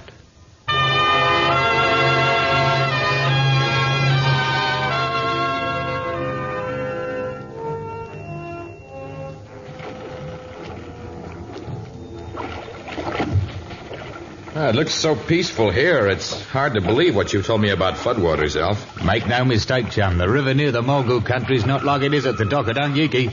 It's a raging torrent, it is. Well, your boat seems sturdy. Oh, sturdy enough, all right, but it'll be as much as we can manage to pull it through them rapids. As we can manage? Well, you're not coming with me, Alf. Just because I choose to risk my life is no reason why Well, you there's no should. sense in my opening shop before this ruckus is settled, so I really ain't got nothing better to do. Oh, you've contributed food and fresh water and other valuable supplies for me to take to the Mulgrews. That's quite enough for one man to do. Like you said back in my shop, Tarzan, there's no time left for words. Now, man those sails, matey. I'm casting off. The small craft had progressed only a few miles upstream when the deceptive calm of the river harbor gave way to the turbulent fury of the floodwaters. Now the tiny boat buckled and strained as the African river, like some monstrous reptile, writhed and twisted with the convulsions of whirling cataracts. Waves like those of an angry ocean pounded against the frail craft. The sails were shredded by gusts of frantic wind. Only the strength and the courage of two men kept the prow ever headed in the direction of the Mulgrew country. It seemed that each moment must be the last for the battered ship. But hour after hour, it plodded onward until it neared the now ravaged dock where once the Mulgrew's war canoes had stood in proud array. Now, the dock's just ahead. I can see it. Shall I help you man the rudder? I can manage it, Tarzan. You take that grappling hook and try to help ease her in. Right. When we get close enough, I'll jump ashore and try to find something to moor to. Righto, matey. But jump clear. If you miss the dock, you'll be ground to a bloody pulp. I won't miss. Careful, Al. She's coming in. In another minute, she'll...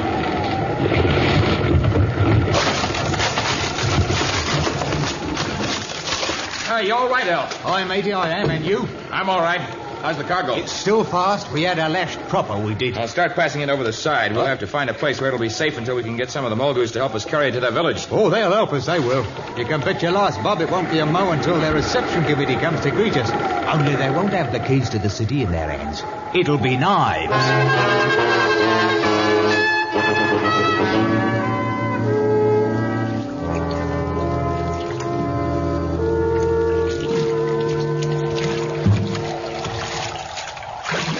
Oh, that's a relief getting away from that riverfront, it is. How much farther is it to the village? Oh, we're almost to it, Tarzan. It's slow walking through this muck, it is. Oh, look. A thatched hut ahead. No, you're right.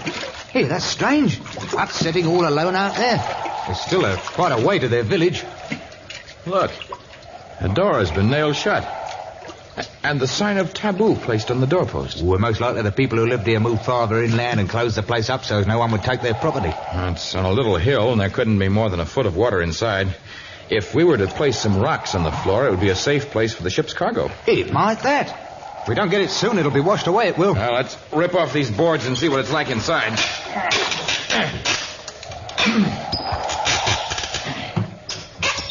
It doesn't look as though anyone's lived here in a long time. Nothing but a long box and some native masks. Oh, wait a minute. I see something else there on the ground. Well, I can't see a bloody thing. Black as pitch in here. I don't see... Don't struggle out. There are too many of them. Drop knife, other weapons. All right. There. But you're making a mistake, man of Mulgrew. We've come to help you. If you come help, why you break into burial hut, great Chief Yoki? Ah, so that's the reason for this hut.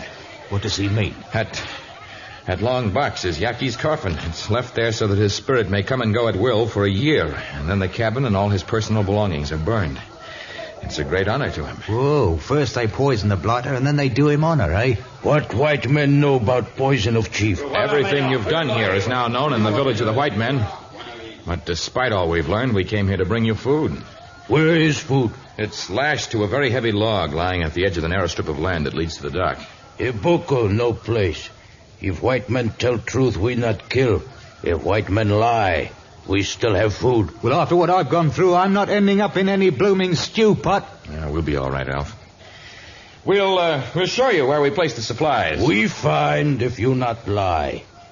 Maka, Riga, Sultani, Ruka. Go big log. Look for food white men say they bring.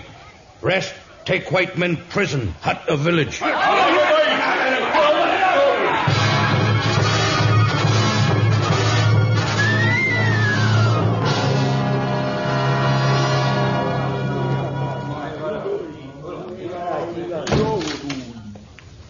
Well, this is a nice, tidy little hut, I must say. Well, at least it's fairly dry. This side of the village will be safe unless the river continues to rise. Well, not that it's being safe will do us any good. Not with half their tribe guarding us and the rest of them licking their chops. Well, they promised to release us once they found the food we brought. I take their word. And even should they go back on it, there's still some possibility of escape. Oh, I suppose you're going to bribe the guards with those trinkets I bought in Mombasa. Who? You look like a blooming witch doctor with a grease bag round your neck. What are you still carrying them for, Tarzan? Oh, perhaps some early member of the Greystoke family came from Scotland. I'm loath to part with things I've paid for. Ruka! Hey, blimey, it's the son of the old chief. Listen, river is rising. Your cargo gone. Whole strip land washed away. Now, tribe, get ready. Take your lives. Oh, for one who professes to be a coward, you've shown great bravery in coming here to warn us. I am coward. No use saying not. But if Malgo take white men's life is dishonor to tribe. Why are you so anxious to save the honor of the people who killed your father and plot to kill you? That too for honor tribe. Father weak, old, not able rule tribe. For good of people, father must die. Ruka coward cannot be chief. If other made chief, might be much trouble. Is right Ruka be killed too. Well, now I've heard everything I have. What can you do to help us escape? What can we do to save your life? Ruka's life not important, but is important save tribe. Each hour more land washed away. Only place safe now is islands of Duro. The islands of the hippos? Yes, the lad's right. Those are volcanic islets. They're the only places that are safe from the flood. But how about them blooming beasts? Oh, yes, Ruka. What about the colony of hippos? That why Ruka come to Tarzan. Ruka help white men escape. They drive hippos from islets. Ruka would do if he brave like Tarzan. I don't know whether I'm brave enough to tackle a herd of hippos, many of which are more than 3 tons in size. Tarzan brave enough. Tarzan bravest man in world. If only Ruka brave like Tarzan. Tarzan, what secret charm gives you such bravery? Why, I have a small amulet, a magical charm that guards my life. If Ruka had such a charm, he could save his people. Well, you shall have it, Ruka. The charm shall be yours. It's in this small grease bag here. Tarzan's magic amulet is Ruka's now. Nothing harm Ruka now. Nothing. That's right. You're safe as houses. Ruka go now. He come back, save Tarzan. Buena Blount. Then he drive Duro from islands. Save people of Molgu.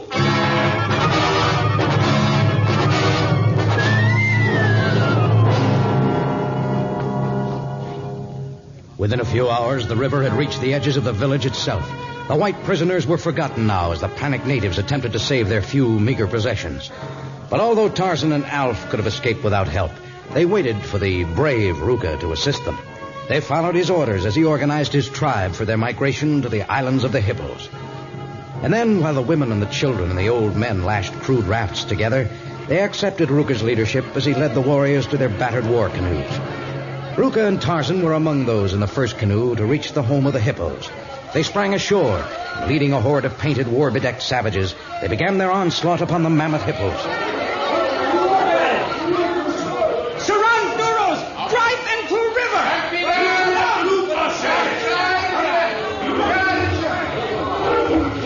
Look, Tarzan, they stampede into water. They can swim for many miles. They'll find a safe home elsewhere.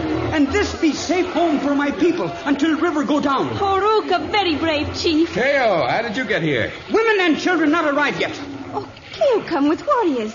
She want help, Ruka. Ruka not need help of woman. Never do again, Keo. Is not dignified for wife of chief. I not do again, Ruka. Ruka, all animals gone. What we do now? Warriors go back mainland. Help bring women, children, old men to island. Ruka lead cause he brave. Cannot be hurt by flood or beast or man.